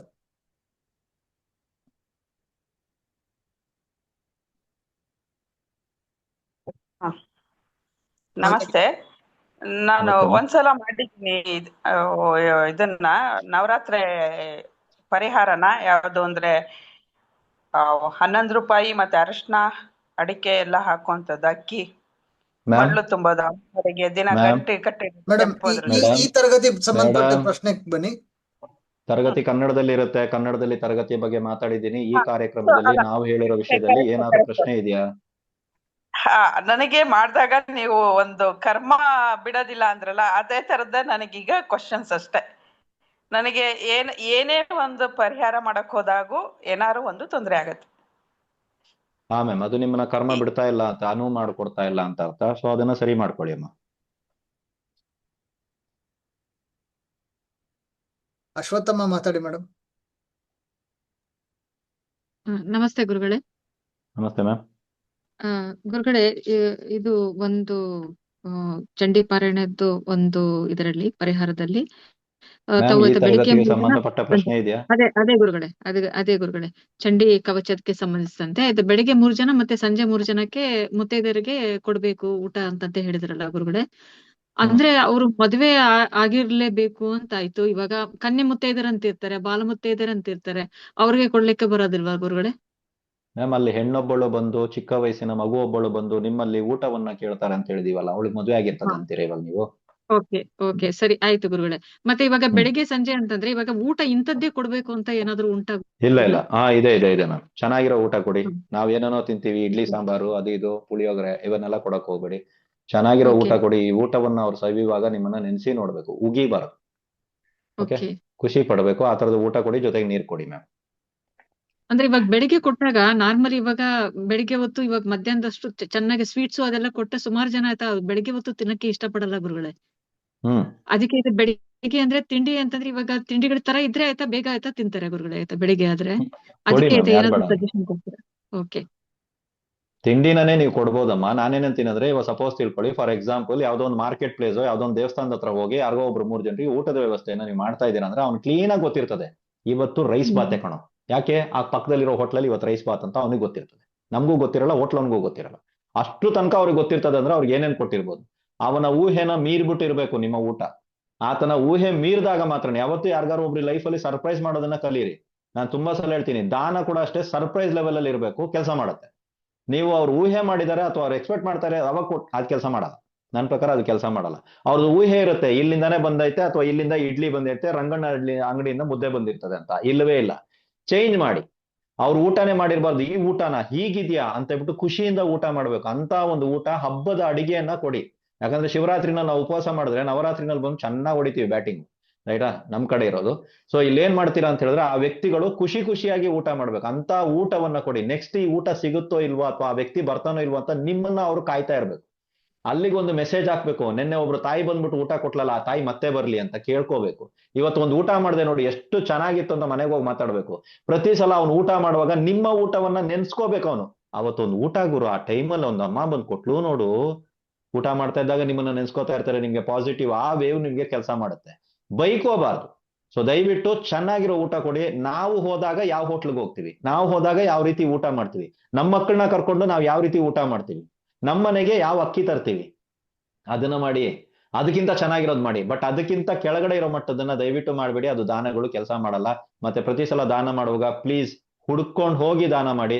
ಕರೆದು ಮಾಡ್ತಿರಲ್ಲ ದಾನಗಳು, ಈ 5 ಜನರಿಗೆ 3 ಜನರಿಗೆ ಅರ್ಶನ ಕುಂಕುಮ ಕೊಟ್ಬಿಟ್ಟು ಬಟ್ಟೆ ಗಿಟ್ಟೆ ಕೊಡುವಂತ ಸಂಪ್ರದಾಯ, ಇದು ಕರೀತೀರಾ ನೀವು ಬನ್ನಿ ಅಂತ. ಇದು ಬೇರೆ. ನಾವು ಹೋಗಿ ಕೊಡ್ತೀವಲ್ಲ, ಹೋಗಿ ಕೊಟ್ಟಾಗ ನಾವು ಹೋಗಿ ಕೊಟ್ಟಾಗ ಅವುಗಳು ಕೆಲಸ ಮಾಡ್ತವೆ. ನಾವು ಕರೆದು ಕೊಡ್ತೀವಲ್ಲ ಅದು ಕೆಲಸ ಮಾಡಲ್ಲ. ನೀವು ಗುರುನನ್ನು ಕೂಡ ಮನೆಗೆ ಕರೆದು ಕೂರಿಸಿ ತಾಂಬೂಲ ಕೊಟ್ಟ ಕೆಲಸ ಮಾಡಲ್ಲ. ನೀವು ಯಾವುದೇ ದೊಡ್ಡ ಗುರುಗಳನ್ನ ಮನೆಗೆ ಕರೆದು ಎಷ್ಟೇ ಲಕ್ಷ ಖರ್ಚು ಮಾಡಿ ಪಲ್ಲಕ್ಕಿನಲ್ಲಿ ಕರ್ಕೊಂಡ್ಬಂದು ಮನೆಯಲ್ಲಿ ಕೂರಿಸಿ ನೀವೇನ್ ತಾಂಬೂಲ ಕೊಡ್ತೀರೋ ಅದು ಕೆಲಸ ಮಾಡಲ್ಲ. ಮಾಡಿಸ್ ತೋರಿಸಿ, ನೀವು ಮಾಡಲ್ಲ. ಅದು ನಿಮ್ಗೆ 4 ಜನ ನೋಡೋದಕ್ಕೋಸ್ಕರ ಮಾಡ್ತೀರಾ ಹೊರತು ಬೇರೆ ಏನು ಇಲ್ಲ. ನೀವು ಹುಡ್ಕೊಂಡ್ ಬಂದು ತಾಂಬೂಲ ಕೊಡ್ತೀರಲ್ಲ ಅದು ಕೆಲಸ ಮಾಡುತ್ತೆ. ಸೊ ದಯವಿಟ್ಟು ಹುಡ್ಕೊಂಬಂದು ಕೊಡಿ. ಮತ್ತೆ ಎಕ್ಸ್ಪೆಕ್ಟೇಷನ್ ಏನಿರುತ್ತೋ ಅದಕ್ಕಿಂತ ಎಕ್ಸ್ಪೆಕ್ಟೇಷನ್ ಬರ್ಬೋದು, ಆ ಲೆವೆಲ್ ದಾಟ್ಬಿಟ್ಟು ಕೊಡಿ, ಆವಾಗ ಅದು ಕೆಲಸ ಮಾಡುತ್ತೆ. ಮತ್ತೆ ನಾವು ಮನೆಯಲ್ಲಿ ಸಾಧ್ಯ ಆದಾಗ ನಾವು ಮನೆಯಲ್ಲಿ ಮಾಡಿರೋದನ್ನು ಕೊಡ್ಬೋದಲ್ಲ ಗುರುಗಳೇ? ಖಂಡಿತ ಕೊಡ್ಬೋದು ಮೇಡಮ್. ಅಂದ್ರೆ ಮನೆಯಲ್ಲಿ ಚೆನ್ನಾಗಿರೋ ಊಟನೇ ಮಾಡಿದಾಗ ಆಯ್ತಾ ನಾವು ಕೊಡ್ಬೋದಲ್ಲ ಗುರುಗಳೇ? ಮಾಡ್ಬೋದು ಮೇಡಮ್, ಕೊಡ್ಬೋದು. ಮತ್ತೆ ಐತಿ ಇವಾಗ ಊಟ ಕೊಡುವಾಗ ಆದಷ್ಟು ಮಟ್ಟಿಗೆ ಅಪರಿಚಿತರು ಇರ್ಬೇಕು ಅಂತ ಅಂತೇಳಿ ಹೇಳ್ತಿರಲ್ಲ ಗುರುಗಳೇ. ಇವಾಗ ನಮಗೆ ಗೊತ್ತಿರ್ತಾರಲ್ಲ, ಯಾರಾದ್ರೂ ಗೊತ್ತಿರೋರ ಮೂಲಕ ಇಂತಿಂತ ಕಡೆ ಇರ್ತಾರೆ ಅಂತಂದ್ರೆ ಆ ರೀತಿ ಆಯ್ತಾ ಫೈಂಡ್ ಔಟ್ ಮಾಡಿ ಅಂತ ಅಡ್ರೆಸ್ ಗಳು ಹುಡ್ಕಾಡ್ಕೊಂಡು ಹೋಗಿ ಕೊಡ್ಬೋದಾ? ಖಂಡಿತ ಕೊಡ್ಬೋದು ಮೇಡಮ್, ಪರಿಹಾರ ಕ್ರಿಯೆ ಕೆಲಸ ಮಾಡಲ್ಲ. ಓಕೆ. ನೀವು ದೇವಸ್ಥಾನಗಳಲ್ಲಿ ಮಾಡೋ ಪರಿಹಾರ ಬಂದಿರೋ ಕ್ರಿಯೆ ಸಮಥಿಂಗ್ ಮೇಡಮ್ ಇಸ್ ಡೂಯಿಂಗ್, ಇಂಥ ದಿನಗಳಲ್ಲಿ ಇವ್ರು ಇಂಥದ್ದೇ ಪರಿಹಾರ ಕ್ರಿಯೆಗಳನ್ನ ಮಾಡ್ತಾರೆ, ಸಮಥಿಂಗ್ ಅವ್ರು ತಗೊಂಡೋದ್ರು ಹಿಂಗೆ ಕೂತಿ ಹಿಂಗೆ ಮಾಡ್ತಾರೆ. ಆ ಪರಿಹಾರ ಕ್ರಿಯೆ ಕೆಲಸ ಮಾಡಲ್ಲ ನಿಮ್ಗಳಿಗೆ. ನೀವು ಯಾರ್ಯಾರು ಮಾಡ್ತಾ ಇದ್ರಿ ಚೊಂಬಂದ್ ಹಿಡ್ಕೊಂಡು ಎಲ್ಲ ತಗೊಂಡು ಹೋಗ ಎಲ್ಲರನ್ನ ಜೊತೆಗೆ ಹಾಕೊಂಡು ಹೋಗ್ಬಿಟ್ಟು ಶಾಪಿಂಗ್ ಮಾಡ್ಕೊಂಡ್ ಬರ್ತಿರೋ, ಪರಿಹಾರ ಕ್ರಿಯೆ ಕೆಲಸ ಮಾಡಿದೆ ಅಂತ ಕೈ ಎತ್ತಿ ನೋಡೋಣ. ಪರಿಹಾರ ಕ್ರಿಯೆ ನಿಮ್ಮ ಮನೇನ ಕೆಲಸ ಮಾಡಲ್ಲ, ನಿಮ್ಮ ದೇವತಾ ಶಕ್ತಿಗಳು ಕೆಲಸ ಮಾಡಿರಲ್ಲ. ಬೇಕಾದ್ರೆ ಕೇಳಿ, ನಾನು ಕೈ ಎತ್ತಿ ಧೈರ್ಯವಾಗಿ ಹೇಳ್ಬಿಡ್ತೀನಿ. ನೀವು ಯಾವತ್ತು ಒಂಟಿಯಾಗಿ ಸಿಂಗಲ್ ಆಗಿ ರಹಸ್ಯವಾಗಿ ಪೂಜೆ ತಂತ್ರ ಇತ್ಯಾದಿಗಳನ್ನ ಮಾಡಿರ್ತೀರ, ಅದು ಕೆಲಸ ಮಾಡುತ್ತೆ. ಎಲ್ಲರೂ ಚೆಕ್ ಮಾಡಿ ನೋಡಿ. ಅದು ನಾವು ಹಂಗ್ ಮಾಡಲ್ಲ, ದಂಡಾಗಿ ಹೋಗಿ ದಿಂಡುಗಳನ್ನೆಲ್ಲ ಒತ್ಕೊಂಡ್ ಬಂದಿರ್ತೀವಿ, ನಿನಗೂ ಒಂದಿರ್ಲಿ ನನಗೂ ಒಂದಿರ್ಲಿ ಅಂತ. ಅವುಗಳು ಕೆಲಸ ಮಾಡಲ್ಲ. ಸೊ ದಯವಿಟ್ಟು ರಹಸ್ಯವಾಗಿ ನಿಮ್ಮ ದಾನಗಳೇ ಆಗಿರ್ಲಿ, ನಿಮ್ಮ ಪೂಜೆಗಳೇ ಆಗಿರ್ಲಿ, ನಿಮ್ಮ ತಂತ್ರಗಳೇ ಆಗಿರ್ಲಿ, ಎಲ್ಲವೂ ರಹಸ್ಯವಾಗಿದ್ದಾಗ ಮಾತ್ರನೇ ಕೆಲಸ ಮಾಡೋದು. ಬಹಳಷ್ಟು ಜನ ಈ ದೇವ್ರನ್ನೆಲ್ಲ ಕೂರಿಸಿ ಅದ್ರ ಮೇಲೆ ವಿಜೃಂಭಣೆಯಿಂದ ಮಾಡಿರ್ತಾರೆ. ಏನ್ ಸೀರೆ ಉಡ್ಸಿರ್ತಾರೆ, ಯಪ್ಪ ಏನೇನ್ ಮನೆಯಲ್ಲಿ ಇರೋ ಎಲ್ಲ ನೆಕ್ಲೆಸ್ ಗಿಕ್ಲೆಸ್ ಎಲ್ಲ ಹಾಕಿರ್ತಾರೆ.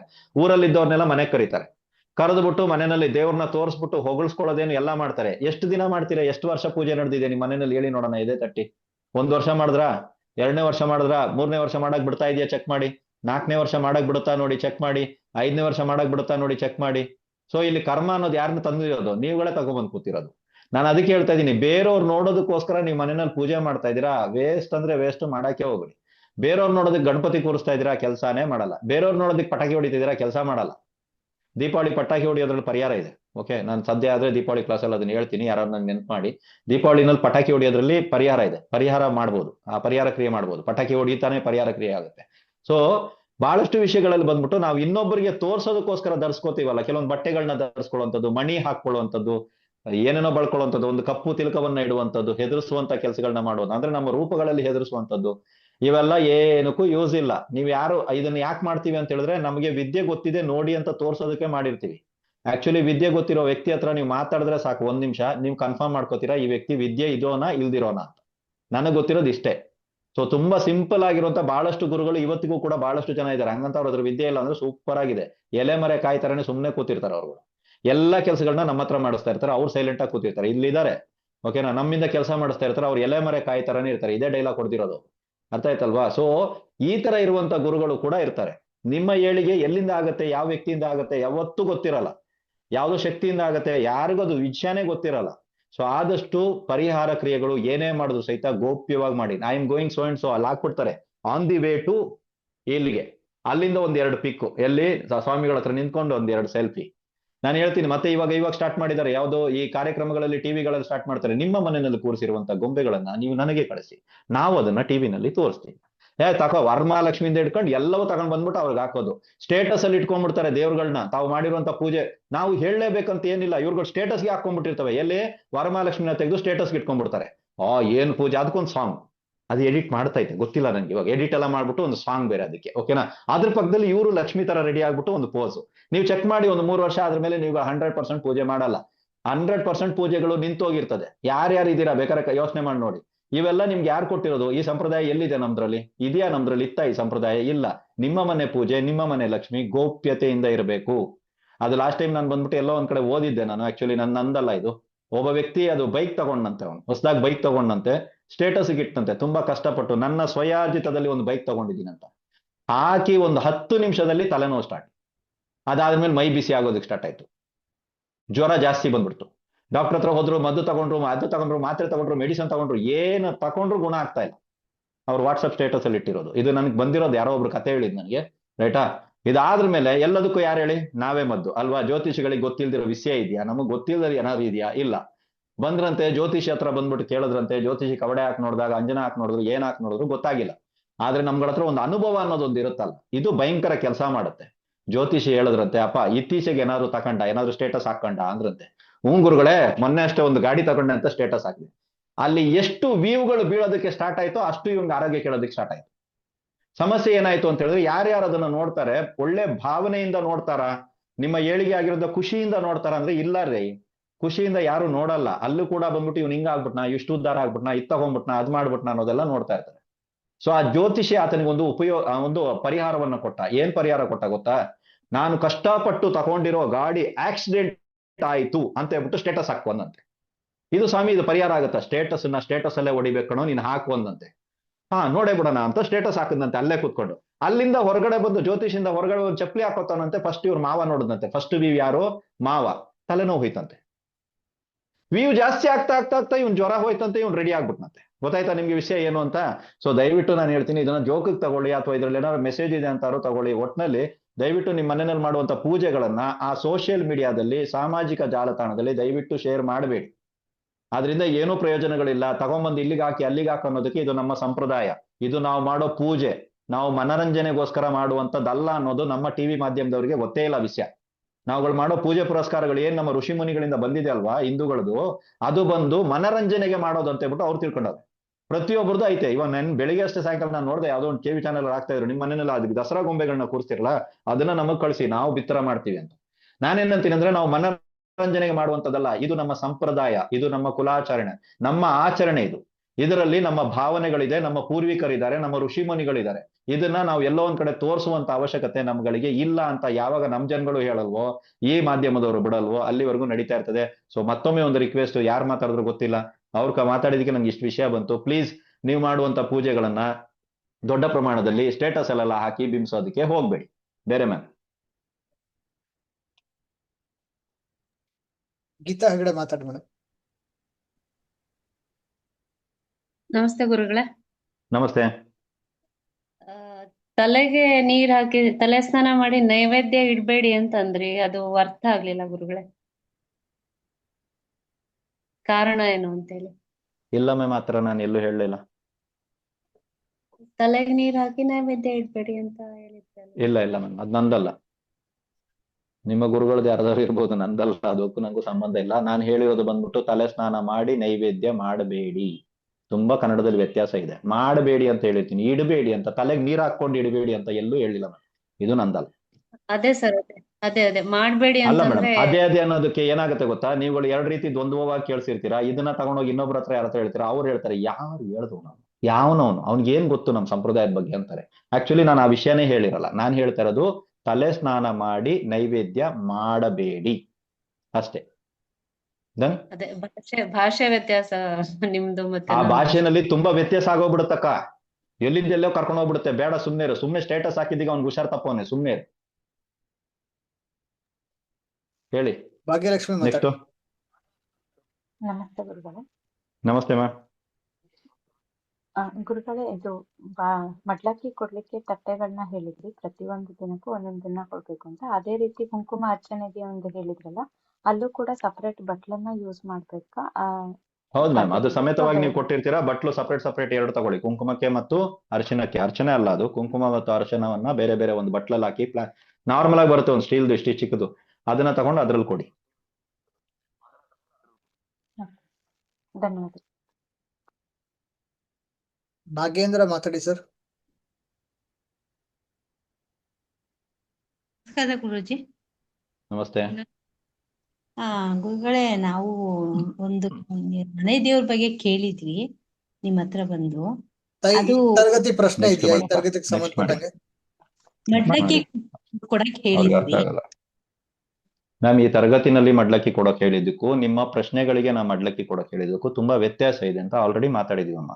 ಕಚೇರಿಗೆ ಸಂಪರ್ಕ ಮಾಡಿ ಏನಾದ್ರು ಡೌಟ್ಸ್ ಇದ್ರೆ ಅವ್ರು ಕ್ಲಿಯರ್ ಮಾಡಿ ಕೊಡ್ತಾರೆ ನಿಮ್ಗೆ. ಇದಕ್ಕೆ ಸಂಬಂಧಪಟ್ಟಿದ್ದು ಏನಾದ್ರು ಇದೆಯಾ? ಕಾರ್ತಿಕ್ ಮಾತಾಡಿ ಸರ್. ನಮಸ್ತೆ ಗುರುಗಳೇ. ನಮಸ್ತೆ. ಈ ಉಚ್ಚಾರಣೆ ಸಮಸ್ಯೆ ಇರೋದ್ರಿಂದ ಈ ಚಂಡಿಕಾ ಪಾರಾಯಣ, ಚಂಡಿಕಾ ಇದನ್ನು ಉಚ್ಚಾರಣೆ ಮಾಡೋದು ಸಮಸ್ಯೆ ಆಗೋದ್ರಿಂದ ಬರೀ ಪ್ರಾಯಶ್ಚಿತ್ತ ಸಂಕಲ್ಪ ಮಾಡಿ ಪ್ರತಿದಿನ ನಾನು ಕೂಡ ಮಡ್ಲಕ್ಕಿ ಕಲ್ಪಿಸಿದ್ರೆ ನಡೆಯುತ್ತಾ? ಅದೇಗ ಅದು ಪ್ರಥಮಂ ಶೈಲ ಪುತ್ರಿ ಚ ದ್ವಿತೀಯಂ ಬ್ರಹ್ಮಚಾರಿಣಿ, ಇದ್ರಲ್ಲಿ ಉಚ್ಚಾರಣೆ ಏನ್ ಪ್ರಾಬ್ಲಮ್ ಆಯ್ತು? ಅಲ್ಲ, ಅಕಸ್ಮಾತ್ ಆತರ ಆದ್ರೆ ತಪ್ಪಾಗಿ ಅಲ್ಲ, ನಾನೇ ಹೇಳ್ತೀನಿ ಎಲ್ಲಿದೆ ಅಂತ. ಅದಕ್ಕೆ ಪ್ರಾಯಶ್ಚಿತ್ತ ಮೊದ್ಲೇ ಕೊಟ್ಟಿರ್ತೀವಿ ಸರ್. ಸಾರಿ ಮೊದ್ಲೇ ಕೇಳ್ಬಿಟ್ಟಿರ್ತೀವಿ, ಬಾಂಬ್ ಮೊದ್ಲೇ ಇಟ್ಟಿರ್ತೀವಿ ನಾವು.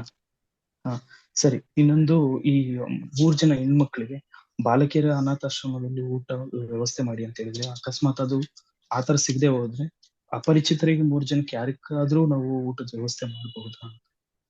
ಮಾಡ್ಬೋದು ಸರ್, ಫಲ ವ್ಯತ್ಯಾಸ ಆಗುತ್ತೆ ಅಷ್ಟೇ. ಸರಿ, ನಮಸ್ತೆ. ಓಕೆ, ಕುಸುಮ ಮಾತಾಡಿ ಮೇಡಮ್. ಸರ್ ನಮಸ್ತೆ. ನಮಸ್ತೆ. ಸರ್ ನಂಗೆ ಚಂಡಿ ಕವಚ ಬೇಕು, ಮತ್ತೆ ಗಣಪತಿ ಮಂತ್ರ 108 ಸರಿ ಹೇಳ್ಬೋದಾ?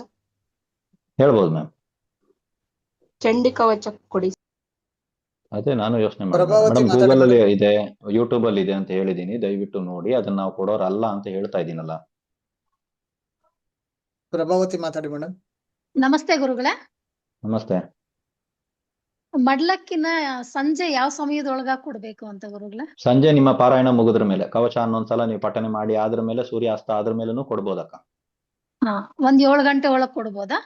7 ಗಂಟೆ ಒಳಗ್ ಕೊಡಿ, 8 ಗಂಟೆ ಒಳಗ್ ಕೊಡಿ. ದೇವಸ್ಥಾನ ಕ್ಲೋಸ್ ಆಗೋ ಮುಂಚೆ ಕೊಡಿ, ಇದು ಬೇರೆ ದಾರಿ ಇಲ್ಲ ನನಗೆ ಇವಾಗ. ಯಾಕಂದ್ರೆ ದೇವಸ್ಥಾನ ಓಪನ್ ಯಾವಾಗ ಆಗುತ್ತೆ, ಕ್ಲೋಸ್ ಯಾವಾಗ ಆಗುತ್ತೆ ಅಂತ ನನಗೇ ಗೊತ್ತಾಗ್ತಾ ಇಲ್ಲ.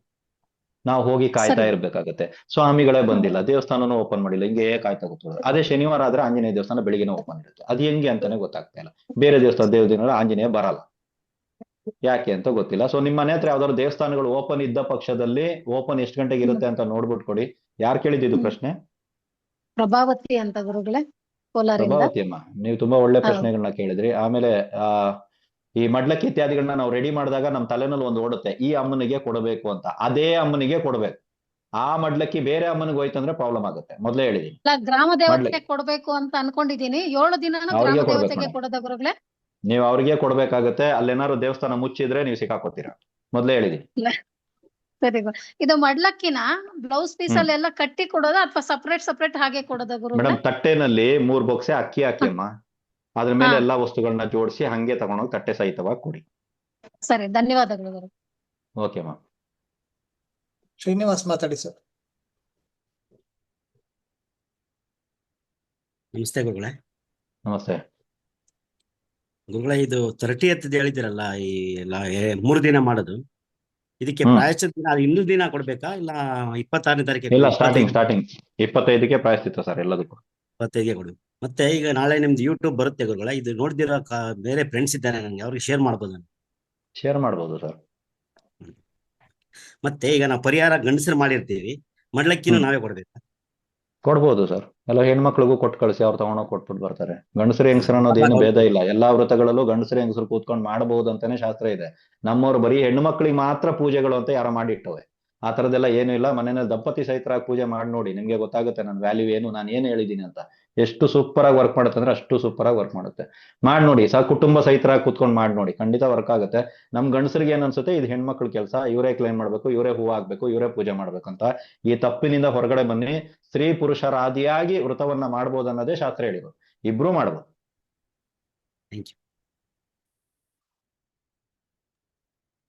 ಹರೀಶ್ ಕುಮಾರ್ ಮಾತಾಡಿ ಸರ್. ಗುರುಗಳೇ ನಮಸ್ತೆ. ಗುರುಗಳೇ ನಮಸ್ತೆ. 5ನೇ ಪರಿಹಾರಕ್ಕೆ ಸಂಬಂಧಪಟ್ಟಂತೆ ಈಗ ವರ್ಕಿಂಗ್ ಪ್ಲೇಸ್ ಅಲ್ಲಿ ಇದ್ದ ಕಾರಣಕ್ಕಾಗಿ ಈ ಚಂಡಿಕಾ ಪಾರಾಯಣ ಮಾಡಿ ಅನಂತರದಲ್ಲಿ ತಿಂಡಿ ಅಥವಾ ಊಟನ ಹೋಟೆಲ್ ನಲ್ಲಿ ತೆಗೆದುಕೊಂಡು ಹೋಗಿ ಸಂಬಂಧಪಟ್ಟಂತ 3 ಜನ ಸ್ತ್ರೀಯರಿಗೆ ಕೊಡಬಹುದಾಗುತ್ತದೆ ಅಂತ ಪ್ರಶ್ನೆ. ಅದನ್ನೇ ಹೇಳಿರೋದು, ಅದರಲ್ಲಿ ಹೊಸದಾಗಿ ಏನ್ ಹೇಳ್ತಾ ಇದ್ದೀರಾ?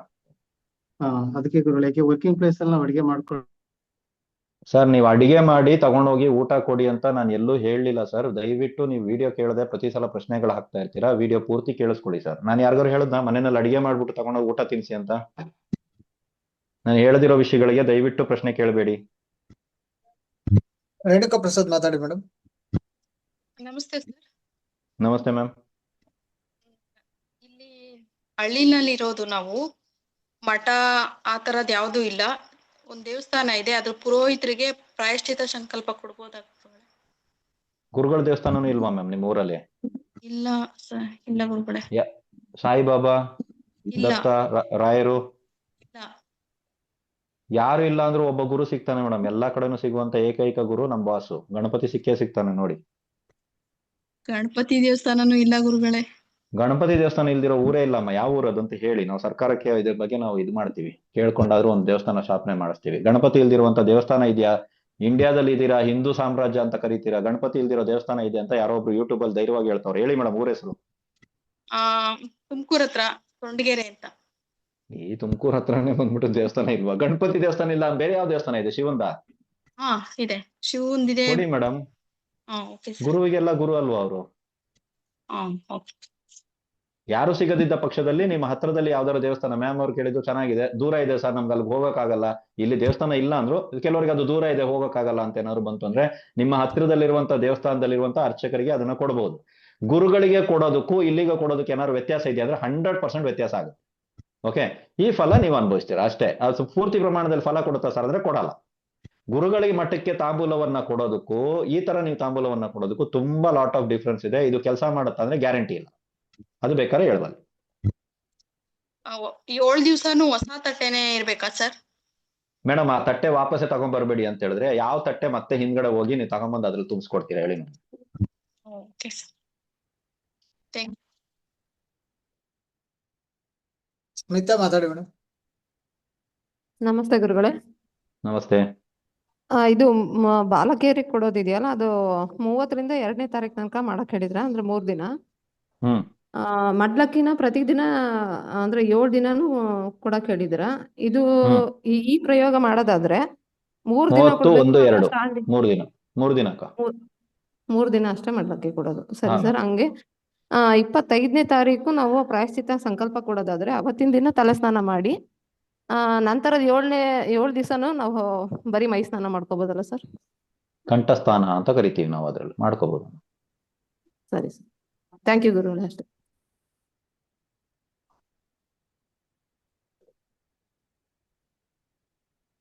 ತುಳಸಿ ಮೇಡಮ್ ಮಾತಾಡಿ. ನಮಸ್ತೆ ಸರ್. ನಮಸ್ತೆ ಅಮ್ಮ.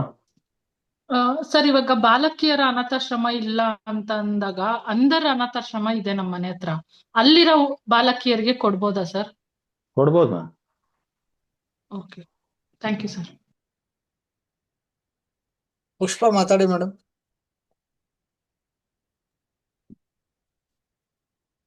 ಹಲೋ, ನಮಸ್ತೆ ಗುರು. ನಮಸ್ತೆ, ಹೇಳಿ ಅಮ್ಮ. ಗುರುಜಿ, ನಮ್ಮ ಊರಲ್ಲಿ ಅಖಂಡ ದೀಪ ಅಂತ ಹಾಕ್ತಾರೆ ಗುರುಜಿ. ಅದು ದೇವಿ ಅಖಂಡ ದೀಪ ಹಾಕಿದ್ರಿಂದ ದೇವಿ ಬಾಗ್ಲು ತೆಗೆದಿರ್ತದೆ, ಬಟ್ ಆದ್ರೆ ಸಂಜೆ ಬೆಳಗ್ಗೆ ಅಷ್ಟೊತ್ತಿಗೆ ಇರುತ್ತೆ, ಬಟ್ಟೆ ಮುಚ್ಚಿರ್ತಾರೆ ಗುರುಜಿ. ನಾವ್ ಮಡ್ಲಕ್ಕಿ ಹೇಗ್ ಕೊಡೋದು ಅಂತ? ಅದು ನಿಮ್ಮ ದೇವಸ್ಥಾನದಲ್ಲಿ ಕೇಳಿ ಅಮ್ಮ. ಈ ತರ ನೀವು ಇಟ್ಟಾಗ ನಾವು ಮಡ್ಲಕ್ಕಿ ಹೇಗ್ ಕೊಡ್ಬೇಕು ಅನ್ನೋದನ್ನ ದೇವಸ್ಥಾನದವ್ರು ನಿಮ್ಗೆ ತಿಳಿಸ್ತಾರೆ. ಅಲ್ಲ, ದೇವಿ ಮುಖ ಕಾಣಿಸಲ್ಲ ಗುರುಜಿ, ಅವ್ರು ಬಟ್ಟೆ ಹಾಕಿರ್ತಾರೆ. ಮ್ಯಾಮ್, ನೀವು ಅಲ್ಲಿ ಮಡ್ಲಕ್ಕಿನ ದೇವಸ್ಥಾನದಲ್ಲಿರುವಂತ ಅರ್ಚಕರಿಗೆ ಕೊಡ್ತೀರಾ ಮೇಡಮ್, ದೇವಿ ಮುಖಕ್ಕೆ ಅಲ್ವೇ ಅಲ್ಲ. ದೇವಸ್ಥಾನದಲ್ಲಿ ಮಡ್ಲಕ್ಕಿನ ಕೊಡಿ ಅಮ್ಮ, ದೇವಿಗಲ್ಲ. ಕಡೆ ಪ್ರಶ್ನೆ ವಿರೂಪಾಕ್ಷ ಮಾತಾಡಿ ಸರ್. ಗುರುಗಳೇ ನಮಸ್ಕಾರ. ನಮಸ್ತೆ. ಇದು ಬಾಲಕಿಯರ ಅನಾಥಾಶ್ರಮ ಅಂತಿಲ್ಲ, ಇಲ್ಲಿ ಗೌರ್ಮೆಂಟ್ ಲೇಡೀಸ್ ಹಾಸ್ಟೆಲ್ ಇದೆ ಗುರುಗಳೇ, ಅವ್ರಿಗೆ ಏನಾದ್ರು ಊಟ ಎಲ್ಲ ಕೊಡ್ಬೋದು? ಕೊಡ್ಬೋದು ಸರ್, ಫಲ ವ್ಯತ್ಯಾಸ ಆಗುತ್ತೆ ಅಷ್ಟೇ. ನಾನು ಏನ್ ಹೇಳಿದೀನಿ ಅದನ್ನ ಬಿಟ್ಟು ಬೇರೆ ಎಲ್ಲಾದ್ರೂ ಕೊಟ್ರಿ ಅಂದ್ರೆ, ಇವಾಗ ಅಂಕಲ್ನ ಅಪ್ಪ ಅಂತ ಕರೆಯಕ್ ಹೋದೆ ಸರ್, ಏನಾದ್ರು ಆಗುತ್ತಂದ್ರೆ ಆಗುತ್ತೆ, ಫಲ ವ್ಯತ್ಯಾಸ ಆಗುತ್ತೆ ಅಷ್ಟೇ. ಅರ್ಥ ಆಯ್ತಾ? ಸೊ ಇಲ್ಲಿ ಯಾಕೆ ಹೇಳಿದೀವಿ ಬಾಲಕಿಯ ಅನಾಥಾಶ್ರಮವನ್ನ ಯಾಕೆ ಯೂಸ್ ಮಾಡ್ತಾ ಇದೀವಿ, ಇಲ್ಲಿ ಬೇರೆದನ್ನ ಯಾಕೆ ಯೂಸ್ ಮಾಡ್ತಾ ಇದೀವಿ ಅನ್ನೋದಕ್ಕೆ ಬಹಳ ವ್ಯತ್ಯಾಸ ಇದೆ. ನೀವು ಅಲ್ಲಿ ವ್ಯತ್ಯಾಸ ಮಾಡಿ ಕೊಟ್ಬಿಟ್ಟು ಫಲ ವ್ಯತ್ಯಾಸ ಆಯ್ತು ಅಂದ್ರೆ ನಾವೇನು ಹೇಳಕ್ಕಾಗಲ್ಲ. ನೀವು ಕೊಡುವಂಥದ್ದನ್ನ ನಾವು ಹೇಳಿದ್ದನ್ನ ಮಾಡಿ, ಸರ್ ಅದಾಗಲ್ಲ, ನಾನು 6 ಪರಿಹಾರ 7 ಪರಿಹಾರ ಕೊಟ್ಟಿದ್ದೀನಿ, ಅದ್ರಲ್ಲಿ ಯಾವ್ದು ಸಾಧ್ಯ ಇದೆ, ಇದಾಗಲ್ಲ, ಬಾಲಕಿಯರ್ದು ಆಗ್ತಾ ಇಲ್ವಾ, ನೋ ಪ್ರಾಬ್ಲಮ್, ಬೇರೆ ಯಾವ್ದು ಕೊಡಕ್ಕಾಗುತ್ತೆ ಅನ್ನೋದನ್ನ ನೋಡಿ, ಅದನ್ನ ನೋಡ್ಕೊಂಡು ಕೊಡಿ. ಸೊ ಆವಾಗ ಅದು ಖಂಡಿತವಾಗ್ಲೂ ಆಗುತ್ತೆ. ಬೇರೆ ಯಾವ್ದಿದೆ ಅನ್ನೋದನ್ನ ನೋಡ್ಕೊಂಡು ಕೊಡಿ. ಅದರಲ್ಲಿ ನಿಮ್ಗೆ ಯೂಸ್ಫುಲ್ ಆಗಿರೋದು ಯಾವ್ದಿದೆ ಸರ್, ಇದ್ರಲ್ಲಿ ಪರಿಹಾರ ಕ್ರಿಯೆ ಯಾವ್ದು ಮಾಡಿದ್ರೆ ನಾನು ಸಕ್ಸಸ್ ಆಗ್ತೀನಿ ಅಂತ ಯಾರಿಗಾರು ಡೌಟ್ ಇತ್ತು ಅಂದ್ರೆ ವೆರಿ ಸಿಂಪಲ್. ಇಷ್ಟು ಪರಿಹಾರ ಕ್ರಿಯೆಗಳನ್ನ ನೀವು ಕೇಳಿಸ್ಕೊಳ್ಳುವಾಗ ಇದನ್ನ ಮಾಡಿದ್ರೆ ನಾನು ಚೆನ್ನಾಗಿರ್ತೀನಿ, ಇದು ನನಗೆ ಕೆಲಸ ಮಾಡುತ್ತೆ ಅಂತ ಇಲ್ಲೊಂದು ಮೆಸೇಜ್ ಬರುತ್ತೆ. ಇದ್ರೊಳಗಡೆ ಯಾರೋ ಕೂತ್ಕೊಂಡು ಮಾತಾಡಲ್ಲ, ಇವೆಲ್ಲ ಕಟ್ಟುಕತೆಗಳು. ಇಲ್ಲೊಂದು ಮೆಸೇಜ್ ಬರುತ್ತೆ ನಿಮ್ಗೆ, ಇದಾಗುತ್ತೆ, ಯಾಕೋ ಇದಾಗುತ್ತೆ ಅನ್ಸುತ್ತೆ, ಇದರಿಂದ ನನ್ನ ಲೈಫ್ ಚೇಂಜ್ ಆಗುತ್ತೆ ಅಂತ ನಿಮ್ಗೆ ಒಂದು ಮೆಸೇಜ್ ಪಾಸ್ ಆಗುತ್ತೆ. ನೀವು ಎಂತವ್ರೇ ಇರಿ, ಏನೇ ಮಾಡೋರು ಇರ್ಲಿ, ಮಾಡದೇ ಇರೋರು ಇರ್ಲಿ, ಅನುಷ್ಠಾನ ಇರ್ಲಿ ಇಲ್ದೇ ಇರ್ಲಿ, ಎಲ್ಲರಿಗೂ ಒಂದು ಮೆಸೇಜ್ ಪಾಸ್ ಆಗುತ್ತೆ. ಆ ಪರಿಹಾರ ಕ್ರಿಯೆಗಳನ್ನ ಏಕಾಗ್ರತೆಯಿಂದ ಕರೆಕ್ಟ್ ಆಗಿ ಮಾಡ್ಕೊಂಡ್ ಬನ್ನಿ, ಆ ಪರಿಹಾರ ಕೆಲಸ ಮಾಡುತ್ತೆ. ಇಷ್ಟರಲ್ಲಿ ಯಾವ್ದು ಮಾಡ್ಲಿ ಸರ್, ಆ ಪರಿಹಾರ ಕೆಲಸ ಮಾಡುತ್ತೆ. ಇದನ್ನ ಮನ್ಸಲ್ಲಿ ಹಾಕೊಳ್ಳಿ. ಬರೀತಾ ಇರುವಾಗ ಕೂತಿದ್ದೀರಾ, ಮಾತಾಡ್ತಾ ಇದ್ದೀರಾ, ನಾನು ಮಾತಾಡ್ತಾ ಇರುವಾಗ ನಿಮ್ಗೆ ಅನ್ಸುತ್ತೆ ಇಷ್ಟರಲ್ಲಿ ಈ ಪರಿಹಾರ ಯಾಕೋ ಸಕ್ಕತ್ತಾಗಿದೆ ಅನ್ಸುತ್ತೆ, ನಮಗೂ ಈಸಿ ಇದೆ, ಇದು ಮಾಡ್ಬೋದು, ಇದು ಮಾಡಿದ್ರೆ 100% ಕೆಲಸ ಆಗುತ್ತೆ ಅಂತ ಯಾಕೋ ಒಂದು ಇನ್ನರ್ ಗಟ್ ಫೀಲ್ ಪಕ್ಕ ಆಗುತ್ತೆ. ಯಾಕೋ ನಮ್ಗೊಂದು ಇಂಟ್ಯೂಷನ್ ಪವರ್ ಎಸ್ ಅಂತ ಇದೆ, 100% ಆಗುತ್ತೆ. ಯಾವ ಕೆಲಸ ಮಾಡಿದ್ರೆ ಇದಾಗುತ್ತೆ. ಇದನ್ನ ಬಿಟ್ಟು ಇವಾಗ ಬೇರೆ ಯಾವ್ದಾರು ಮಾಡಿದ್ರೆ ಅದು ಕೆಲಸ ಮಾಡಲ್ಲ. ಸೊ ಪರಿಹಾರ ಕ್ರಿಯೆಗಳನ್ನ ಮಾಡುವಾಗ ಒಂದೇ ಒಂದು ಯೋಚನೆಯಲ್ಲಿ ಮತ್ತೆ ಪರಿಹಾರ ಕ್ರಿಯೆಗಳನ್ನ ಮಾಡುವಾಗ ಇನ್ನೊಂದು ಪರಿಹಾರ ಕ್ರಿಯೆಗಳ ಕಡೆಗೆ ನೀವು ಗಮನ ಹರಿಸಿದಾಗ ಈ ಪರಿಹಾರ ಕ್ರಿಯೆ ಸ್ಥಗಿತ ಆಗುತ್ತೆ, ಸ್ಟಾಪ್ ಆಗುತ್ತೆ. ಈ ಪರಿಹಾರ ಕ್ರಿಯೆ ಅಲ್ಲಿಗೆ ನಿಂತೋಗ್ಬಿಡುತ್ತೆ. ಫಾರ್ ಎಕ್ಸಾಂಪಲ್, ಯಾರಾದ್ರೂ ಇವಾಗ ಬಂದ್ಬಿಟ್ಟು ಚಂಡಿ ಪಾರಾಯಣ ಮಾಡ್ತಾ ಇದ್ದೀರಾ ಅಂತ ತಿಳ್ಕೊಳ್ಳಿ. ಫಾರ್ ಎಕ್ಸಾಂಪಲ್, ಲಲಿತಾ ಸಹಸ್ರನಾಮ ಪಾರಾಯಣ ಮಾಡ್ತಾ ಇದ್ದೀರಾ, ಸುಂದರಕಾಂಡ ಪಾರಾಯಣ ಮಾಡ್ತಾ ಇದ್ದೀರಾ, ಅನುಷ್ಠಾನ ಅಂತ ಯಾರೋ ಒಬ್ರು ಅವಾಗಲೇ ಮಾತಾಡಿದ್ರು, ಅನುಷ್ಠಾನ ಮಂತ್ರಜಪ ಇತ್ಯಾದಿಗಳನ್ನ ನೀವು ಮಾಡ್ತಾ ಇದ್ದೀರಾ, ದೇವಿ ಮಹಾತ್ಮೆ ಓದ್ತಾ ಇದ್ದೀರಾ. ಓಕೆ, ಇದರ ಜೊತೆಗೆ ಈ ಪರಿಹಾರ ಕ್ರಿಯೆ ಮಾಡಿದಾಗ ಏನಾಗುತ್ತೆ ಸರ್ ಅಂದ್ರೆ ಕೆಲಸ ಮಾಡಲ್ಲ, ಇದು ಕೆಲಸ ಮಾಡಲ್ಲ. ಓಕೆನಾ, ಅದು ನೆನ್ಪಿಟ್ಕೊಳ್ಳಿ. ಸೊ ಅದಕ್ಕೆ ನಾನು ಹೇಳೋದು, ಈ ತರ ಪ್ರಶ್ನೆ ಇವಾಗ ಇಷ್ಟೊತ್ತಲ್ಲಿ ಬಂತ ಅಂದ್ರೆ ಈ ಪ್ರಶ್ನೆ ಬಂದಿರಲ್ಲ. ಈ ಪ್ರಶ್ನೆ ಇವಾಗ ನಾನು ಕೇಳೋದಲ್ಲ, ಈ ಪ್ರಶ್ನೆ ನಿಮ್ಗಳಿಗೆ ತಲೆಗೂ ಕೂಡ ಹೋಗಿರಲ್ಲ. ಅದು ಏನೇ ಮಾಡಿದ್ರು ಸಹಿತ ಬೇರೆ ಬೇರೆ ಪ್ರಶ್ನೆಗಳು ಬರ್ತಾ ಇರ್ತವೆ ಹೊರತು ಈ ತರ ವಿಚಾರವಾಗಿರುವಂತ ಪ್ರಶ್ನೆಗಳು ಬರಲ್ಲ. ಗೊತ್ತಾಯ್ತಾ? ಸೊ ಈ ತರ ವಿಚಾರ ಪ್ರಶ್ನೆಗಳು ಯಾರಿಗೆ ಬರುತ್ತೆ ಅಂದ್ರೆ, ನಾನು ತುಂಬಾ ಸಲ ಹೇಳ್ತೀನಿ, ಯಾರಿಗಾರ ಅನುಷ್ಠಾನ ಇತ್ತು, ಹಿಂದ್ಗಡೆ ದೈವ ಇತ್ತು ಅಂದ್ರೆ ಮಾತ್ರನೇ ಪ್ರಶ್ನೆಗಳು ಬರುತ್ತೆ ಕರೆಕ್ಟ್ ಆಗಿರುವಂತದ್ದು. ನೀವು ಈ ಪಾರಾಯಣ ಇತ್ಯಾದಿಗಳನ್ನ ಮಾಡ್ತಾ ಇದ್ದೀರಾ, ನಿಮ್ಮ ನಿತ್ಯದವಾಗಿ ನೀವು ಉಪದೇಶವಾಗಿರುವಂತ ಮಂತ್ರ ಜಪ ಮಾಡ್ತಾ ಇದ್ದೀರಾ, ಅನುಷ್ಠಾನ ಇದೆ ನಿಮ್ದು ಅಂದಾಗ ನಾವು ಕೊಟ್ಟಂತ ಪರಿಹಾರ ಕ್ರಿಯೆಗಳು ಕೆಲಸ ಮಾಡ್ತಾವ ಅಂದ್ರೆ ಮಾಡಲ್ಲ. ಯಾಕೆ ಮಾಡಲ್ಲ ಅಂತ ಯಾರಾದ್ರೂ ಪ್ರಶ್ನೆ ಕೇಳಿದ್ರೆ ಖಂಡಿತವಾಗ್ಲೂ ನಾನು ಹೇಳ್ತಾ ಇದ್ದೆ ಯಾಕೆ ಮಾಡಲ್ಲ ಅಂತ ನಾನೇ ಹೇಳ್ತೀನಿ ಅದಕ್ಕೆ. ಸೊ ಬಟ್ ನೀವುಗಳು ಬಂದ್ಬಿಟ್ಟು ಈ ತರದ ಪ್ರಶ್ನೆಗಳನ್ನ ಕೇಳೋದನ್ನ ಮಾಡಿ ಫಸ್ಟ್. ಅದನ್ನ ಬಿಟ್ಕೊಂಡು ನೀವು ಕೇಳಿರೋ ಪ್ರಶ್ನೆಗಳೆಲ್ಲ ನಾರ್ಮಲ್ ಪ್ರಶ್ನೆಗಳು ಆಗಿತ್ತು, ರೈಟಾ? No problem. ಸೊ ಯಾರಾದ್ರೂ ಈ ಪ್ರಶ್ನೆಗಳು ಇವಾಗಿನವರೆಗೂ ನನ್ನ ಪ್ರಕಾರ ಓಕೆ ಇದೆ ಅನ್ಸುತ್ತೆ. ಮತ್ತೆ ನಾನು ಈ ಸಲ ಬಂದ್ಬಿಟ್ಟು ತುಂಬಾ ಈಸಿ ಆಗಿರುವಂತ ಪರಿಹಾರ ಕ್ರಿಯೆ ಇತ್ಯಾದಿಗಳನ್ನ ಕೊಟ್ಟಿದ್ದೀನಿ ಅಂತ ಅನ್ಕೋತೀನಿ. ಸೊ ಇದನ್ನ ಮಾಡಿ. ಇವಾಗ ಈ ಪರಿಹಾರ ಕ್ರಿಯೆಗಳನ್ನ ನೀವು ಮಾಡ್ತಾ ಇದ್ದೀರಾ, ನಿಮ್ಮ ಜೀವನದಲ್ಲಿ ಏನಾದ್ರು ಬದಲಾವಣೆ ಆಯ್ತು, ಇದನ್ನ ಮಾಡಿ ಅಂತ ಇನ್ನೊಬ್ಬರಿಗೆ ಪ್ಲೀಸ್ ಸಜೆಸ್ಟ್ ಮಾಡಬೇಡಿ. ವಿಡಿಯೋ ಶೇರ್ ಮಾಡ್ಬೋದಾ ಸರ್, ಅದೆಲ್ಲ ಬೇರೆ ವಿಷಯ, ಅದ್ರಲ್ಲಿ ನಾನೇ ಹೇಳಿರ್ತೀನಲ್ವಾ, ನೀವಂತೂ ಹೇಳಿರಲ್ಲ. ತುಂಬಾ ವ್ಯತ್ಯಾಸ ಇದೆ. ಯಾವುದೇ ಗುರುಗಳ ಹತ್ರ ನೀವು ಹೋದಾಗ ಒಬ್ಬ ಗುರು ನಿಮ್ಮನ್ನ ನಂಬ್ಕೊಂಡು ಒಂದು ಪರಿಹಾರ ಕ್ರಿಯೆ ಕೊಡ್ತಾರೆ ಅಂತ ತಿಳ್ಕೊಳ್ಳಿ, ನನ್ನ ಬಿಟ್ಟಾಕಿ ಕೊಡ್ತಾರೆ ಅಂತ ಹೇಳಿದ್ರೆ ಮತ್ತೊಮ್ಮೆ ನೀವು ಅದೇ ಕಷ್ಟದಲ್ಲಿರುವಂತ ಇನ್ನೊಬ್ಬ ವ್ಯಕ್ತಿಗೆ ಆ ಪರಿಹಾರ ಕ್ರಿಯೆ ಕೊಡಂಗಿಲ್ಲ. ಅವ್ರನ್ನ ಕರ್ಕೊಂಡ್ಬಂದು ನಿಮ್ಮ ಗುರುಗಳ ಹತ್ರ ಬಿಟ್ಟು, ಗುರುಗಳೇ ಈ ತರ ಸಮಸ್ಯೆ ಇದೆ, ಅದೇನಂತ ನೀವು ನೋಡ್ಕೊಳ್ಳಿ ಅಂತ ನೀವು ಕೈ ಜಾರ್ಬಿಡ್ಬೇಕು. ಇದು ಪಕ್ಕ ಪರ್ಫೆಕ್ಟ್ ಆಗಿ ಕೆಲಸ ಮಾಡುತ್ತೆ. ಒಂದು. ಎರಡನೇದು, ಗುರು ತಾಂಬೂಲವನ್ನ ಕೊಡುವಾಗ, ಪ್ರಾಯಶ್ಚಿತ್ತ ಸಂಕಲ್ಪ ಕೊಡುವಾಗ ಇಟ್ಕೊಂಡು ಪಠಿಸ್ತಾ ಇದ್ದೀನಿ, ರಾಯರ್ ಮಠಕ್ಕೆ ಕೊಡ್ಬೇಕು ಅಂತ ಮೆಸೇಜ್ ಪಾಸ್ ಆಗ್ತಾ ಇದೆ, ಸಾಯಿಬಾಬನ್ ಕೊಡ್ಬೇಕು ಅಂತ ಮೆಸೇಜ್ ಪಾಸ್ ಆಗ್ತಾ ಇದೆ. ನಿಮ್ಗೆ ಯಾವ ಮೆಸೇಜ್ ಪಾಸ್ ಆಯ್ತೋ ಅವರಿಗೆ ಕೊಡ್ಬೇಕು. ರಾಯರ್ ಮಠದ ಹತ್ರ ಹೋದೆ ಸರ್, ಮಠ ಮುಚ್ಚಿತ್ತು, ಕ್ಲೋಸ್ ಆಗಿತ್ತು, ನಾನು ಇನ್ನೊಂದ್ ಕಡೆ ಹೋಗಿ ಕೊಟ್ಟೆ, ಪ್ರಾಯಶ್ಚಿತ್ತ ಸಂಕಲ್ಪದಿಂದಲೇ ಸಮಸ್ಯೆ ಆಗುತ್ತೆ. ಮತ್ತೆ ಹೇಳ್ತಾ ಇದ್ದೀನಿ, ರೆಕಾರ್ಡಿಂಗ್ ಅಲ್ಲಿ ಇದೆ ನನ್ನ ಮಾತು, ಪ್ರಾಯಶ್ಚಿತ್ತ ಸಂಕಲ್ಪದಿಂದನೇ ಸಮಸ್ಯೆ ಆಗುತ್ತೆ. ರಾಯರ ಮಠದಲ್ಲಿ ಸೋ ಅಂಡ್ ಸೋ ವ್ಯಕ್ತಿ ಇದ್ದಾರೆ, ನಮ್ಗೊಬ್ರು ಗೊತ್ತಿರ್ತಾರಲ್ಲ, ಯಾರಾದ್ರೂ ಒಬ್ರು. ಉದಾಹರಣೆಗೆ ಹೇಳ್ತಾ ಇದ್ದೀನಿ ರಾಯರ ಮಠವನ್ನ. ಓಕೆ, ಸಾಯಿಬಾಬಾ ಟೆಂಪಲ್ ಅಲ್ಲಿ ಹೋಗ್ತಾ ಇದ್ದೀರಾ ನೀವು, ಅಲ್ಲೊಬ್ರು ಗೊತ್ತಿರ್ತಾರೆ ನಮ್ಗೆ, ಅರ್ಚಕರು, ತುಂಬಾ ಗೊತ್ತಿರುವಂತ ಅರ್ಚಕರು. ಇವ್ರಿಗೆ ಕೊಡ್ಬೇಕು ಅಂತ ನೀವು ಅನ್ಕೊಂಡಿರ್ತೀರಾ. ಕಾಕತಾಳೀಯವಾಗಿ ನೀವು ಅವತ್ತು ಹೋದಾಗ ಅವ್ರು ಇರಲ್ಲ, ಅವ್ರ ಕಾರ್ಯಕ್ರಮ ನಿಮಿತ್ತ ಹೊರಗಡೆ ಹೋಗಿರ್ಬೋದು ಸ್ವಾಮಿಗಳು, ಅಥವಾ ಅವತ್ತಿನ ದಿವಸ ಅವ್ರದ್ದು ರಜೆ ಇರ್ಬೋದು, ಅಥವಾ ಅವ್ರ ಊರಿಗೆ ಹೋಗಿದ್ದಾರೆ ಅಂತ ತಿಳ್ಕೊಳ್ಳಿ. ಈ ಪ್ರಾಯಶ್ಚಿತ್ತ ಸಂಕಲ್ಪವನ್ನ ಏನ್ ಮಾಡ್ಬೇಕು? ಇದು ಪ್ರಶ್ನೆ ಬಂದಿಲ್ಲ. ಈ ತರ ಪ್ರಶ್ನೆಗಳೆಲ್ಲ ಯಾರಿಗೂ ಹೊಳೆಯೋದೇ ಇಲ್ಲ ಆಕ್ಚುಲಿ ನನ್ನ ಪ್ರಕಾರ. ಅದೇ ರೀತಿ ನೀವು ಮಾಡಿರುವಂತ ಮಡ್ಲಕ್ಕಿ, ಈ ಮಡ್ಲಕ್ಕಿಯನ್ನ ಬಂದ್ಬಿಟ್ಟು ಇಂಥದ್ದೇ ತಾಯಿಗೆ ಕೊಡಬೇಕು ಅಂತ ನೀವು ಅನ್ಕೊಂಡಾಗ ಕಾಕತಾಳೀಯವಾಗಿ, ನಾನು ಇದ್ದೇ ಇರುತ್ತೆ ಅಂತ ಹೇಳ್ತಾ ಇಲ್ಲ, ಸಪೋಸ್ ತಿಳ್ಕೊಳ್ಳಿ ನೀವು ಹೋಗುವಷ್ಟರಲ್ಲಿ ದೇವಸ್ಥಾನ ಕ್ಲೋಸ್ ಆಗಿತ್ತು, ಸ್ವಲ್ಪ ಇದಾಗಿರುವಂತ ಜಾಗ ಇದೆ, ಮಗ ಬರ್ಲಿ ಗಾಡಿನಲ್ಲಿ ಹೋಗ್ಬಿಟ್ಟು ಕೊಟ್ಬಿಟ್ಟು ಬರೋಣ, ಯಜಮಾನ್ರು ಬರ್ಲಿ ಅವ್ರ ಜೊತೆ ಗಾಡಿನಲ್ಲಿ ಹೋಗ್ಬಿಟ್ಟು ಕೊಟ್ಬಿಟ್ಟು ಬರೋಣ ಅಂತ ನೀವು ಕೂತಿರ್ತೀರಾ ತಾಯಿಂದ್ರು. ಒಂದು ಉದಾಹರಣೆ. ಓಕೆ, ನೀವು ಅವ್ರು ಬಂದು ನೀವು ಹೋಗೋಷ್ಟರಲ್ಲಿ ಮುಚ್ಚಿತ್ತು, ಇವ್ರಿಗೆ ಕೊಡ್ಬೇಕು ಇವತ್ತು ಅಂತ ನೀವು ಇಟ್ಟಿರೋ ಇದು ಮಡ್ಲಕ್ಕಿ, ಇದನ್ನ ತಪ್ಪಿ ಬೇರೆ ದೇವಸ್ಥಾನದಲ್ಲಿ ನೀವೇನಾದ್ರು ಕೊಟ್ರೆ ನೀವು ಸಿಕ್ಕಾಕೋತೀರಾ. ಇದನ್ನ ಕರ್ಮ ಅಂತ ಕರೆಯೋದು ನಾನು. ಓಕೆನಾ? ಸೊ ಯಾವತ್ತೇ ಆಗಿರ್ಲಿ, ಯಾರೋ ಒಬ್ರು ಹೇಳಿದ್ರು ಏನೋ ಒಂದ್ ಮಾಡ್ತೀವಿ, ಹಾಗಾಗಲ್ಲ. ರೂಲ್ಸ್ ಇದೆ ಇದಕ್ಕೆ, ಇದೇ ತರ ಮಾಡ್ಬೇಕು, ಇವ್ರಿಗೆ ಕೊಡ್ಬೇಕು, ಹಿಂಗೆ ಆಗ್ಬೇಕು ಅಂತಿದ್ರೆ ಹಾಗೆ ಕೊಟ್ಟಾಗ ಮಾತ್ರನೇ ಸಮಸ್ಯೆ ಏನಾಗಲ್ವೇ, ಬೇರೆ ಏನಾದ್ರೂ ಆದ್ರೆ ಪ್ರಾಬ್ಲಮ್ ಆಗುತ್ತೆ. ಇವ್ರಿಗೆ ತಾಂಬೂಲ ಕೊಡ್ಬೇಕು, ಅವ್ರಿಗೆ ಕೊಡ್ಬೇಕು, ದಕ್ಷಿಣೆ ಇಂಥ ಗುರುಗಳಿಗೆ ಕೊಡ್ತೀನಿ, ಆ ಗುರುಗಳಿಗೆ ದಕ್ಷಿಣೆ ಕೊಡ್ಬೇಕು. ಗುರುಗಳು ಇವತ್ತಿಲ್ಲ, ಅವ್ರ ಬದಲಾಗಿ ಅವ್ರ ಶಿಷ್ಯನ್ ಕೊಡ್ಬೋದಲ್ಲ, ನೆಕ್ಸ್ಟ್ ಪೀಠಾಧಿಪತಿ ಕೊಡ್ಬೋದಲ್ಲ, ಕೊಡಂಗಿಲ್ಲ, ಕೊಡಬಾರ್ದು. ಆ ಸಮಯದಲ್ಲಿ ಏನು ಪ್ರಾಯಶ್ಚಿತ್ತ ಮಾಡ್ಕೋಬೇಕು, ಇದು ಗುರುಮುಖೇನವಾಗಿ ಕೇಳಿ ತಿಳ್ಕೊಳ್ಳಿ. ಈ ತರದೆಲ್ಲ ತುಂಬಾ ಜನ ಬಂದ್ಬಿಟ್ಟು ಇಲ್ದಿರೋ ಪ್ರಯೋಗಗಳನ್ನೆಲ್ಲ ಮಾಡ್ಬಿಟ್ಟು, ಇಲ್ದಿರೋ ಪೂಜೆಗಳನ್ನೆಲ್ಲ ಮಾಡ್ಕೊಂಡು ಸಿಕ್ಕಾಕೊಂಡ್ಬಿಟ್ಟವ್ರೆ. ನೀವು ಮಾಡುವಂತ ಪೂಜೆ ಪರಿಹಾರ ಪ್ರಯೋಗಗಳೇ ನಿಮ್ಮ ಜೀವನವನ್ನ ಹಾಳು ಮಾಡ್ತಾ ಇದೆ. ಆಕ್ಚುಲಿ ಇದು ಚೆನ್ನಾಗಿಲ್ವಾ ಸರ್ ಅಂದ್ರೆ ಸೂಪರ್ ಆಗಿದೆ. ನಾವು ಕ್ರಮವಾಗಿ ಮಾಡಲ್ವೇ? ಕೊಟ್ಟಿರೋ ಗುರುಗಳು ಸರಿಯಾಗಿ ಕೊಟ್ಟಿರ್ತಾರೆ, ನಾವು ಕ್ರಮವಾಗಿ ಮಾಡಲ್ಲ. ಈ ಕ್ರಮವಾಗಿ ಮಾಡೋದಕ್ಕೆ ಏನ್ ಮಾಡ್ಬೇಕು? ಇವಾಗ ನಾನು ಹೇಳಿದೆ, ಆ ಸನ್ನಿಧಿಗೆ ಬಂದ್ಬಿಟ್ಟು ತುಂಬಾ ಜನ ನೀವು ಕಳಿಸ್ತಾ ಇದ್ದೀರಾ, ಯಾರೋ ಒಬ್ಬ ವ್ಯಕ್ತಿ ಹೋದ, ನೀವು ಕಳಿಸಿರುವಂತ ಕ್ಲೈಂಟ್ ಹೋದ, ಅವನಿಗೆ ಏನೋ ಒಂದು ಸಮಸ್ಯೆ ಆಯ್ತು, ಅವನ ಮನೆಯಲ್ಲಿ ಏನೋ ಒಂದು ಡೆತ್ ಆಯ್ತು, ನೀವು ಜವಾಬ್ದಾರಿ ವಹಿಸ್ತೀರಾ? ಅವಾಗೆಲ್ಲ ನಾವು ಕೈ ಎತ್ಬಿಡ್ತೀವಿ. ನಾನ್ ಜವಾಬ್ದಾರಿ ವಹಿಸ್ತೀನಿ, ನಂದು ರೆಕಾರ್ಡಿಂಗ್ ಇದೆ, ನಾನು ಜವಾಬ್ದಾರಿ ವಹಿಸ್ತೀನಿ ಅಂತ ಕೈ ಎತ್ತಿದ್ದೀನಿ. ರೆಕಾರ್ಡಿಂಗ್ ಕೊಡಿ ಯಾರಿಗ್ ಬೇಕಾದ್ರು. ಇದು ಇದೆಯಾ ನಿಮ್ಮ ಹತ್ರ? ಈ ಪವರ್ ಇದೆಯಾ? ಮುಂದೆ ಬನ್ನಿ. ಪವರ್ ಇಲ್ವಾ? ಸುಮ್ಮನೆ ಕೂತ್ಕೋಬೇಕು. ನಿಮ್ದೇನಿದೆಯೋ ನೀವು ಮಾಡ್ಕೊಂಡು ಸೈಲೆಂಟ್ ಆಗಿ ಕೂತ್ಕೋಬೇಕು. ಅಲ್ಲೇನಾದ್ರು ಸಮಸ್ಯೆಗಳಾದ್ರೆ, ಏನಾದ್ರು ಪ್ರಾಬ್ಲಮ್ಗಳಾದ್ರೆ ಏನ್ ಮಾಡ್ತೀರಾ? ನಿಮ್ಗೇನಾದ್ರು ಇವಾಗ ನಿಮ್ ಜೊತೆನಲ್ಲಿ ಒಂದ್ 4 ಜನ ಬಂದಿದ್ದಾರೆ ಅಂತ ತಿಳ್ಕೊಳ್ಳಿ, ಒಬ್ರಿಗೆ ಯಾರಿಗೋ ಸಮಸ್ಯೆ ಆಯ್ತು, ನಿಮ್ ಜೊತೆನಲ್ಲೇ ಬಂದಿದ್ದಾರೆ, ಅವರು ಬಂದಿದ್ದಾರೆ, ನೀವು ಹೋಗಿದ್ರ, ಯಾರೋ ಒಬ್ರಿಗೆ ಸಮಸ್ಯೆ ಆಯ್ತು, ನೀವು ಮಾಡಿದ ಪರಿಹಾರ ಕ್ರಿಯೆ ಕೆಲಸ ಮಾಡುತ್ತಾ? ಮಾಡಲ್ಲ. ಪರಿಹಾರ ಕ್ರಿಯೆ ಕೆಲಸ ಮಾಡಲ್ಲ. ಈ ಸಮಸ್ಯೆ ಏನಾಗಿತ್ತು, ಇದು ನಿಮ್ಮ ಮನೆಯಲ್ಲಿ ಬರುತ್ತೆ. ಈ ಸಮಸ್ಯೆ ಬೇಕಾದ್ರೆ ಚೆಕ್ ಮಾಡಿ. ಈ ತರ ಕರೆಕ್ಟ್ ಆಗಿ ತಿಳಿದಿರುವಂತ ವ್ಯಕ್ತಿಗಳು ಗುರುಗಳ ಹತ್ರ ಹೋಗಿ ಕೇಳಿದಾಗ ನಿಮ್ಗೆ ವಿಷಯಗಳು ಸಿಗತ್ತೆ ಹೊರತು ಸರ್ ನಾನು ಹೋದೆ ನೀನು ಬಂದೆ ನಾನು ಬಂದೆ ಇದು ಹಿಂಗಾಗಲ್ಲ. ನೀವು ಇವಾಗ ಇಬ್ರು ವ್ಯಕ್ತಿಗಳು ಹೋಗಿದ್ದೀರಾ ಅಂತ ತಿಳ್ಕೊಳ್ಳಿ ಪರಿಹಾರ ಕ್ರಿಯೆ ಮಾಡೋದು. ಇಬ್ರು ವ್ಯಕ್ತಿಗಳು ನಾನೇ ಕಳಿಸಿದ ವ್ಯಕ್ತಿ, ಒಬ್ಬ ವ್ಯಕ್ತಿಗೆ ಪರಿಹಾರ ಕ್ರಿಯೆ ಮಾಡೋದು ನಿಮ್ ಜೊತೆನೆ ಬಂದಿದ್ದಾನೆ, ನಿಮ್ ಜೊತೆ ಕೂತಿದ್ದಾನೆ, ಸಡನ್ ಆಗಿ ಒಂದು ಕಾಲ್ ಬಂತು, ಸೊ ಅಂಡ್ ಸೊ ಇದರಲ್ಲಿ ನಿಮ್ಗೆ ಲಾಸ್ ಆಯ್ತು ಅಂತ. ಪರಿಹಾರ ಕ್ರಿಯೆ ಕೂತಿದ್ದೀನಿ, ಕಾಲ್ ಬಂತು, ನನ್ನ ಜೊತೆ ಇನ್ನೊಬ್ನು ಇದ್ದಾನೆ, ಇಬ್ರು ಒಟ್ಟಿಗೆ ಹೋಗಿದ್ದೀವಿ, ಇನ್ನೊಬ್ಬ ವ್ಯಕ್ತಿ ಜೀವನದಲ್ಲೂ ಲಾಸ್ ಆಗುತ್ತೆ. ಟ್ರೈ ಮಾಡಿ ನೋಡಿ, ಇಲ್ಲಿ ಏನ್ ನಡೀತೋ ಇದು ನಡೀತದೆ. ಸರ್ ಹಂಗಂದ್ರೆ ಪಾಸಿಟಿವ್ ಕೂಡ ನಡಿಬೇಕಾ ಸರ್? ಅಂದ್ರೆ ನಡೆಯಲ್ಲ, ನೆಗೆಟಿವ್ ಮಾತ್ರನೇ ನಡೀತದೆ. ಇದೇ ನಮ್ ಕರ್ಮ. ಅರ್ಥ ಆಯ್ತಲ್ವಾ? ಸೊ ಯಾವಾಗ್ಲೂ ಹೋಗುವಾಗ ನೀವು ಮಾತ್ರ ಹೋಗಿ, ತಪ್ಪಾದ್ರೂ ನಿಮ್ಮಿಂದನೇ ಆಗ್ಲಿ, ಎಡು ಬಿದ್ರು ನೀವೇ ಬಿದ್ದೇಳಿ, ನೀವೇ ಎದ್ದೇಳಿ. ಅವರಿಂದ ಬಿದ್ದೆ, ಇವರಿಂದ ಬಿದ್ದೆ, ಅವ್ರ ಜೊತೆಗೆ ಇರ್ಲಿಲ್ಲ ಅಂದ್ರೆ ನಾನು ಸಖತ್ತಾಗಿ ಮಾಡ್ಬಿಡ್ತಾ ಇದ್ದೆ, ಇಲ್ಲ ಅಂದ್ರೆ ನಾನು ಎಲ್ಲೋ ಹೋಗ್ಬಿಡ್ತಾ ಇದ್ದೆ, ಹಿಂಗೆಲ್ಲ ತುಂಬಾ ಜನ ಭ್ರಮೆನಲ್ಲಿ ಬದುಕ್ತಾ ಇದ್ದೀರಾ. ಆ ಭ್ರಮೆನಲ್ಲಿ ಇರಬೇಡಿ. ನೀವು ಮಾಡುವಂತ ಪರಿಹಾರ ಕ್ರಿಯೆ ಅಲ್ಲಿ ತಪ್ಪಾಯ್ತಾ, ಸರಿ ಬಿಡಿ, ಹೊಡ್ಸ್ಕೊಳ್ಳೋಣ. ತಪ್ಪಾಯ್ತಾ, ಸಾರಿ ಕೇಳೋಣ. ಯಾಕೆ? ನನ್ನಿಂದ ತಪ್ಪಾಗಿರೋದು ನಾನ್ ಕೇಳ್ತೀನಿ. ಆದ್ರೆ ನನ್ನ ಜೊತೆ 4 ಜನನ ಕರ್ಕೊಂಡು ಹೋಗ್ಬಿಟ್ಟು ಯಾರೋ ಒಬ್ಬರಿಂದ ತಪ್ಪಾಗಿದ್ದಕ್ಕೆ ಮಿಕ್ಕ 3 ಜನ ಅನುಭವಿಸ್ಕೊಂಡು ಸಾರಿ ಯಾಕೆ ಕೇಳ್ಬೇಕು? ಆ ಪರಿಹಾರ ಕ್ರಿಯೆ ಯಾಕೆ ಮಾಡ್ಬೇಕು ನಾವುಗಳು? ಅದನ್ನ ಯೋಚನೆ ಮಾಡಿ ನೋಡಿ.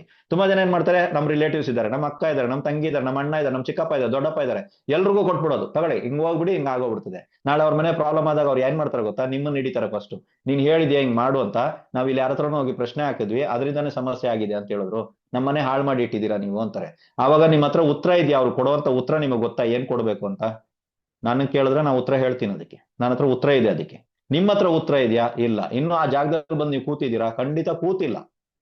ಕೂತಿದ್ದೀನಿ ಅಂತ ನೀವು ಅನ್ಕೋಬೇಡಿ. ದಯವಿಟ್ಟು ನೀವು ಅಲ್ಲಿ ಕೂತಿಲ್ಲ. ಅಲ್ಲಿ ಕೂತ್ಕೊಳ್ಳುವಂತ ಪ್ರಯತ್ನನೂ ಮಾಡಕ್ ಹೋಗ್ಬಿಡಿ. ದಯವಿಟ್ಟು ಫಸ್ಟ್ ನಿಮ್ಮ ಕರ್ಮಗಳನ್ನ ನೀವು ಕಳ್ಕೊಳ್ಳಿ. ನೀವು ಅದರಿಂದ ಹೊರಗಡೆ ಬನ್ನಿ.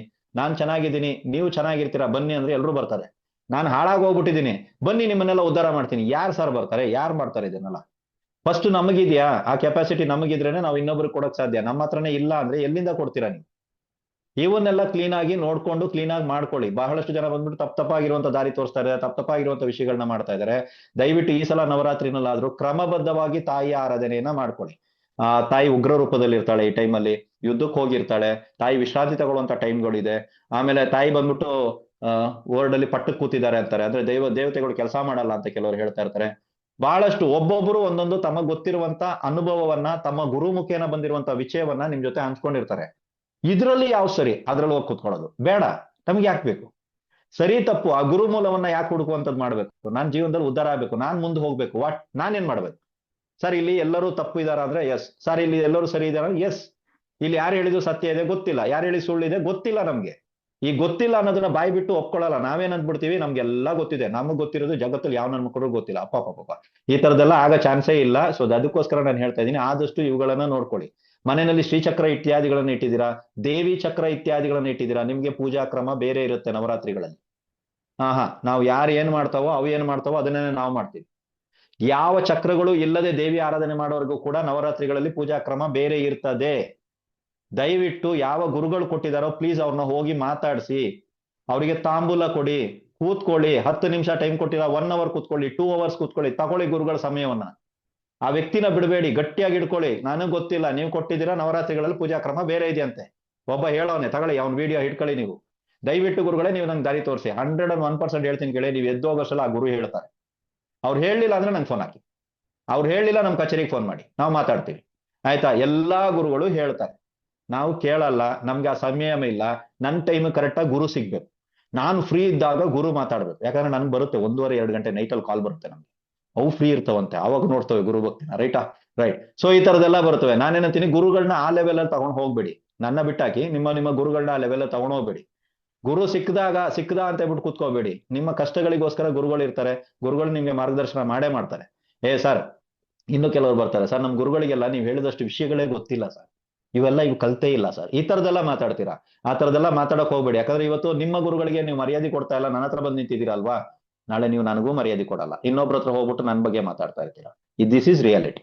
ಇದೇ ರಿಯಲ್. ಇನ್ನೊಬ್ಬ ಗುರುಗಳ ಬಗ್ಗೆ ಕಂಪ್ಲೇಂಟ್ ತಗೊಂಬಂದು ನನ್ನ ಹತ್ರ ನೀವು ಹೇಳ್ತಾ ಇದ್ದೀರಾ ಅಂದ್ರೆ, ನಾಳೆ ನನ್ನ ಬಗ್ಗೆ ಕಂಪ್ಲೇಂಟ್ ನ ಇನ್ನೊಬ್ಬ ಗುರುಗಳ ಹತ್ರ ನೀವು ಹೇಳ್ತೀರಾ. ಇದೇ ರಿಯಾಲಿಟಿ. ನಾನು ಅದಕ್ಕೆ ಕಿವಿನಲ್ಲಿ ತಗೊಂಡು ಬಿಟ್ಬಿಡ್ತೀನಿ. ಯಾಕಂದ್ರೆ ನನ್ಗೆ ಗೊತ್ತು ಮುಂದೆ ನೀವು ಯಾರ ಬಗ್ಗೆ ಮಾತಾಡ್ತೀರಾ ಅಂತ. ಸೊ ದಯವಿಟ್ಟು ಗುರುಗಳ ಬಗ್ಗೆ ಮಾತಾಡ್ಬೇಡಿ. ಗುರುಗಳ ಅಪಚಾರ ಆಯ್ತು, ಗುರುಗಳಿಗೆ ಮಾತಾಡಿದ್ರಿ, ಗುರುಗಳ ಅವಹೇಳನ ಮಾಡಿದ್ರಿ, ಸಮಸ್ಯೆ ಕನ್ಫರ್ಮ್. ಆಯ್ತಾ? ಅದನ್ನ ದೇವ್ರು ಬಿಡಿಸ್ತಾನಂದ್ರೆ ಬಿಡಿಸಲ್ಲ, ಇನ್ನೊಬ್ಬ ಗುರು ಬಂದೇ ಬಿಡಿಸ್ಬೇಕು. ಗುರು ಯಾರು ಬರ್ತಾರಂತ ನಾನು ಮೊದಲೇ ಹೇಳಿದೀನಿ. ಯಾವ ಗುರುವಿಂದ ತೊಂದರೆ ಆಯ್ತೋ ಆ ಗುರುಗೆ ಸಂಬಂಧಪಟ್ಟ ಕರ್ಮ ನಕ್ಷತ್ರದಲ್ಲಿ ಹುಟ್ಟಿರೋ ಇನ್ನೊಬ್ಬ ಗುರುನೇ ಬಂದು ಸರಿ ಮಾಡ್ತಾನೆ. ಬೇರೆ ಯಾರಿದ್ರು ಆಗಲ್ಲ. ಬೇರೆ ಗುರುಗಳು ಬಂದ್ರು, ಸರ್ ಈ ನಕ್ಷತ್ರದವ್ರು ಕೆಲಸ ಮಾಡ್ತಾರ, ಆಗಲ್ಲ. ಆ ಗುರುವಿಂದನೂ ಆಗಲ್ಲ, ಅದೇ ಕರ್ಮ ನಕ್ಷತ್ರಕ್ಕೆ ಸಂಬಂಧಪಟ್ಟಂತ ಗುರುವಿಂದಾನೇ ಸಾಧ್ಯ. ಸೊ ಪ್ರತಿಯೊಂದು ಮಾಡುವಾಗ ನಾನು ಚಿಕ್ಕಪ್ಪನ್ಗಂತ ಬಟ್ಟೆ ತೆಗೆದಿಟ್ಟಿದ್ದೀನಿ, ಚಿಕ್ಕಪ್ಪ ಬಂದಿಲ್ಲ, ಅವರು ಬದಲಾಗಿ ದೊಡ್ಡಪ್ಪ ಬಂದ್ಬಿಟ್ಟವ್ರು, ಇವ್ರಿಗೆ ಬಟ್ಟೆನೇ ತೆಗ್ದಿಲ್ಲ, ಎಂತ ಮಾಡೋದು? ಈ ಬಟ್ಟೆ ತೆಗೆದು ಕೊಡೋಣ, ಸಿಕ್ಕಾಕೊಂಡ್ರಿ. ದೇವ್ರ ವಿಚಾರದಲ್ಲಂತಲ್ಲ, ಇದ್ರಲ್ಲೂ ಸಿಕ್ಕಾಕೊಂಡ್ರಿ ನೀವು. ಏನ್ ಮಾಡ್ತೀವಿ? ಚಿಕ್ಕಪ್ಪ ಬಂದಿಲ್ಲ, ಚಿಕ್ಕಪ್ಪ ಒಂದು ಊರಿಗೆ ಹೋಗಿದಾರಂತೆ, ದೊಡ್ಡಪ್ಪನ ಬಟ್ಟೆ ತೆಗ್ದಿಲ್ಲ, ದೊಡ್ಡಪ್ಪ ಬಂದ್ಬಿಟ್ಟವನೆ, ದೊಡ್ಡಪ್ಪನ ಬಟ್ಟೆ ಕೊಡ್ಬೇಕು, ಸಂಸ್ಕಾರ ನಮ್ದು, ರೈಟ್. ಇವಾಗ ಎಂತ ಮಾಡೋದು? ಚಿಕ್ಕಪ್ಪನ ಬಟ್ಟೆ ತೆಗೆದು ದೊಡ್ಡಪ್ಪನ ಕೊಡೋದು, ಸಿಕ್ಕಾಕೊಂಡ್ರಿ. ಆ ಮನೆ ಬ್ಲೌಸ್ ಪೀಸ್ ತಗೊಂಡ್ಬಂದಿದ್ವಲ್ಲ ಮೊನ್ನೆ, ಮುಂದ್ಗಡೆ ಮನೆದು, ನಾಳೆ ಬಂದ್ಬಿಟ್ಟು ಹಿಂದ್ಗಡೆ ಮನೆಯವ್ರು ನಾವೇ ಕೊಡೋದದು. ಮಾಡ್ತಾ ಇರ್ತೀರಾ ನೋಡಿ ಬೇಕಾದ್ರೆ. ಇವೆಲ್ಲ ಬಂದು ನಿಮ್ಮ ಜೀವನದಲ್ಲಿ ನೀವೇ ಕರ್ಮಗಳನ್ನ ಕಟ್ಕೋತಾ ಇರೋದು. ಮೊದಲು ಲೈಫಲ್ಲಿ ಏನಾದ್ರು ಬದಲಾವಣೆ ಬೇಕು ಅಂದ್ರೆ ನೀವು ಪೂಜೆ ಮಾಡುವಂತ ಕ್ರಮಗಳನ್ನ ಬದಲಾಯಿಸಿ ನೋಡಿ. 21 ದಿನದಲ್ಲಿ ನಿಮ್ಮ ಜೀವನದಲ್ಲಿ ಪರಿವರ್ತನೆ ಬರುತ್ತೆ, ನಾನ್ ಗ್ಯಾರಂಟಿ. ಓಕೆ, ನಾನು ಗ್ಯಾರಂಟಿ ಅಂದ್ರ ಮೇಲೆ ನಾನು ಗ್ಯಾರಂಟಿನೇ ಇರ್ತೀನಿ ಯಾವತ್ತು, ಹಿಂದೆಲ್ಲ ಹೋಗಲ್ಲ ನಾನು. ಆದ್ರೆ ನೀವು ಅದೇ ಮಾಡಿದೆ ಮಾಡ್ತೀರಾ, ಅದೇ ರಾಗ ಎಳಿತಾ ಇರ್ತೀರಾ, ಹಾಗೆ ಹೋಗ್ತಾ ಇರ್ತೀರಾ. ಈ ನವರಾತ್ರಿಗಳಲ್ಲಿ ದೀಪಕ್ಕಿಟ್ಟಿರುವಂತ ಬತ್ತಿಯನ್ನ ಬದಲಾಯಿಸ್ಬೇಕಾ, ಅಥವಾ ಇರುವ ಬತ್ತಿಗೆ ಒಂದ್ ಸ್ವಲ್ಪ ಎಣ್ಣೆ ಹಾಕಿ ಬತ್ತಿ ರೆಡಿ ಮಾಡಿ ಹಾಕ್ಬೋದಾ? ಈ ಪ್ರಶ್ನೆ ನಿಮ್ಗಳಿಗೆ ಯಾರಿಗೂ ಬಂದಿರಲ್ಲ. ನಾನು ಅದೇ ಹೇಳ್ತಾ ಇದ್ದೀನಿ, ಪ್ರಶ್ನೋತ್ತರನ ಕೇಳಿ ಅಂದಾಗ ನಿಮ್ಗೊಂದು ಸಮಯ ಸಿಕ್ಕಿರ್ತದೆ. ಪ್ರಶ್ನೋತ್ತರನ ಕೇಳಿ ಅಂತ ಹೇಳಿದ್ರೆ ಪ್ರವೀಣ್ ಸರ್ ಫ್ರೀ ಇದ್ದಾರೆ, ಯೂಟ್ಯೂಬ್ ಅಲ್ಲಿ ಬಿಟ್ರೆ ಜನಗಳು ನೋಡ್ತಾರೆ, ಇವ್ರ ನಾಲೆಜ್ ಇದೆ ಅಂತ ತಿಳ್ಕೊತಾರೆ. ಇವೆಲ್ಲ ನಮ್ಗೆ ಅವಶ್ಯಕತೆ ಇಲ್ಲ. ನಾವು 1 ನಿಮಿಷ 2 ನಿಮಿಷ ಮಾತಾಡಿದ್ರೆ ನನ್ನ ವಿಡಿಯೋ ಓಡ್ತಾ ಇತ್ತು, ಜನ ನೋಡ್ತಾ ಇದ್ದಾರೆ, ನನ್ನ ಬಗ್ಗೆ ಏನು ಅಂತ ಜನಗಳಿಗೆ ಗೊತ್ತಿದೆ. ನಾನು ನಿಮ್ಗೆ ಪ್ರಶ್ನೆಗಳನ್ನ ಕೇಳೋದಕ್ಕೆ ಯಾಕೆ ಹೇಳ್ತೀನಿ ಅಂತ ಹೇಳಿದ್ರೆ, ನಿಮ್ಮಲ್ಲಿ ಯಾರಾದ್ರೂ ಒಬ್ಬ ವ್ಯಕ್ತಿ ಆತರ ಬರ್ತಾನ, ಜನಗಳಿಗೆ ಉಪಯೋಗ, ಎಲ್ಲೋ ಒಂದ್ ಮೂಲೆಯಲ್ಲಿ ಯಾರೋ ಒಬ್ರು ನಾಳೆ ಯೂಟ್ಯೂಬ್ ನೋಡೋರು ಕೂತಿರ್ತಾರೆ, ಅವ್ರು ಇವತ್ತು ಕ್ಲಾಸಿಗೆ ಬಂದಿರಲ್ಲ, ಅವ್ರಿಗೆ ಹೆಲ್ಪ್ ಆಗುತ್ತೆ. ಇದೊಂದು ಪ್ರಶ್ನೆ ಕೇಳಿದ್ರೆ ಸಖತ್ತಾಗಿದ್ರು, ನಮ್ಗೊಂದು ಡೌಟ್ ಐತೆ, ಕಮೆಂಟ್ ಅಲ್ಲಿ ಬರೆಯಕ್ ಬರಲ್ಲ, ಟೈಪ್ ಮಾಡಕ್ ಆಗಲ್ಲ, ಆಫೀಸ್ಗೆ ಫೋನ್ ಮಾಡಿದ್ರೆ ಆಫೀಸ್ ಫೋನ್ ಬಿಸಿ ಇರುತ್ತೆ. ಹೌದು ಇರುತ್ತೆ, ನಾವೇ ಹೇಳ್ತೀವಲ್ಲ. ಆ ವ್ಯಕ್ತಿ ಯೋಚನೆ ಮಾಡ್ತಾನೆ, ಯಾವ ಪುಣ್ಯಾತ್ಮ ಕೇಳ್ದಪ್ಪ ಈ ಪ್ರಶ್ನೆನ, ಎಷ್ಟೋ ವರ್ಷದಿಂದ ಕೇಳ್ತಾ ಇದ್ದೆ, ಈ ಪ್ರಶ್ನೆಗೆ ಇವತ್ತು ನನ್ಗೆ ಉತ್ತರ ಸಿಕ್ತು. ಈ ತರದ ಪ್ರಶ್ನೆ ನಿಮ್ ಕೈಯಿಂದ ಬರಕ್ ಸಾಧ್ಯ ಇದೆಯಾ? ಈ ತರದ ವ್ಯಕ್ತಿಗಳು ಇದಾರ ಅಂತ ಹುಡುಕೋದಕ್ಕೋಸ್ಕರನೇ ಪ್ರತಿ ಸಲ ನನ್ನ ಕ್ಲಾಸ್, ನನ್ನ ಕಾರ್ಯಕ್ರಮ ಎಲ್ಲದರಲ್ಲೂ ಪ್ರಶ್ನೋತ್ತರಗಳನ್ನ ಇಡ್ತೀವಿ. ತುಂಬಾ ಜನರಿಗೆ ಇದೊಂದು ಡೌಟ್, ಪ್ರಶ್ನೋತ್ತರನ ಇಟ್ಟು ಟೈಮ್ ಏನಾದ್ರು ಎಳಿತಾ ಇದ್ದೀರಾ ಅಂತ. ನಿಜವಾಗ್ಲೂ ಇಲ್ಲ ಸ್ನೇಹಿತರೆ. ನಿಮ್ಮಲ್ಲಿ ಯಾರಾದ್ರೂ ಒಬ್ರು ಕೇಳುವಂತ ಪ್ರಶ್ನೆ, ಯಾರಾದ್ರೂ ಒಂದು 10 ಜನರಿಗೆ ಹೆಲ್ಪ್ ಆಗ್ಬೋದು ನನ್ನ ಬಾಯಿಂದ ಬಂದಿರುವಂತ ಉತ್ತರ. ಈ ಒಂದು ಕಾರಣಕ್ಕಾಗಿ ಪ್ರಶ್ನೆ ಕೇಳ್ತೀನಿ ಹೊರತು, ಬಟ್ ನೀವು ಕೇಳಿರುವಂತ ಇಷ್ಟೊತ್ತು ನಾನು ಮಾತಾಡಿರೋದನ್ನ ತಗೊಳ್ಳಿ, ನೀವು ಕೇಳಿರೋ ಪ್ರಶ್ನೆಗಳನ್ನ ತಗೊಂಡು ನೋಡಿ, ನೀವು ಎಷ್ಟು ಸಿಲ್ಲಿಯಾಗಿ ಪ್ರಶ್ನೆಗಳನ್ನ ಕೇಳಿದಿರಾ ಅನ್ನೋದು ನಿಮ್ಗೆ ಅರ್ಥ ಆಗ್ತಾ ಇರ್ತದೆ. ನಾವ್ ಯಾಕೆ ನಿಜವಾಗ್ಲೂ ಸಂಬಂಧ ಇರುವಂತದ್ದು, ಸಂಪ್ರದಾಯಕ್ಕೆ ಇರುವಂತದ್ದು, ಒಳ್ಳೆ ವಿಚಾರಕ್ಕೆ, ನಾವು ಉದ್ಧಾರ ಆಗೋ ವಿಚಾರಕ್ಕೆ ಯಾಕೆ ಪ್ರಶ್ನೆ ಕೇಳಲಿಲ್ಲ ಈ ವ್ಯಕ್ತಿನ ಅಂತ ನಿಮ್ಗೆ ಅನ್ಸುತ್ತೆ. ಪ್ರತಿ ಕ್ಲಾಸಲ್ಲೂ ನಾನು ಹೇಳ್ತೀನಿ, ನನಗೆ ತಲೆ ಕೆಟ್ಟು ನನ್ನ ಕಡೆಯಿಂದ ಉತ್ತರ ಬರ್ಬೇಕು, ಆತರ ಪ್ರಶ್ನೆ ಕೇಳಿ ಅಂತ. ಬಟ್ ಯಾವುದೇ ರೀತಿಯ ಪ್ರಶ್ನೆಗಳಿಗೂ ಉತ್ತರಗಳು ಬರಲ್ಲ. ಅಖಂಡ ದೀಪಗಳನ್ನ ನೀವೇನಾದ್ರು ಇಟ್ಟಿದ್ದೀರಾ, 9 ದಿನ ಇಡ್ತೀರಾ ಅಂತ ಹೇಳಿದ್ರೆ, ಅಖಂಡ ದೀಪದಲ್ಲಿರುವಂತಹ ಬತ್ತಿನ ಏನ್ ಮಾಡ್ಬೇಕು? ಪ್ರತಿದಿನ ಬತ್ತಿ ಚೇಂಜ್ ಮಾಡ್ಬೇಕು. ಹೇಗೆ? ದೀಪ ಆರೋಗ್ಬಾರ್ದು, ಗೊತ್ತಿಲ್ಲ. ಇಲ್ಲ ಸರ್, ಉದ್ದಕ್ಕೆ ಬತ್ತಿ ಇಟ್ಟಿರ್ತೀವಿ, ಉರಿತಾನೆ ಇರ್ತದೆ, ದೀಪ ಚೇಂಜ್ ಮಾಡ್ಬೇಕು ಅಂದ್ರೆ ಅದ್ರ ಬತ್ತಿ ಚೇಂಜ್ ಮಾಡ್ಬೇಕು. ಹೇಗೆ? ಇದು ನಾವು ಕೇಳಲ್ಲ ಸರ್, ನಾವು ಯಾರನ್ನೂ ಕೇಳಲ್ಲ. ರಿಯಾಲಿಟಿ ಇರುವಂತ ವಿದ್ಯೆಗಳನ್ನ ಕರೆಕ್ಟ್ ಆಗಿ ಹೇಳುವಂತ ವ್ಯಕ್ತಿಗಳನ್ನ ನಾವು ಪ್ರಶ್ನೆ ಕೇಳಲ್ಲ. ನಾವ್ ಏನ್ ಮಾಡ್ತೀವಿ, ಬೇಡದಿರೋ ಸಿಲ್ಲಿ ಪ್ರಶ್ನೆಗಳನ್ನ ಕೇಳಿ, ಕರೆಕ್ಟ್ ಆಗಿರುವಂತ ವ್ಯಕ್ತಿ ಯಾರು ಮಾತಾಡ್ತಾನೋ ಸಿಲ್ಲಿ ಪ್ರಶ್ನೆಗಳನ್ನ ಮಾತಾಡ್ತಾ ಇರ್ತೀವಿ. ನೀವು ನೋಡಿ, ಹಿಂದೂ ಧರ್ಮಕ್ಕೆ ಸಂಬಂಧಪಟ್ಟಂತ ಚಾನೆಲ್ಗಳು ಎಷ್ಟೆಷ್ಟಿದೆ, ಹಿಂದೂ ಧರ್ಮದ ಬಗ್ಗೆ, ಜ್ಯೋತಿಷದ ಬಗ್ಗೆ, ಪೂಜೆಗಳ ಬಗ್ಗೆ ಮಾತಾಡುವಂತ ಎಷ್ಟೊಂದು ಜನ ಗುರುಗಳಿದ್ದಾರೆ. ಕಮೆಂಟ್ ಬಾಕ್ಸ್ ಓಪನ್ ಮಾಡಿ, ಅವರಿಗೆ ತಪ್ಪಾದ ಪ್ರಶ್ನೆಗಳನ್ನ ಕೇಳಿರುವಂತ ವ್ಯಕ್ತಿ ಹಿಂದೂನೇ ಆಗಿರ್ತಾನೆ. ಕಮೆಂಟ್ ತೆಗೆದ್ಬಿಟ್ಟು ನೋಡಿ ಯಾರು ಹಾಕಿದಾರೆ ಆ ಪ್ರಶ್ನೆ ಅಂತ. ನೀವು ನೋಡಿ, ಬೇರೆ ಧರ್ಮದವ್ರು ಯಾರಾದ್ರೂ ಹಾಕಿದಾರ ಅಂದ್ರೆ ಇಲ್ವೇ ಇಲ್ಲ, ನಮ್ಮವೇ ಇರ್ತವೆ, ನಮ್ಮವೇ ಹಾಕಿರ್ತವೆ. ಗೊತ್ತಾಯ್ತಾ? ಅದ್ರಿಂದ ಬೆಳೆಸೋದಕ್ಕೆ ಆ ವ್ಯಕ್ತಿ ಮಾತಾಡಿರ್ತಾನೆ, ಅವ್ನ್ ಬೆಳೀತಾ ಇದ್ದಾನೋ ಸೆಕೆಂಡ್ರಿ, ಬಟ್ ಎಲ್ಲೋ ಒಂದ್ ಕಡೆ ಅವ್ನು ಇನ್ನೊಂದು ಧರ್ಮದ ವಿಚಾರದಲ್ಲಿ ಮಾತಾಡ್ತಾ ಇದ್ದಾನೆ, ಒಳ್ಳೆ ವಿಚಾರಗಳನ್ನ ಹಂಚ್ತಾ ಇದ್ದಾನೆ, ಅವನ್ನ ಎಂಕರೇಜ್ ಮಾಡೋಣ ಅನ್ನೋದು ಯಾರ ತಲೆನಲ್ಲೂ ಹೋಗಿರಲ್ಲ. ಮತ್ತೆ ಕೇಳುವಂತ ಪ್ರಶ್ನೆಗಳು 4 ಜನರಿಗೆ ಹೆಲ್ಪ್ ಆಗುತ್ತೆ ಅಂದ್ರೆ 100% 4 ಜನರಿಗೆ ಹೆಲ್ಪೇ ಆಗಲ್ಲ. ಗೊತ್ತಾಯ್ತಾ? ಇವಾಗ ನೀವು 9 ದಿನ 7 ದಿನ ನಾನು ಹೇಳಿದ್ದನ್ನ ಮಾಡ್ತಾ ಇದ್ದೀರಾ. ಸಪೋಸ್ ತಿಳ್ಕೊಳ್ಳಿ, ಡೇಟ್ ಇಲ್ಲ ಬಾಸ್, ಡೇಟ್ ಆಯ್ತು, 2 ದಿನ ನಾನು ಮಾಡಿದೀನಿ, ನೀವು ಹೇಳಿದ ಪರಿಹಾರ 2 ದಿನ ಮಡ್ಲಕ್ಕಿ ಕೊಟ್ಟಿದ್ದೀನಿ, ಅಲ್ಲೇ 7 ದಿನಾನು ಕೊಡ್ತೀನಿ ಅಂತ ನಾನು ಸಂಕಲ್ಪ ಹಾಕೊಂಡ್ಬಿಟ್ಟಿದ್ದೀನಿ. ನೀವ್ ಬೇರೆ ಬಾಯ್ ಬಿಟ್ಟು ಹೇಳ್ಬಿಟ್ರಿ, ಅವಳಿಗೆ ಕೊಟ್ರೆ ಅವಳಿಗೆ ಕೊಡ್ಬೇಕು ಅಂತ. ಆಯ್ತು, ಅಮ್ಮನವ್ರಿಗೆ ಕೊಡೋಣ. 3ನೇ ದಿನ, ಸರ್ ಇದು ಡೇಟೇ ಇಲ್ಲ, ನಂದೋ ನನ್ನ ಮಕ್ಕಳದೋ ಯಾರ್ದೋ ಇಲ್ಲ, ಬಂತು ಡೇಟು, ಏನ್ ಮಾಡ್ಬೇಕು ಸರ್? ಸಡನ್ ಆಗಿ ಯಾರ್ದೋ ಫೋನ್ ಬಂತು, ಹತ್ತಿರದ ರಿಲೇಷನ್ಸ್ ತೀರ್ಕೊಂಡ್ರು, ಏನು ಮಾಡಕ್ಕಾಗಲ್ಲ, ಪ್ರಕೃತಿ. ನಾನು ಹಂಗಲ್ಲ ಹೇಳ್ತಾ ಇರೋದು. ಇದಕ್ಕೆ ಏನ್ ಮಾಡ್ಬೇಕು? ಬಂತು ಸರ್, ನಾನು ಎಲ್ಲ ರೆಡಿ ಮಾಡಿ ಇಟ್ಟಿದ್ದೀನಿ, ಎಲ್ಲ ಮನೆಗೆ ತಂದು ಇಟ್ಟಿದ್ದೀನಿ ಸರ್, ಇದು ಮೈಲಿಗೆನಾ? ಇದನ್ನ ನಾನು ಕೊಡ್ಬೋದಾ, ಕೊಡಬಾರ್ದಾ? ಹಂಗೆ ಬಿಟ್ಬಿಡ್ಬೇಕಾ? ಎಲ್ಲದನ್ನ ವಿಸರ್ಜನೆ ಮಾಡ್ಬೇಕಾ, ಬಿಸಾಕ್ಬೇಕಾ, ದಾನ ಮಾಡ್ಬೇಕಾ? ಈ ಪ್ರಶ್ನೆಗಳೆಲ್ಲ ಒಬ್ಬನ ಹತ್ರನೂ ಬರಕ್ ಸಾಧ್ಯ ಇಲ್ಲ. 300 ಜನರಿಗೆ ಅವಕಾಶ ಕೊಟ್ಟಿರ್ತೀವಿ ನಮ್ಮಲ್ಲಿ ಮಾತಾಡೋದಕ್ಕೆ. 300 ಜನರಿಗೆ ಯಾರೇ ಕೈ ಎತ್ತಿದ್ರು ಮಾತಾಡಿ ಅಂತ ಹೇಳ್ತೀವಿ ಹೊರತು ಯಾವ್ದು ಕೈ ಹ್ಯಾಂಡ್ ಡೌನ್ ಮಾಡಲ್ಲ. ಯಾವಾಗ ಡೌನ್ ಮಾಡ್ತೀವಿ ಅಂದ್ರೆ ಪ್ರಶ್ನೆ ಇಲ್ದಿರೋ ಪ್ರಶ್ನೆ ಕೇಳಿದ್ರೆ ಮಾತ್ರನೇ ಡೌನ್ ಮಾಡ್ತೀವಿ. ಇದು ಕ್ಲಾಸಿಗೆ ಸಂಬಂಧಪಟ್ಟ ಪ್ರಶ್ನೆಗಳಿದ್ವು, ಒಬ್ರು ಕೇಳಿಲ್ಲ. ಬೇಕಾದ್ರೆ ಈ ವಿಡಿಯೋ ಕೇಳಿ ನಾಳೆ ಬೆಳಿಗ್ಗೆ ಯಾರಾದ್ರೂ ಬೇಕಾದ್ರೆ ಇದೇ ಪ್ರಶ್ನೆ ಬೇಕಾದ್ರೆ ಕಮೆಂಟ್ ಅಲ್ಲಿ ಹಾಕ್ಬೋದೇ ಹೊರತು ತಾನಾಗೆ ತಲೆಗೆ ಹೋಗಲ್ಲ. ಗೊತ್ತಾಯ್ತಾ? ಯಾವಾಗ ತಲೆಗೆ ಹೋಗುತ್ತಂದ್ರೆ, ಯಾರೋ ಕೇಳಿದ್ರು ನನಗದು, ಕರ್ಮ ಕಳಿಯುತ್ತದೆ ಹೆಂಗೆ ಅಂತ. ಹಿಂಗೆ ಕರ್ಮ ಕಳೆದಿದೆ ಅಂದ್ರೆ ಮಾತ್ರ ನಿಮ್ಗೆ ಈ ಪ್ರಶ್ನೆಗಳು ತಲೆಗೆ ಹೋಗುತ್ತೆ ಹೊರತು, ಕರ್ಮ ಕಳೆದಿಲ್ಲ ಅಂದ್ರೆ ನಿಮ್ಮನ್ನ ಬೇಕಂತ ಕನ್ಫ್ಯೂಸ್ ಮಾಡಿ ತಪ್ಪಾದ ಮಾಹಿತಿ ಕೊಡುವಂತ ವ್ಯಕ್ತಿಗಳ ಹತ್ರ ಕಳಿಸುತ್ತೆ, ತಪ್ಪಾಗಿ ಮುಹೂರ್ತ ಕೊಡುವಂತ ಜ್ಯೋತಿಷಿಗಳ ಹತ್ರ ಕಳಿಸುತ್ತೆ. ಓಕೆ, ಆಕ್ಚುಲಿ ಸಾರಿ, ಜ್ಯೋತಿಷಿಗಳು ತಪ್ಪಾಗಿ ಮುಹೂರ್ತ ಕೊಡಲ್ಲ, ಜ್ಯೋತಿಷಿ ಅನ್ಕೊಂಡಿರೋರು ತಪ್ಪಾಗಿ ಮುಹೂರ್ತ ಕೊಡ್ತಾರೆ, ರೈಟಾ? ಸೊ ಅಂತವ್ರ ಹತ್ರ ಕರ್ಕೊಂಡು ಹೋಗಿ ನಿಮ್ಮ ಜೀವನವನ್ನ ಹಾಳು ಮಾಡಿಸುತ್ತೆ. ಯಾಕೆ ಸರ್ ಅಂದ್ರೆ ಕರ್ಮ. ಅದೇ ನಿಮ್ಗೆ ಕರ್ಮ ಪಾಸಿಟಿವ್ ಆಯ್ತಂದ್ರೆ ಕರೆಕ್ಟ್ ಆಗಿ ಈ ಕರ್ಮವನ್ನ ಕಳಿಯುವಂತ ವ್ಯಕ್ತಿ ಯಾರಿದ್ದಾನೆ, ಇವ್ನಿಗೆ ಪಾಸಿಟಿವ್ ವಿಷಯವನ್ನ ತಿಳಿಸುವಂತ ವ್ಯಕ್ತಿ ಇದ್ದಾನೆ, ಯಾವ ಕ್ಲಾಸಲ್ಲಿ ಯಾವ ವ್ಯಕ್ತಿ ಮಾತಾಡ್ತಾನೆ ಅವ್ರ ಹತ್ರ ನಿಮ್ಮನ್ನ ಕನೆಕ್ಟ್ ಮಾಡುತ್ತೆ. ಇದು ನಿಮ್ಮ ಕರ್ಮವನ್ನ ಕಳ್ಕೊಳ್ಳೋದಕ್ಕೆ ಕರ್ಮನೇ ಅನುವು ಮಾಡಿಕೊಡುತ್ತೆ. ಕರ್ಮದಿಂದ ಹೊರಗಡೆ ಬರಬಾರ್ದು ಅಂತ ಕರ್ಮನೇ ಮಾಡ್ತಾ ಇರ್ತದೆ, ಕರ್ಮದಿಂದ ಹೊರಗಡೆ ಬರೋದಕ್ಕೆ ಕರ್ಮನೇ ಮಾಡುತ್ತೆ. ನಾನು ಮೊದಲೇ ಹೇಳಿದೀನಿ, ಯಾವ ವ್ಯಕ್ತಿ ಬಾವಿನಲ್ಲಿ ಬೀಳಿಸಿದಾನೋ ಆ ವ್ಯಕ್ತಿಗೆ ಗೊತ್ತು ಬಾವಿ ಆಳ ಎಷ್ಟಿದೆ, ಹೇಗೆ ನಿಮ್ಮನ್ನ ಹೊರಗಡೆ ತೆಗಿಬಹುದು ಅಂತ ಅವರಿಗೇ ಗೊತ್ತಿರ್ತದೆ. ಸೊ ನಿಮ್ಗೆ ಸಮಸ್ಯೆ ಕೊಟ್ಟಿರುವಂತ ಶಕ್ತಿ, ಸಮಸ್ಯೆ ಕೊಟ್ಟಿರುವಂತ ಗ್ರಹ, ಸಮಸ್ಯೆ ಕೊಟ್ಟಿರುವಂತ ವ್ಯಕ್ತಿ, ಸಮಸ್ಯೆ ಕೊಟ್ಟಿರುವಂತ ನಕ್ಷತ್ರವೇ ನಿಮಗೆ ಪರಿಹಾರ ಕೊಡೋದೇ ಹೊರತು ಹೊರಗಡೆಯಿಂದ ಯಾರೋ ಒಬ್ರು ಬಂದು ಕೊಡಲ್ಲ. ಯಾವತ್ತೂ ತಿಳ್ಕೊಳ್ಳಿ, ಅದೇ ಆಂಟಿಬಯೋಟಿಕ್ ಅಲ್ಲೇ ಬರುತ್ತೆ, ಅವರೇ ಕೊಡೋದು. ಪಿತೃಗಳೇ ಸಮಸ್ಯೆ ಕ್ಲಿಯರ್ ಮಾಡ್ಬೇಕು, ಬೇರೆ ಯಾವನಿಂದನೂ ಸಮಸ್ಯೆ ಕ್ಲಿಯರ್ ಆಗಲ್ಲ ರೀ. ಏನಾದ್ರು ಮಾಡ್ಕೊಳ್ಳಿ, ಆಗಲ್ಲ. ದೇವಿಯಿಂದ ಸಮಸ್ಯೆ ಆಗ್ತಿದೆ, ದೇವಿನೇ ಕ್ಲಿಯರ್ ಮಾಡ್ಬೇಕು, ಬೇರೆ ಯಾರಿಂದಲೂ ಸಮಸ್ಯೆ. ದೇವಿ ಬದಲಾಗಿ ಇನ್ನೊಬ್ಬರನ್ನ ಇಟ್ಟು ನಾನು ಸಮಸ್ಯೆ ಕ್ಲಿಯರ್ ಮಾಡ್ತೀನಿ, ಈ ತರ ಸಾಧ್ಯನೇ ಇಲ್ದಿರೋ ಮಾತು. ಇವೆಲ್ಲ ಊಹಾಪೋಹಗಳು. ಇದ್ರ ಹಿಂದ್ಗಡೆ ಬಿದ್ದು ತುಂಬಾ ಸಮಯವನ್ನ ಕಳ್ಕೊಂಡಿರ್ತೀರಾ, ಆರೋಗ್ಯ ಕಳ್ಕೊಂಡಿರ್ತೀರಾ, ಮನಃಶಾಂತಿ ಕಳ್ಕೊಂಡಿರ್ತೀರಾ, ದುಡ್ಡು ಕಳ್ಕೊಂಡಿರ್ತೀರಾ. ದುಡ್ಡು ಬಿಡಿ, ಇವತ್ತೆಲ್ಲ ನಾಳೆ ಸಂಪಾದನೆ ಮಾಡೋಣ, ನಾಳೆ ಆಗ್ಲೇ ನಾಡು ಸಂಪಾದನೆ ಮಾಡೋಣ, ದುಡ್ಡಿನ ಕತೆ ಮ್ಯಾಟ್ರ್ ಅಲ್ಲ. ಸಮಯ ಬಹಳ ಮುಖ್ಯ ಜೀವನದಲ್ಲಿ. ದುಡ್ಡು ಮುಖ್ಯನ ಸಮಯ ಮುಖ್ಯ ಅಂದ್ರೆ ಸಮಯ ಅಂತ ಕೈ ಎತ್ತಿ. ದುಡ್ಡು ಮುಖ್ಯನೇ ಅಲ್ಲ, ಸಮಯನ ದುಡ್ಡ ಅಂದ್ರೆ ನಾನು ಸಮಯ ಅಂತೀನಿ, ದುಡ್ಡು ಹೇಳಲ್ಲ ನಾನು. ಬೇರೆ ಯಾವುದೇ ವಿಷಯದಲ್ಲಿ ಕೇಳಿ ದುಡ್ಡು ಅಂತೀನಿ, ಆಯ್ತಾ? ಸೊ ಸಮಯ, ಟೈಮ್, ಆ ಟೈಮು ಬಹಳ ಮುಖ್ಯ ಇರ್ತದೆ. ಸೊ ಇವಾಗ ಬಂದಿರುವಂತದ್ದು ನವರಾತ್ರಿಯ ಟೈಮ್, ಇದನ್ನ ಸದುಪಯೋಗ ಪಡಿಸ್ಕೊಳ್ಳಿ. ನಿಮ್ಮ ಜೀವನದಲ್ಲಿರುವಂತ ಸಮಸ್ಯೆಗಳು ಏನೇ ಇರ್ಲಿ, ತಾಯಿಯ ಮೇಲೆ ಭಾರ ಹಾಕಿ ಅದರಿಂದ ಹೊರಗಡೆ ಬನ್ನಿ. ನಿಮ್ಮ ಮನೆಯಲ್ಲಿ ನವರಾತ್ರಿ ಪೂಜೆ, ನವರಾತ್ರಿ ಪಾರಾಯಣ ಅತ್ಯಂತ ಭಕ್ತಿಯಿಂದ ಮಾಡುವಂತವರು ಯಾರಾದ್ರೂ ಇದ್ರೆ ನಾನ್ ಬರ್ತೀನಿ ನಿಮ್ಮ ಮನೆಗೆ. ರೆಕಾರ್ಡಿಂಗ್ ಅಲ್ಲಿ ಹೇಳ್ತಾ ಇದ್ದೀನಿ, ನಾನ್ ಬರ್ತೀನಿ ಈ ಸಲ ನವರಾತ್ರಿಗೆ ನಿಮ್ಮ ಮನೆಗಳಿಗೆ. ಹೇಗ್ ಬರ್ತೀನಿ, ಏನ್ ಮಾಡ್ತೀನಿ ಅನ್ನೋದು ನೀವುಗಳು ಮತ್ತೆ ವಾಟ್ಸಪ್ ಮೆಸೇಜ್ ಕಳಿಸ್ತೀರಾ. ನಾನು ಹೇಳಿದೀನಿ 2025 ಬಂದಿದೆ, ನಾನ್ ಬರ್ತೀನಿ, ನೀವು ಮೆಸೇಜ್ ಕಳಿಸ್ತೀರಾ, ನಾವು ಅದನ್ನ ಸ್ಟೇಟಸ್ ಹಾಕೋತೀವಿ. ಸೊ ನಿಮ್ಮ ಮನೆಯಲ್ಲಿ ಪಾರಾಯಣ ಚೆನ್ನಾಗಾಯ್ತು ಅಂತ ಹೇಳಿದ್ರೆ ನಾನು ನಿಮ್ಮ ಮನೆಯಲ್ಲಿ ಇರ್ತೀನಿ. ಹೇಗಿರ್ತೀನಿ, ಕನ್ಸಲ್ ಬರ್ತೀನಾ, ಪಾರಾಯಣ ಮಾಡುವಾಗನೇ ಬಂದು ಕೂತಂಗೆ ಏನಾದ್ರು ಫೀಲ್ ಆಗುತ್ತಾ ನೋಡೋಣಲ್ಲ. ಓಕೆ, ನಿಮ್ ಮನೆ ಅಡ್ರೆಸ್ ನೀವು ಮಾಡೋರು ಯಾರು ನನ್ಗೆ ಮೆಸೇಜ್ ಹಾಕ್ಬೇಡಿ, ಬಟ್ ನಾನು ಬರ್ತೀನಿ. ಎಲ್ಲಿಗೆ ಬರ್ತೀನಿ, ಹೇಗ್ ಬರ್ತೀನಿ ಅನ್ನೋದು ಈ 9 ದಿನದ ಒಳಗಾಗಿ ನಾನು ತೋರಿಸ್ತೀನಿ. ನನ್ನಿಂದ ಬರೋದಕ್ಕೆ ಸಾಧ್ಯ ಇದೆ, ನಾನು ಬರಬಲ್ಲೆ, ಎಲ್ಲಿ ಬೇಕಾದ್ರೂ ಬರಬಲ್ಲೆ, ನಾನು ಬರ್ತೀನಿ. ಓಕೆನಾ? ಸೊ ಚೆನ್ನಾಗಿ ಮಾಡಿ ಈ ಸಲ ಪಾರಾಯಣ. ನಿಮ್ಮ ಜೀವನದಲ್ಲಿರುವಂತ ಕಷ್ಟಗಳನ್ನ ಪೂರ್ತಿ ಮಟ್ಟಿಗಂತೂ ಇಲ್ಲ, ಅಷ್ಟೊಂದು ದೇವ್ರು ನಂಗೆ ಶಕ್ತಿ ಕೊಟ್ಟಿಲ್ಲ, ಸ್ವಲ್ಪ ಮಟ್ಟಿಗೆ ಆದ್ರೂ ಕಳೀಲಿ. ಮತ್ತೆ ಗುರುಭಕ್ತಿಯ ಒಂದು ಜೊತೆಗೆ ನೀವು ಇದೀರಾ ಅಂದಾಗ ನಿಮ್ಮ ಜೀವನದಲ್ಲಿ ಆ ಕರ್ಮಗಳು, ನೆಗೆಟಿವ್ ಕರ್ಮಗಳು ಕಳೀತಾ ಬರ್ಲಿ, ಪಾಸಿಟಿವ್ ಕರ್ಮಗಳನ್ನ ಮಾಡಿ. ನಮ್ಮಿಂದ ಸಾಧ್ಯ ಆಯ್ತು ಅಂದ್ರೆ 4 ಜನರಿಗೆ ಒಳ್ಳೇದನ್ನ ಮಾಡಿ. ಯಾಕಂದ್ರೆ ಕೆಲವರಿಗೆ ಅದೊಂದು ಡೌಟ್ ಇದೆ, ಸರ್ ನಾವು ದುಡಿತೀವಿ, ಇನ್ನೊಬ್ಬರಿಗೆ ನಾವು ದಾನ ಮಾಡ್ತೀವಿ, ಯಾಕೆ ಸರ್ ಅಂತಾರೆ. ನಾನು ಒಂದ್ ಮಾತು ಹೇಳ, ಅವ್ರಿಗೆ ಆ ದುಡಿಯೋದಕ್ಕೆ ಆಗ್ತಾ ಇಲ್ವೇನೋ, ಅವ್ರ ಕರ್ಮ ಆ ತರ ಇದೆಯೇನೋ. ನೀವು ದುಡ್ದು ಕೊಡಿಯಲ್ಲ, ನಿಮ್ ದೇವ್ರು ಕೊಟ್ಟಂತಾನೆ, ದುಡಿಯೋ ಕೆಪಾಸಿಟಿ ಕೊಟ್ಟಂತಾನೆ, ದಮ್ ಇದ್ರೆ ದುಡ್ದ್ಬಿಟ್ಟು ಕೊಡಿ, ಅಷ್ಟೇ ಹೇಳೋದು ನಾನು. ದುಡ್ದ್ಬಿಟ್ಟು ಕೊಡಿ, ಅವ್ರ ಮನೆ ದೀಪ ಹಚ್ಚಿ, ಅವ್ರ ಮನೇಲಿ ರೇಷನ್ ಹಾಕಿ, ಅವ್ರ ಮನೆ ಜನ ಆಗಿರ್ಲಿ, ಆಯ್ತು. ಏನಾಗುತ್ತೆ, ಆಗಲ್ಲ ಅಂತ ಏನಾದ್ರು ಇದೆಯಾ? ಇಲ್ಲ, ಅವ್ರಿಗೆ ಅಷ್ಟೇ ಕೊಟ್ಟಿರೋದು. ಅವ್ರು ತಂದಿರೋ ಕರ್ಮ ಅಷ್ಟೇ ಇರ್ಬೋದು, ಪಾಪ ಕರ್ಮಗಳನ್ನ ಜಾಸ್ತಿ ಮಾಡಿದ್ವಿ. ನೀವು ಪುಣ್ಯವಂತರೇ ಇರ್ಬೋದಪ್ಪ, ದೊಡ್ಡ ಮನುಷ್ಯರು, ಮಾಡಿ ಅಲ್ಲ. ಆತರ ಮಾಡಿ ನೋಡಿ, ನಿಜವಾಗ್ಲೂ ಜೀವನದಲ್ಲಿ ಬಹಳಷ್ಟು ಪರಿವರ್ತನೆ ಬರುತ್ತೆ. ಯಾವತ್ತಾರು ನಿಮ್ಗೋಸ್ಕರ ನೀವು ದುಡ್ದಿದ್ದೀರಾ, ಬೇರೆಯವ್ರಿಗೋಸ್ಕರ ದುಡ್ದಿದ್ದೀರಾ? ಒಂದ್ಸಲ ದುಡ್ದು ನೋಡಿ, ಆ ಫೀಲ್ ನಿಮ್ಗೆ ಸಂಜೆ ಒಳಗಡೆ ಸಿಗುತ್ತೆ. ಇವತ್ತು ದಿವಸ ನೀವು ಮಾಡಿ ನೋಡಿ, ಸಂಜೆ ಒಳಗಡೆ ಒಂದು ಫೀಲ್ ಸಿಗುತ್ತೆ. ಈ ಪರಿಹಾರ ಕ್ರಿಯೆಗಳು ಯಾವ್ದು ಅದ್ರ ಮುಂದೆ ಕೆಲಸ ಮಾಡಲ್ಲ.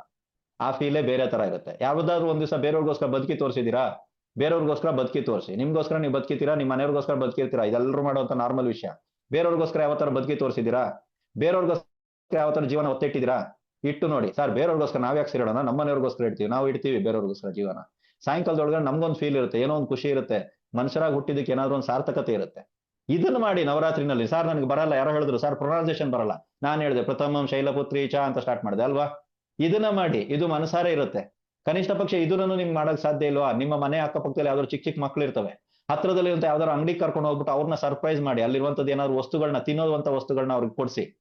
ಚಿಕ್ಕ ಮಕ್ಕಳು ಸಿಕ್ಕಿದ್ರೆ ಅಂಗಡಿ ಮುಂದೆ ಕರ್ಕೊಂಡು ಹೋಗಿ ಏನ್ ಬೇಕೋ ತಗೊಳಕ್ ಹೇಳಿ. ಅವ್ರು 100 ರೂಪಾಯಿ ಬಿಲ್ ಮಾಡ್ತಾರೋ, 50 ರೂಪಾಯಿ ಮಾಡ್ತಾರೋ, 10 ರೂಪಾಯಿ ಮಾಡ್ತಾರೋ, 1000 ರೂಪಾಯಿ ಮಾಡ್ತಾರೋ, ಸುಮ್ನೆ ನಿಂತ್ಕೊಳ್ಳಿ, ಏನು ಕೇಳಬೇಡಿ. ಅವ್ರಿಗೆ ಕೊಡ್ಸ್ ನೋಡಿ. ಈ ಅಷ್ಟಮಿ, ನವಮಿ, ದಶಮಿ ಈ 3 ದಿನದಲ್ಲಿ ಕೊಡ್ಸ್ ನೋಡಿ.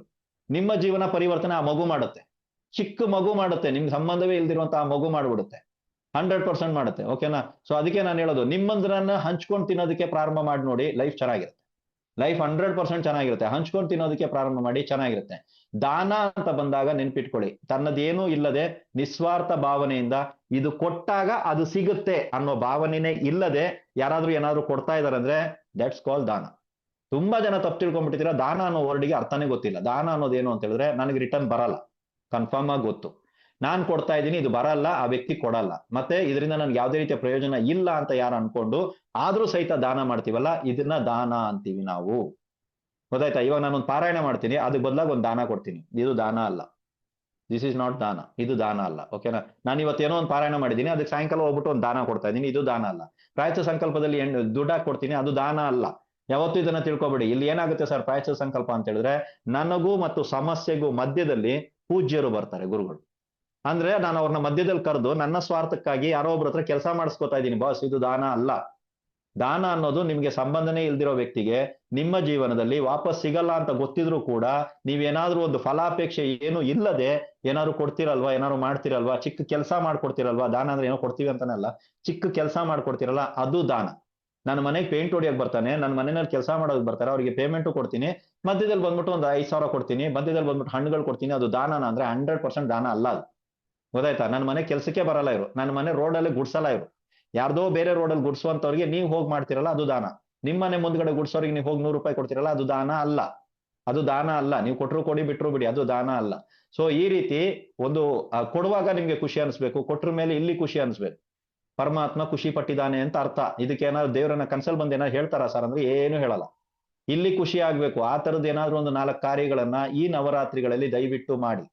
ತಿನ್ನೋದಕ್ಕೆ ಅನ್ನ ಇಲ್ದಿದ್ದವ್ರು ತುಂಬಾ ಜನ ಇದ್ದಾರೆ, ಒಂದೊತ್ತು ಊಟ ಇಲ್ದಿದ್ದವ್ರು ಬಹಳಷ್ಟು ಜನ ಇದ್ದಾರೆ. ನಾವು ಊಟ ವೇಸ್ಟ್ ಮಾಡ್ತಾ ಇರ್ತೀವಿ.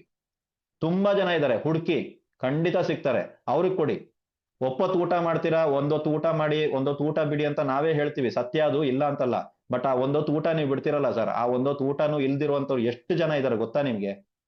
ನೀವು ಒಂದೊತ್ತು ಊಟ ಬಿಡದೇ ಇರೋದ್ರಿಂದ ಅಥವಾ ಬಿಟ್ಟಿರೋದ್ರಿಂದ ನಿಮ್ಮ ಮನೆಯಲ್ಲಿ ರೇಷನ್ ಉಳಿತದೆ, ಇದೇ ಸತ್ಯ. ಅದೇ ಒಂದೊತ್ತು ಊಟ, ಆ ಖರ್ಚು, ಅದನ್ನ ತಗೊಂಡೋಗಿ ಯಾರಿಗಾರು ಕೊಡಿಯಲ್ಲ. ಇವತ್ತು ನಾನು ಒಂದೊತ್ತು ಊಟ ಬಿಟ್ಟಿದ್ದೀನಿ, ನಂದು ಒಂದೊತ್ತು ಊಟ 50 ರೂಪಾಯಿ, ಓಕೆನಾ? ಈ 50 ರೂಪಾಯಿನ ನಾನು ದಾನ ಮಾಡಿದೆ ಅಂದ್ರೆ ನಂದದು, ನಾನು ಯಾರ ಹತ್ರನೂ ತಗೋತಾ ಇಲ್ಲ. ನಂದು ಒಂದೊತ್ತು ಊಟ ಬಿಟ್ಬಿಟ್ಟು ಆ ಊಟದ ದುಡ್ಡನ್ನ ನಾನು ಇನ್ನೊಬ್ರಿಗೆ ದಾನ ಕೊಡ್ತಾ ಇದ್ದೀನಿ. ಅದ್ರಲ್ಲಿ ನೀನ್ ಊಟ ಮಾಡ್ತೀವೋ, ನೀನ್ ಸಿಗರೇಟ್ ಸೇತೀವೋ, ನೀನ್ ಎಣ್ಣೆ ಹೊಡಿತೀಯೋ, ಏನಾರು ಮಾಡ್ಕೊಳ್ಳಿ, ನಮ್ಗದು ಗೊತ್ತಿಲ್ಲ. ಇದು ಕೆಲಸ ಮಾಡುತ್ತಾ ಸರ್? ನಾನು ಒಪ್ಪತ್ತಾವತ್ತಿದ್ರೆ ಆಗತ್ತಾ ಸರ್ ಅಂದ್ರೆ ಆಗುತ್ತೆ. ಇದು ಕೆಲಸ ಮಾಡುತ್ತೆ. ಅದನ್ನ ಬಿಟ್ಕೊಂಡು ನಾವು ಏನೋ ಪಾರಾಯಣ ಮಾಡ್ತೀವಿ, ಒಂದೊತ್ತು ಊಟ ಮಾಡ್ತೀವಿ, ಒಂದೊತ್ತು ಊಟ ಬಿಡ್ತೀವಿ, ಫಲಗಳನ್ನ ತಿಂತೀವಿ, ನಮ್ಗೆ ಇದು ಕೆಲಸ ಮಾಡುತ್ತಾ ಸರ್ ಅಂದ್ರೆ ಕೆಲಸ ಮಾಡಲ್ಲ. ಇವೆಲ್ಲ ಕೆಲಸ ಮಾಡಲ್ಲ. ನಾನು ಅದಕ್ಕೆ ಹೇಳ್ತಾ ಇರೋದು, ಎಲ್ಲಾ ಕಡೆ ಬಂದ್ಬಿಟ್ಟು ಧರ್ಮದಲ್ಲಿ ನಮ್ಗೆ ಸಾರ ಏನ್ ಸಿಗುತ್ತೆ ಅಂತ ಹೇಳಿದ್ರೆ, ಎಲ್ರನ್ನ ಜೊತೆ ಕರ್ಕೊಂಡು ಹೋಗಿ ಎಲ್ರ ಜೊತೆಗೆ ಬೆರ್ತೀರಿ, ಎಲ್ಲರಿಗೂ ಮಾಡಿ ಅಂತಾನೆ ಇರೋದು ಹಿಂದೂ ಧರ್ಮದಲ್ಲಿ. ನೀವು ಎಲ್ಲೇ ತೆಗೀರಿ, ನನ್ಗೆ ಯಾವುದೇ ಪುರಾಣ, ಭಗವದ್ಗೀತೆ, ಶ್ರೀಕೃಷ್ಣ ಹೇಳಿರ್ಲಿ, ರಾಮರು ಹೇಳಿರ್ಲಿ, ಯಾರೇ ಹೇಳಿರ್ಲಿ, ಎಲ್ಲರೂ ಹೇಳಿರೋದು ಎಲ್ಲರನ್ನ ಒಟ್ಟಿಗೆ ಕರ್ಕೊಂಡು ಹೋಗಿ, ಎಲ್ಲರನ್ನ ಒಟ್ಟಿಗೆ ಜೊತೆನಲ್ಲಿ ಅಂತ ಹೇಳಿದಾರೆ ಹೊರತು ಎಲ್ಲೂ ಸಪ್ರೇಟ್ ಮಾಡಿಲ್ಲ. ನೀವು 2 ಹೊತ್ತು ಊಟ ಮಾಡಲ್ವಾ, 2 ಹೊತ್ತು ಊಟವನ್ನ ಯಾರಿಗಾದ್ರೂ ಊಟ ಇಲ್ದಿದ್ದವ್ರಿಗೆ ಕೊಡ್ಸಿಯಲ್ಲ, ನಿಮ್ದದು ಊಟ, ಅದನ್ನ ಅವ್ರಿಗೆ ಕೊಡಿಯಲ್ಲ. ನೀವು ಸುಮ್ನೆ ಕೂತ್ಕೊಳ್ಳಿ. ಹೊಟ್ಟೆ ಹಸಿತಾ ಇದ್ರು ಅವ್ರು ಊಟ ಮಾಡ್ತಾ ಇರ್ತಾರಲ್ಲ, ಆ ಖುಷಿನೇ ಬೇರೆ ಇರುತ್ತೆ. ಒಂದ್ ದಿನ ಪೂರ್ತಿ ಹೊಟ್ಟೆ ಹಸಿನಲ್ಲಿ ಇರ್ಬೋದು, ಮಾಡಿ ನೋಡಿ, ನಿಮ್ಗೆ ಆ ಖುಷಿ ಸಿಗುತ್ತಲ್ಲ. ಈ ನವರಾತ್ರಿನಲ್ಲಿ ಖಂಡಿತವಾಗ್ಲೂ ತಾಯಿ ಯಾವ್ದಾದ್ರು ಒಂದು ರೂಪದಲ್ಲಿ ನಿಮ್ಮನ್ನ ಖಂಡಿತ ಹರಿಸ್ತಾಳೆ. ಈ ರೀತಿ ಆದ್ರೂ ಕನಿಷ್ಠ ಪಕ್ಷ ದಾನಗಳನ್ನ ನೀವು ಮಾಡಬಹುದು. ಎಲ್ಲದಕ್ಕೂ ಪಾರಾಯಣ, ಮಂತ್ರ ಜಪ, ಕವಚ ಹಿಂಗೆ ಹೋಗ್ಬೇಕನ್ನೋದು ಏನೂ ಇಲ್ಲ. ಈ ರೀತಿ ವ್ಯಕ್ತಿಗಳಿಗೆ ದೈವಗಳು ಕರೆದ್ರೆ ಬರ್ತವೆ, ಶಕ್ತಿಗಳು ಕರೆದ್ರೆ ಬರ್ತವೆ. ಯಾಕಂದ್ರೆ ಕಲ್ಮಶ ಇರಲ್ಲ ಕಲಿಯುವಾಗ. ಏನಕ್ಕೆ ಕರಿತೀವಿ ಅಂತ ಹೇಳಿದ್ರೆ, ನಮ್ ಕೆಲಸ ಮಾಡೋದಕ್ಕೆ ಯಾವ್ದಕ್ಕೂ ಕರೆಯೋದೇ ಇಲ್ಲ. ಕಂಡೋರ್ ಕೆಲಸ ಮಾಡೋದಕ್ಕೆ ನಾವು ಕರಿತೀವಿ, ಬರ್ತವೆ. ನನ್ ಕೆಲಸ ಮಾಡಕ್ ಕರೆದ್ರೆ ಬರಲ್ಲ. ಅರ್ಥ ಆಯ್ತಾ ವಿಷಯ? ಹೀಗೆ ಇರೋದು ಎಲ್ಲಾ ಶಕ್ತಿಗಳು ಜಗತ್ತಲ್ಲಿ. ಬೇರೆಯವ್ರಿಗೆ ನೀನ್ ಮಾಡು, ಅವ್ರು ನಿನಗ್ ಮಾಡ್ತಾರೆ. ನಿನ್ಗೋಸ್ಕರ ಅವ್ರು ಪ್ರೇಯರ್ ಮಾಡ್ತಾರೆ, ನೀನ್ ಚೆನ್ನಾಗಿರ್ಲಿ ಅಂತ ಅವ್ರು ಬೇಡ್ತಾರೆ, ನಿನ್ಗೋಸ್ಕರ ಅವ್ರು ಆಶೀರ್ವಾದ ಮಾಡ್ತಾರೆ, ನೀನ್ ಅವ್ರು ಚೆನ್ನಾಗಿರ್ಲಿ ಅಂತ ಅವ್ರಿಗೋಸ್ಕರ ಮಾಡು. ಈ ತರನೇ ನಾವು ಇರ್ಬೇಕು ಅಂತಾನೆ ಎಲ್ಲಾ ಧರ್ಮಗಳು ಆಸೆ ಪಟ್ಟಿರೋದು. ಬಟ್ ನಾವೇನ್ ಮಾಡ್ತಾ ಇದೀವಿ, ಉಲ್ಟಾ ನಡ್ಕೋತಾ ಇದೀವಿ. ಈ ಸಲ ಆದ್ರೂ ಕನಿಷ್ಠ ಪಕ್ಷ ಈ ನವರಾತ್ರಿಯನ್ನ ಸದುಪಯೋಗ ಪಡಿಸ್ಕೊಳ್ಳಿ, ಒಳ್ಳೆ ರೀತಿಯಲ್ಲಿ ಆಚರಣೆ ಮಾಡಿ. ನಿಮಗೆ ನನಗ್ ಖುಷಿ ಆಗತ್ತೆ ಇಲ್ಲ, ದೇವ್ರಿಗೆ ಖುಷಿ ಆಗತ್ತೆ ಇಲ್ವೇ ಇಲ್ಲ ಸ್ನೇಹಿತರೆ. ಆಮೇಲೆ ಅಲ್ಲೆಲ್ಲ ಕಟ್ಔಟ್ ಎಲ್ಲ ಹಾಕಿರ್ತೀರ, ದೊಡ್ಡ ದೊಡ್ಡ ಬ್ಯಾನರ್ಗಳೆಲ್ಲ, ಅವ್ರಿಗೆ ಜನಗಳು ನೋಡೋ ಖುಷಿ ಆಗತ್ತೆ ಇಲ್ಲ. ಈ ನವರಾತ್ರಿ ಎಂಡ್ ಆಗುವಾಗ ದಶಮಿ ದಿವಸ ನಿಮಗೆ ಖುಷಿ ಆಗ್ಬೇಕು. ಆ ತರ ಪರಿಹಾರ ಕ್ರಿಯೆ ಮಾಡಿ. ನಾನು ಕೊಟ್ಟಿರೋ ಪರಿಹಾರ ಕ್ರಿಯೆಗಳನ್ನೆಲ್ಲ ಮರ್ತೋಗ್ಬಿಡಿ ಇವಾಗ. ಡನ್ನ ರೈಟ್. ನೀವೇನ್ ಪರಿಹಾರ ಕ್ರಿಯೆ ಮಾಡ್ಬೇಕಂದ್ರೆ ಈ ದಶಮಿ ಒಳಗಾಗಿ ನಿಮಗೆ ಖುಷಿ ಆಗ್ಬೇಕು ಸರ್. ಈ ದಶಮಿ ಸರ್ ರಿಯಲ್ ಆಗಿ ನಾನು ಕ್ಲೀನ್ ಆಗಿ ಒಂದು ಸಂಪ್ರದಾಯಬದ್ಧವಾಗಿ ಆಚರಣೆ ಮಾಡಿದೆ. ಮಂತ್ರ ಇಲ್ಲ, ತಂತ್ರ ಇಲ್ಲ, ಅದಿಲ್ಲ, ಏನಿಲ್ಲ ಸರ್. ನಾನು ಎಲ್ರ ಜೊತೆ ಬೆರೆತ್ಕೊಂಡಿದ್ದೆ. ನಂದು ಏನಿದೆಯೋ, ನಂದು ಅನ್ನೋ ದೇವ್ರು ನನ್ಗೆ ಏನ್ ಕೊಟ್ಟಿದ್ದಾನೋ, ನಾನು ಏನ್ ಕರ್ಮ ತಂದಿದ್ದೀನೋ, ನನ್ನ ಕೈನಲ್ಲಿ ಏನಿದೆಯೋ ನಾನು ಕೊಡೋದಕ್ಕೆ ಸ್ಟಾರ್ಟ್ ಮಾಡಿದ್ದೀನಿ. 4 ಜನರಿಗೆ ಹಂಚೋದಕ್ಕೆ ಸ್ಟಾರ್ಟ್ ಮಾಡಿ. ನಿಮ್ಗೆ ಅನಿಸ್ಬೇಕು ದಶಮಿನಲ್ಲಿ ಪರಿಹಾರ ಕ್ರಿಯೆ ನಾನ್ ಮಾಡಿದ್ದೀನಿ. ದೇವ್ರು ಕೊಡ್ತಾನೋ ಬಿಡ್ತಾನೋ, ವರ ಸಿಗುತ್ತೋ ಸಿಗಲ್ವೋ, ಮನೋಕಾಮನೆ ಈಡೇರುತ್ತೋ ಬಿಡುತ್ತೋ, ಐ ಆಮ್ ಹ್ಯಾಪಿ, ನಾನ್ ಖುಷಿಯಾಗಿದ್ದೀನಿ. ಇದು ನಿಮ್ಗೆ ಅನಿಸ್ತಾ? ನಿಜವಾಗ್ಲೂ ತಿಳ್ಕೊಳ್ಳಿ, ನಿಜವಾಗ್ಲೂ ಪರಮಾತ್ಮ ಖುಷಿ ಪಟ್ಟಿದ್ದಾನೆ. ನಾನು ದೇವಿ, ದೇವ್ರು, ಆ ದೇವ್ರು, ಈ ದೇವ್ರು ಹೆಸರು ಹೇಳೋದಕ್ಕೆ ಇಷ್ಟಪಡಲ್ಲ. ಪರಮಾತ್ಮ ಖುಷಿ ಪಟ್ಟಿದ್ದಾನೆ ಅಂತ ತಿಳ್ಕೊಳ್ಳೋಣ. ಓಕೆನಾ? ಈ ಸಲ ಆದ್ರೂ ಮಾನವೀಯತೆಯಿಂದ, ಮನುಷ್ಯತ್ವದಿಂದ ಆದ್ರೂ ಈ ಸಲ ಒಂದು ನವರಾತ್ರಿಯನ್ನ ಆಚರಣೆ ಮಾಡೋಣ ಅಂತ ಆಸೆ ಪಡ್ತೀನಿ. ಯಾರ್ಯಾರಿಗೆ ಇಷ್ಟ ಆಯ್ತೋ ದಯವಿಟ್ಟು ಮಾಡಿ, ಯಾರಿಗಾರು ಬೇಜಾರಾಗಿದ್ರೆ ದಯವಿಟ್ಟು ಕ್ಷಮಿಸಿ. ಓಕೆ, ಸೊ ಇವತ್ತಿನ ವಿಡಿಯೋ ನಾಳೆ ಯೂಟ್ಯೂಬ್ ಅಲ್ಲಿ 8:24ಕ್ಕೆ ನಾವು ಪ್ರಸಾರ ಮಾಡ್ತಾ ಇದೀವಿ. ಮತ್ತೊಂದ್ಸಲ ಯಾರಿಗಾರು ನಾನು ಹೇಳಿರೋದು ಬರ್ಕೊಂಡಿಲ್ಲ ಅನ್ನೋಂಥ ಯಾರ ಟೆನ್ಷನ್ ಇದ್ರೆ ದಯವಿಟ್ಟು ಪೂರ್ತಿ ವಿಡಿಯೋವನ್ನ ನೋಡಿ. ಮತ್ತೆ ಇಷ್ಟೊಂದು ಆರಾಮಾಗಿ ಕೂತ್ಕೊಂಡು ತಾಳ್ಮೆಯಿಂದ ಊಟನೂ ಮಾಡದೆ ಕೂತ್ಕೊಂಡು ನೋಡ್ತಾ ಇರುವಂತ ಎಲ್ಲರಿಗೂ ನನ್ನ ಕಡೆಯಿಂದ ಧನ್ಯವಾದಗಳು. ಓಕೆನಾ? ರೈಟ್. ಸೊ ಊಟ ಮಾಡಿದವ್ರಿಗೆ ಬೈಕೊಂಡ್ರ ಸರ್ ಅಂದ್ರೆ ಖಂಡಿತ ಬೈಕೊಂಡಿಲ್ಲ, ಹೇಳ್ತಾ ಇದ್ದೀನಿ ಒಂದು ಮಾತಿಗೆ, ಇಷ್ಟೊತ್ತಲ್ಲಿ ಊಟ ಮಾಡಿದವ್ರಿಗೂ ಸೇರಿಸಿ. ಓಕೆನಾ? ರೈಟ್. ಏನ್ ಮಾಡಿ ಅಂತ ಹೇಳಿದ್ರೆ ಈ ಪರಿಹಾರ ಕ್ರಿಯೆಗಳನ್ನ ಪ್ರಾರಂಭ ಮಾಡಿ, ಪರಿಹಾರ ಕ್ರಿಯೆಗಳನ್ನ ಕ್ಲೀನ್ ಆಗಿ ಮುಗಿಸ್ತಾ ಬನ್ನಿ. ಓಕೆ, ಎಲ್ರಿಗೂ ಒಳ್ಳೇದಾಗ್ಲಿ. ಬಂದಿರೋರ್ಗೆಲ್ಲರಿಗೂ ಥ್ಯಾಂಕ್ಸ್. ಶುಭರಾತ್ರಿ. ಶುಭರಾತ್ರಿ. Thank you sir, thank you so much. ಧನ್ಯವಾದಗಳು.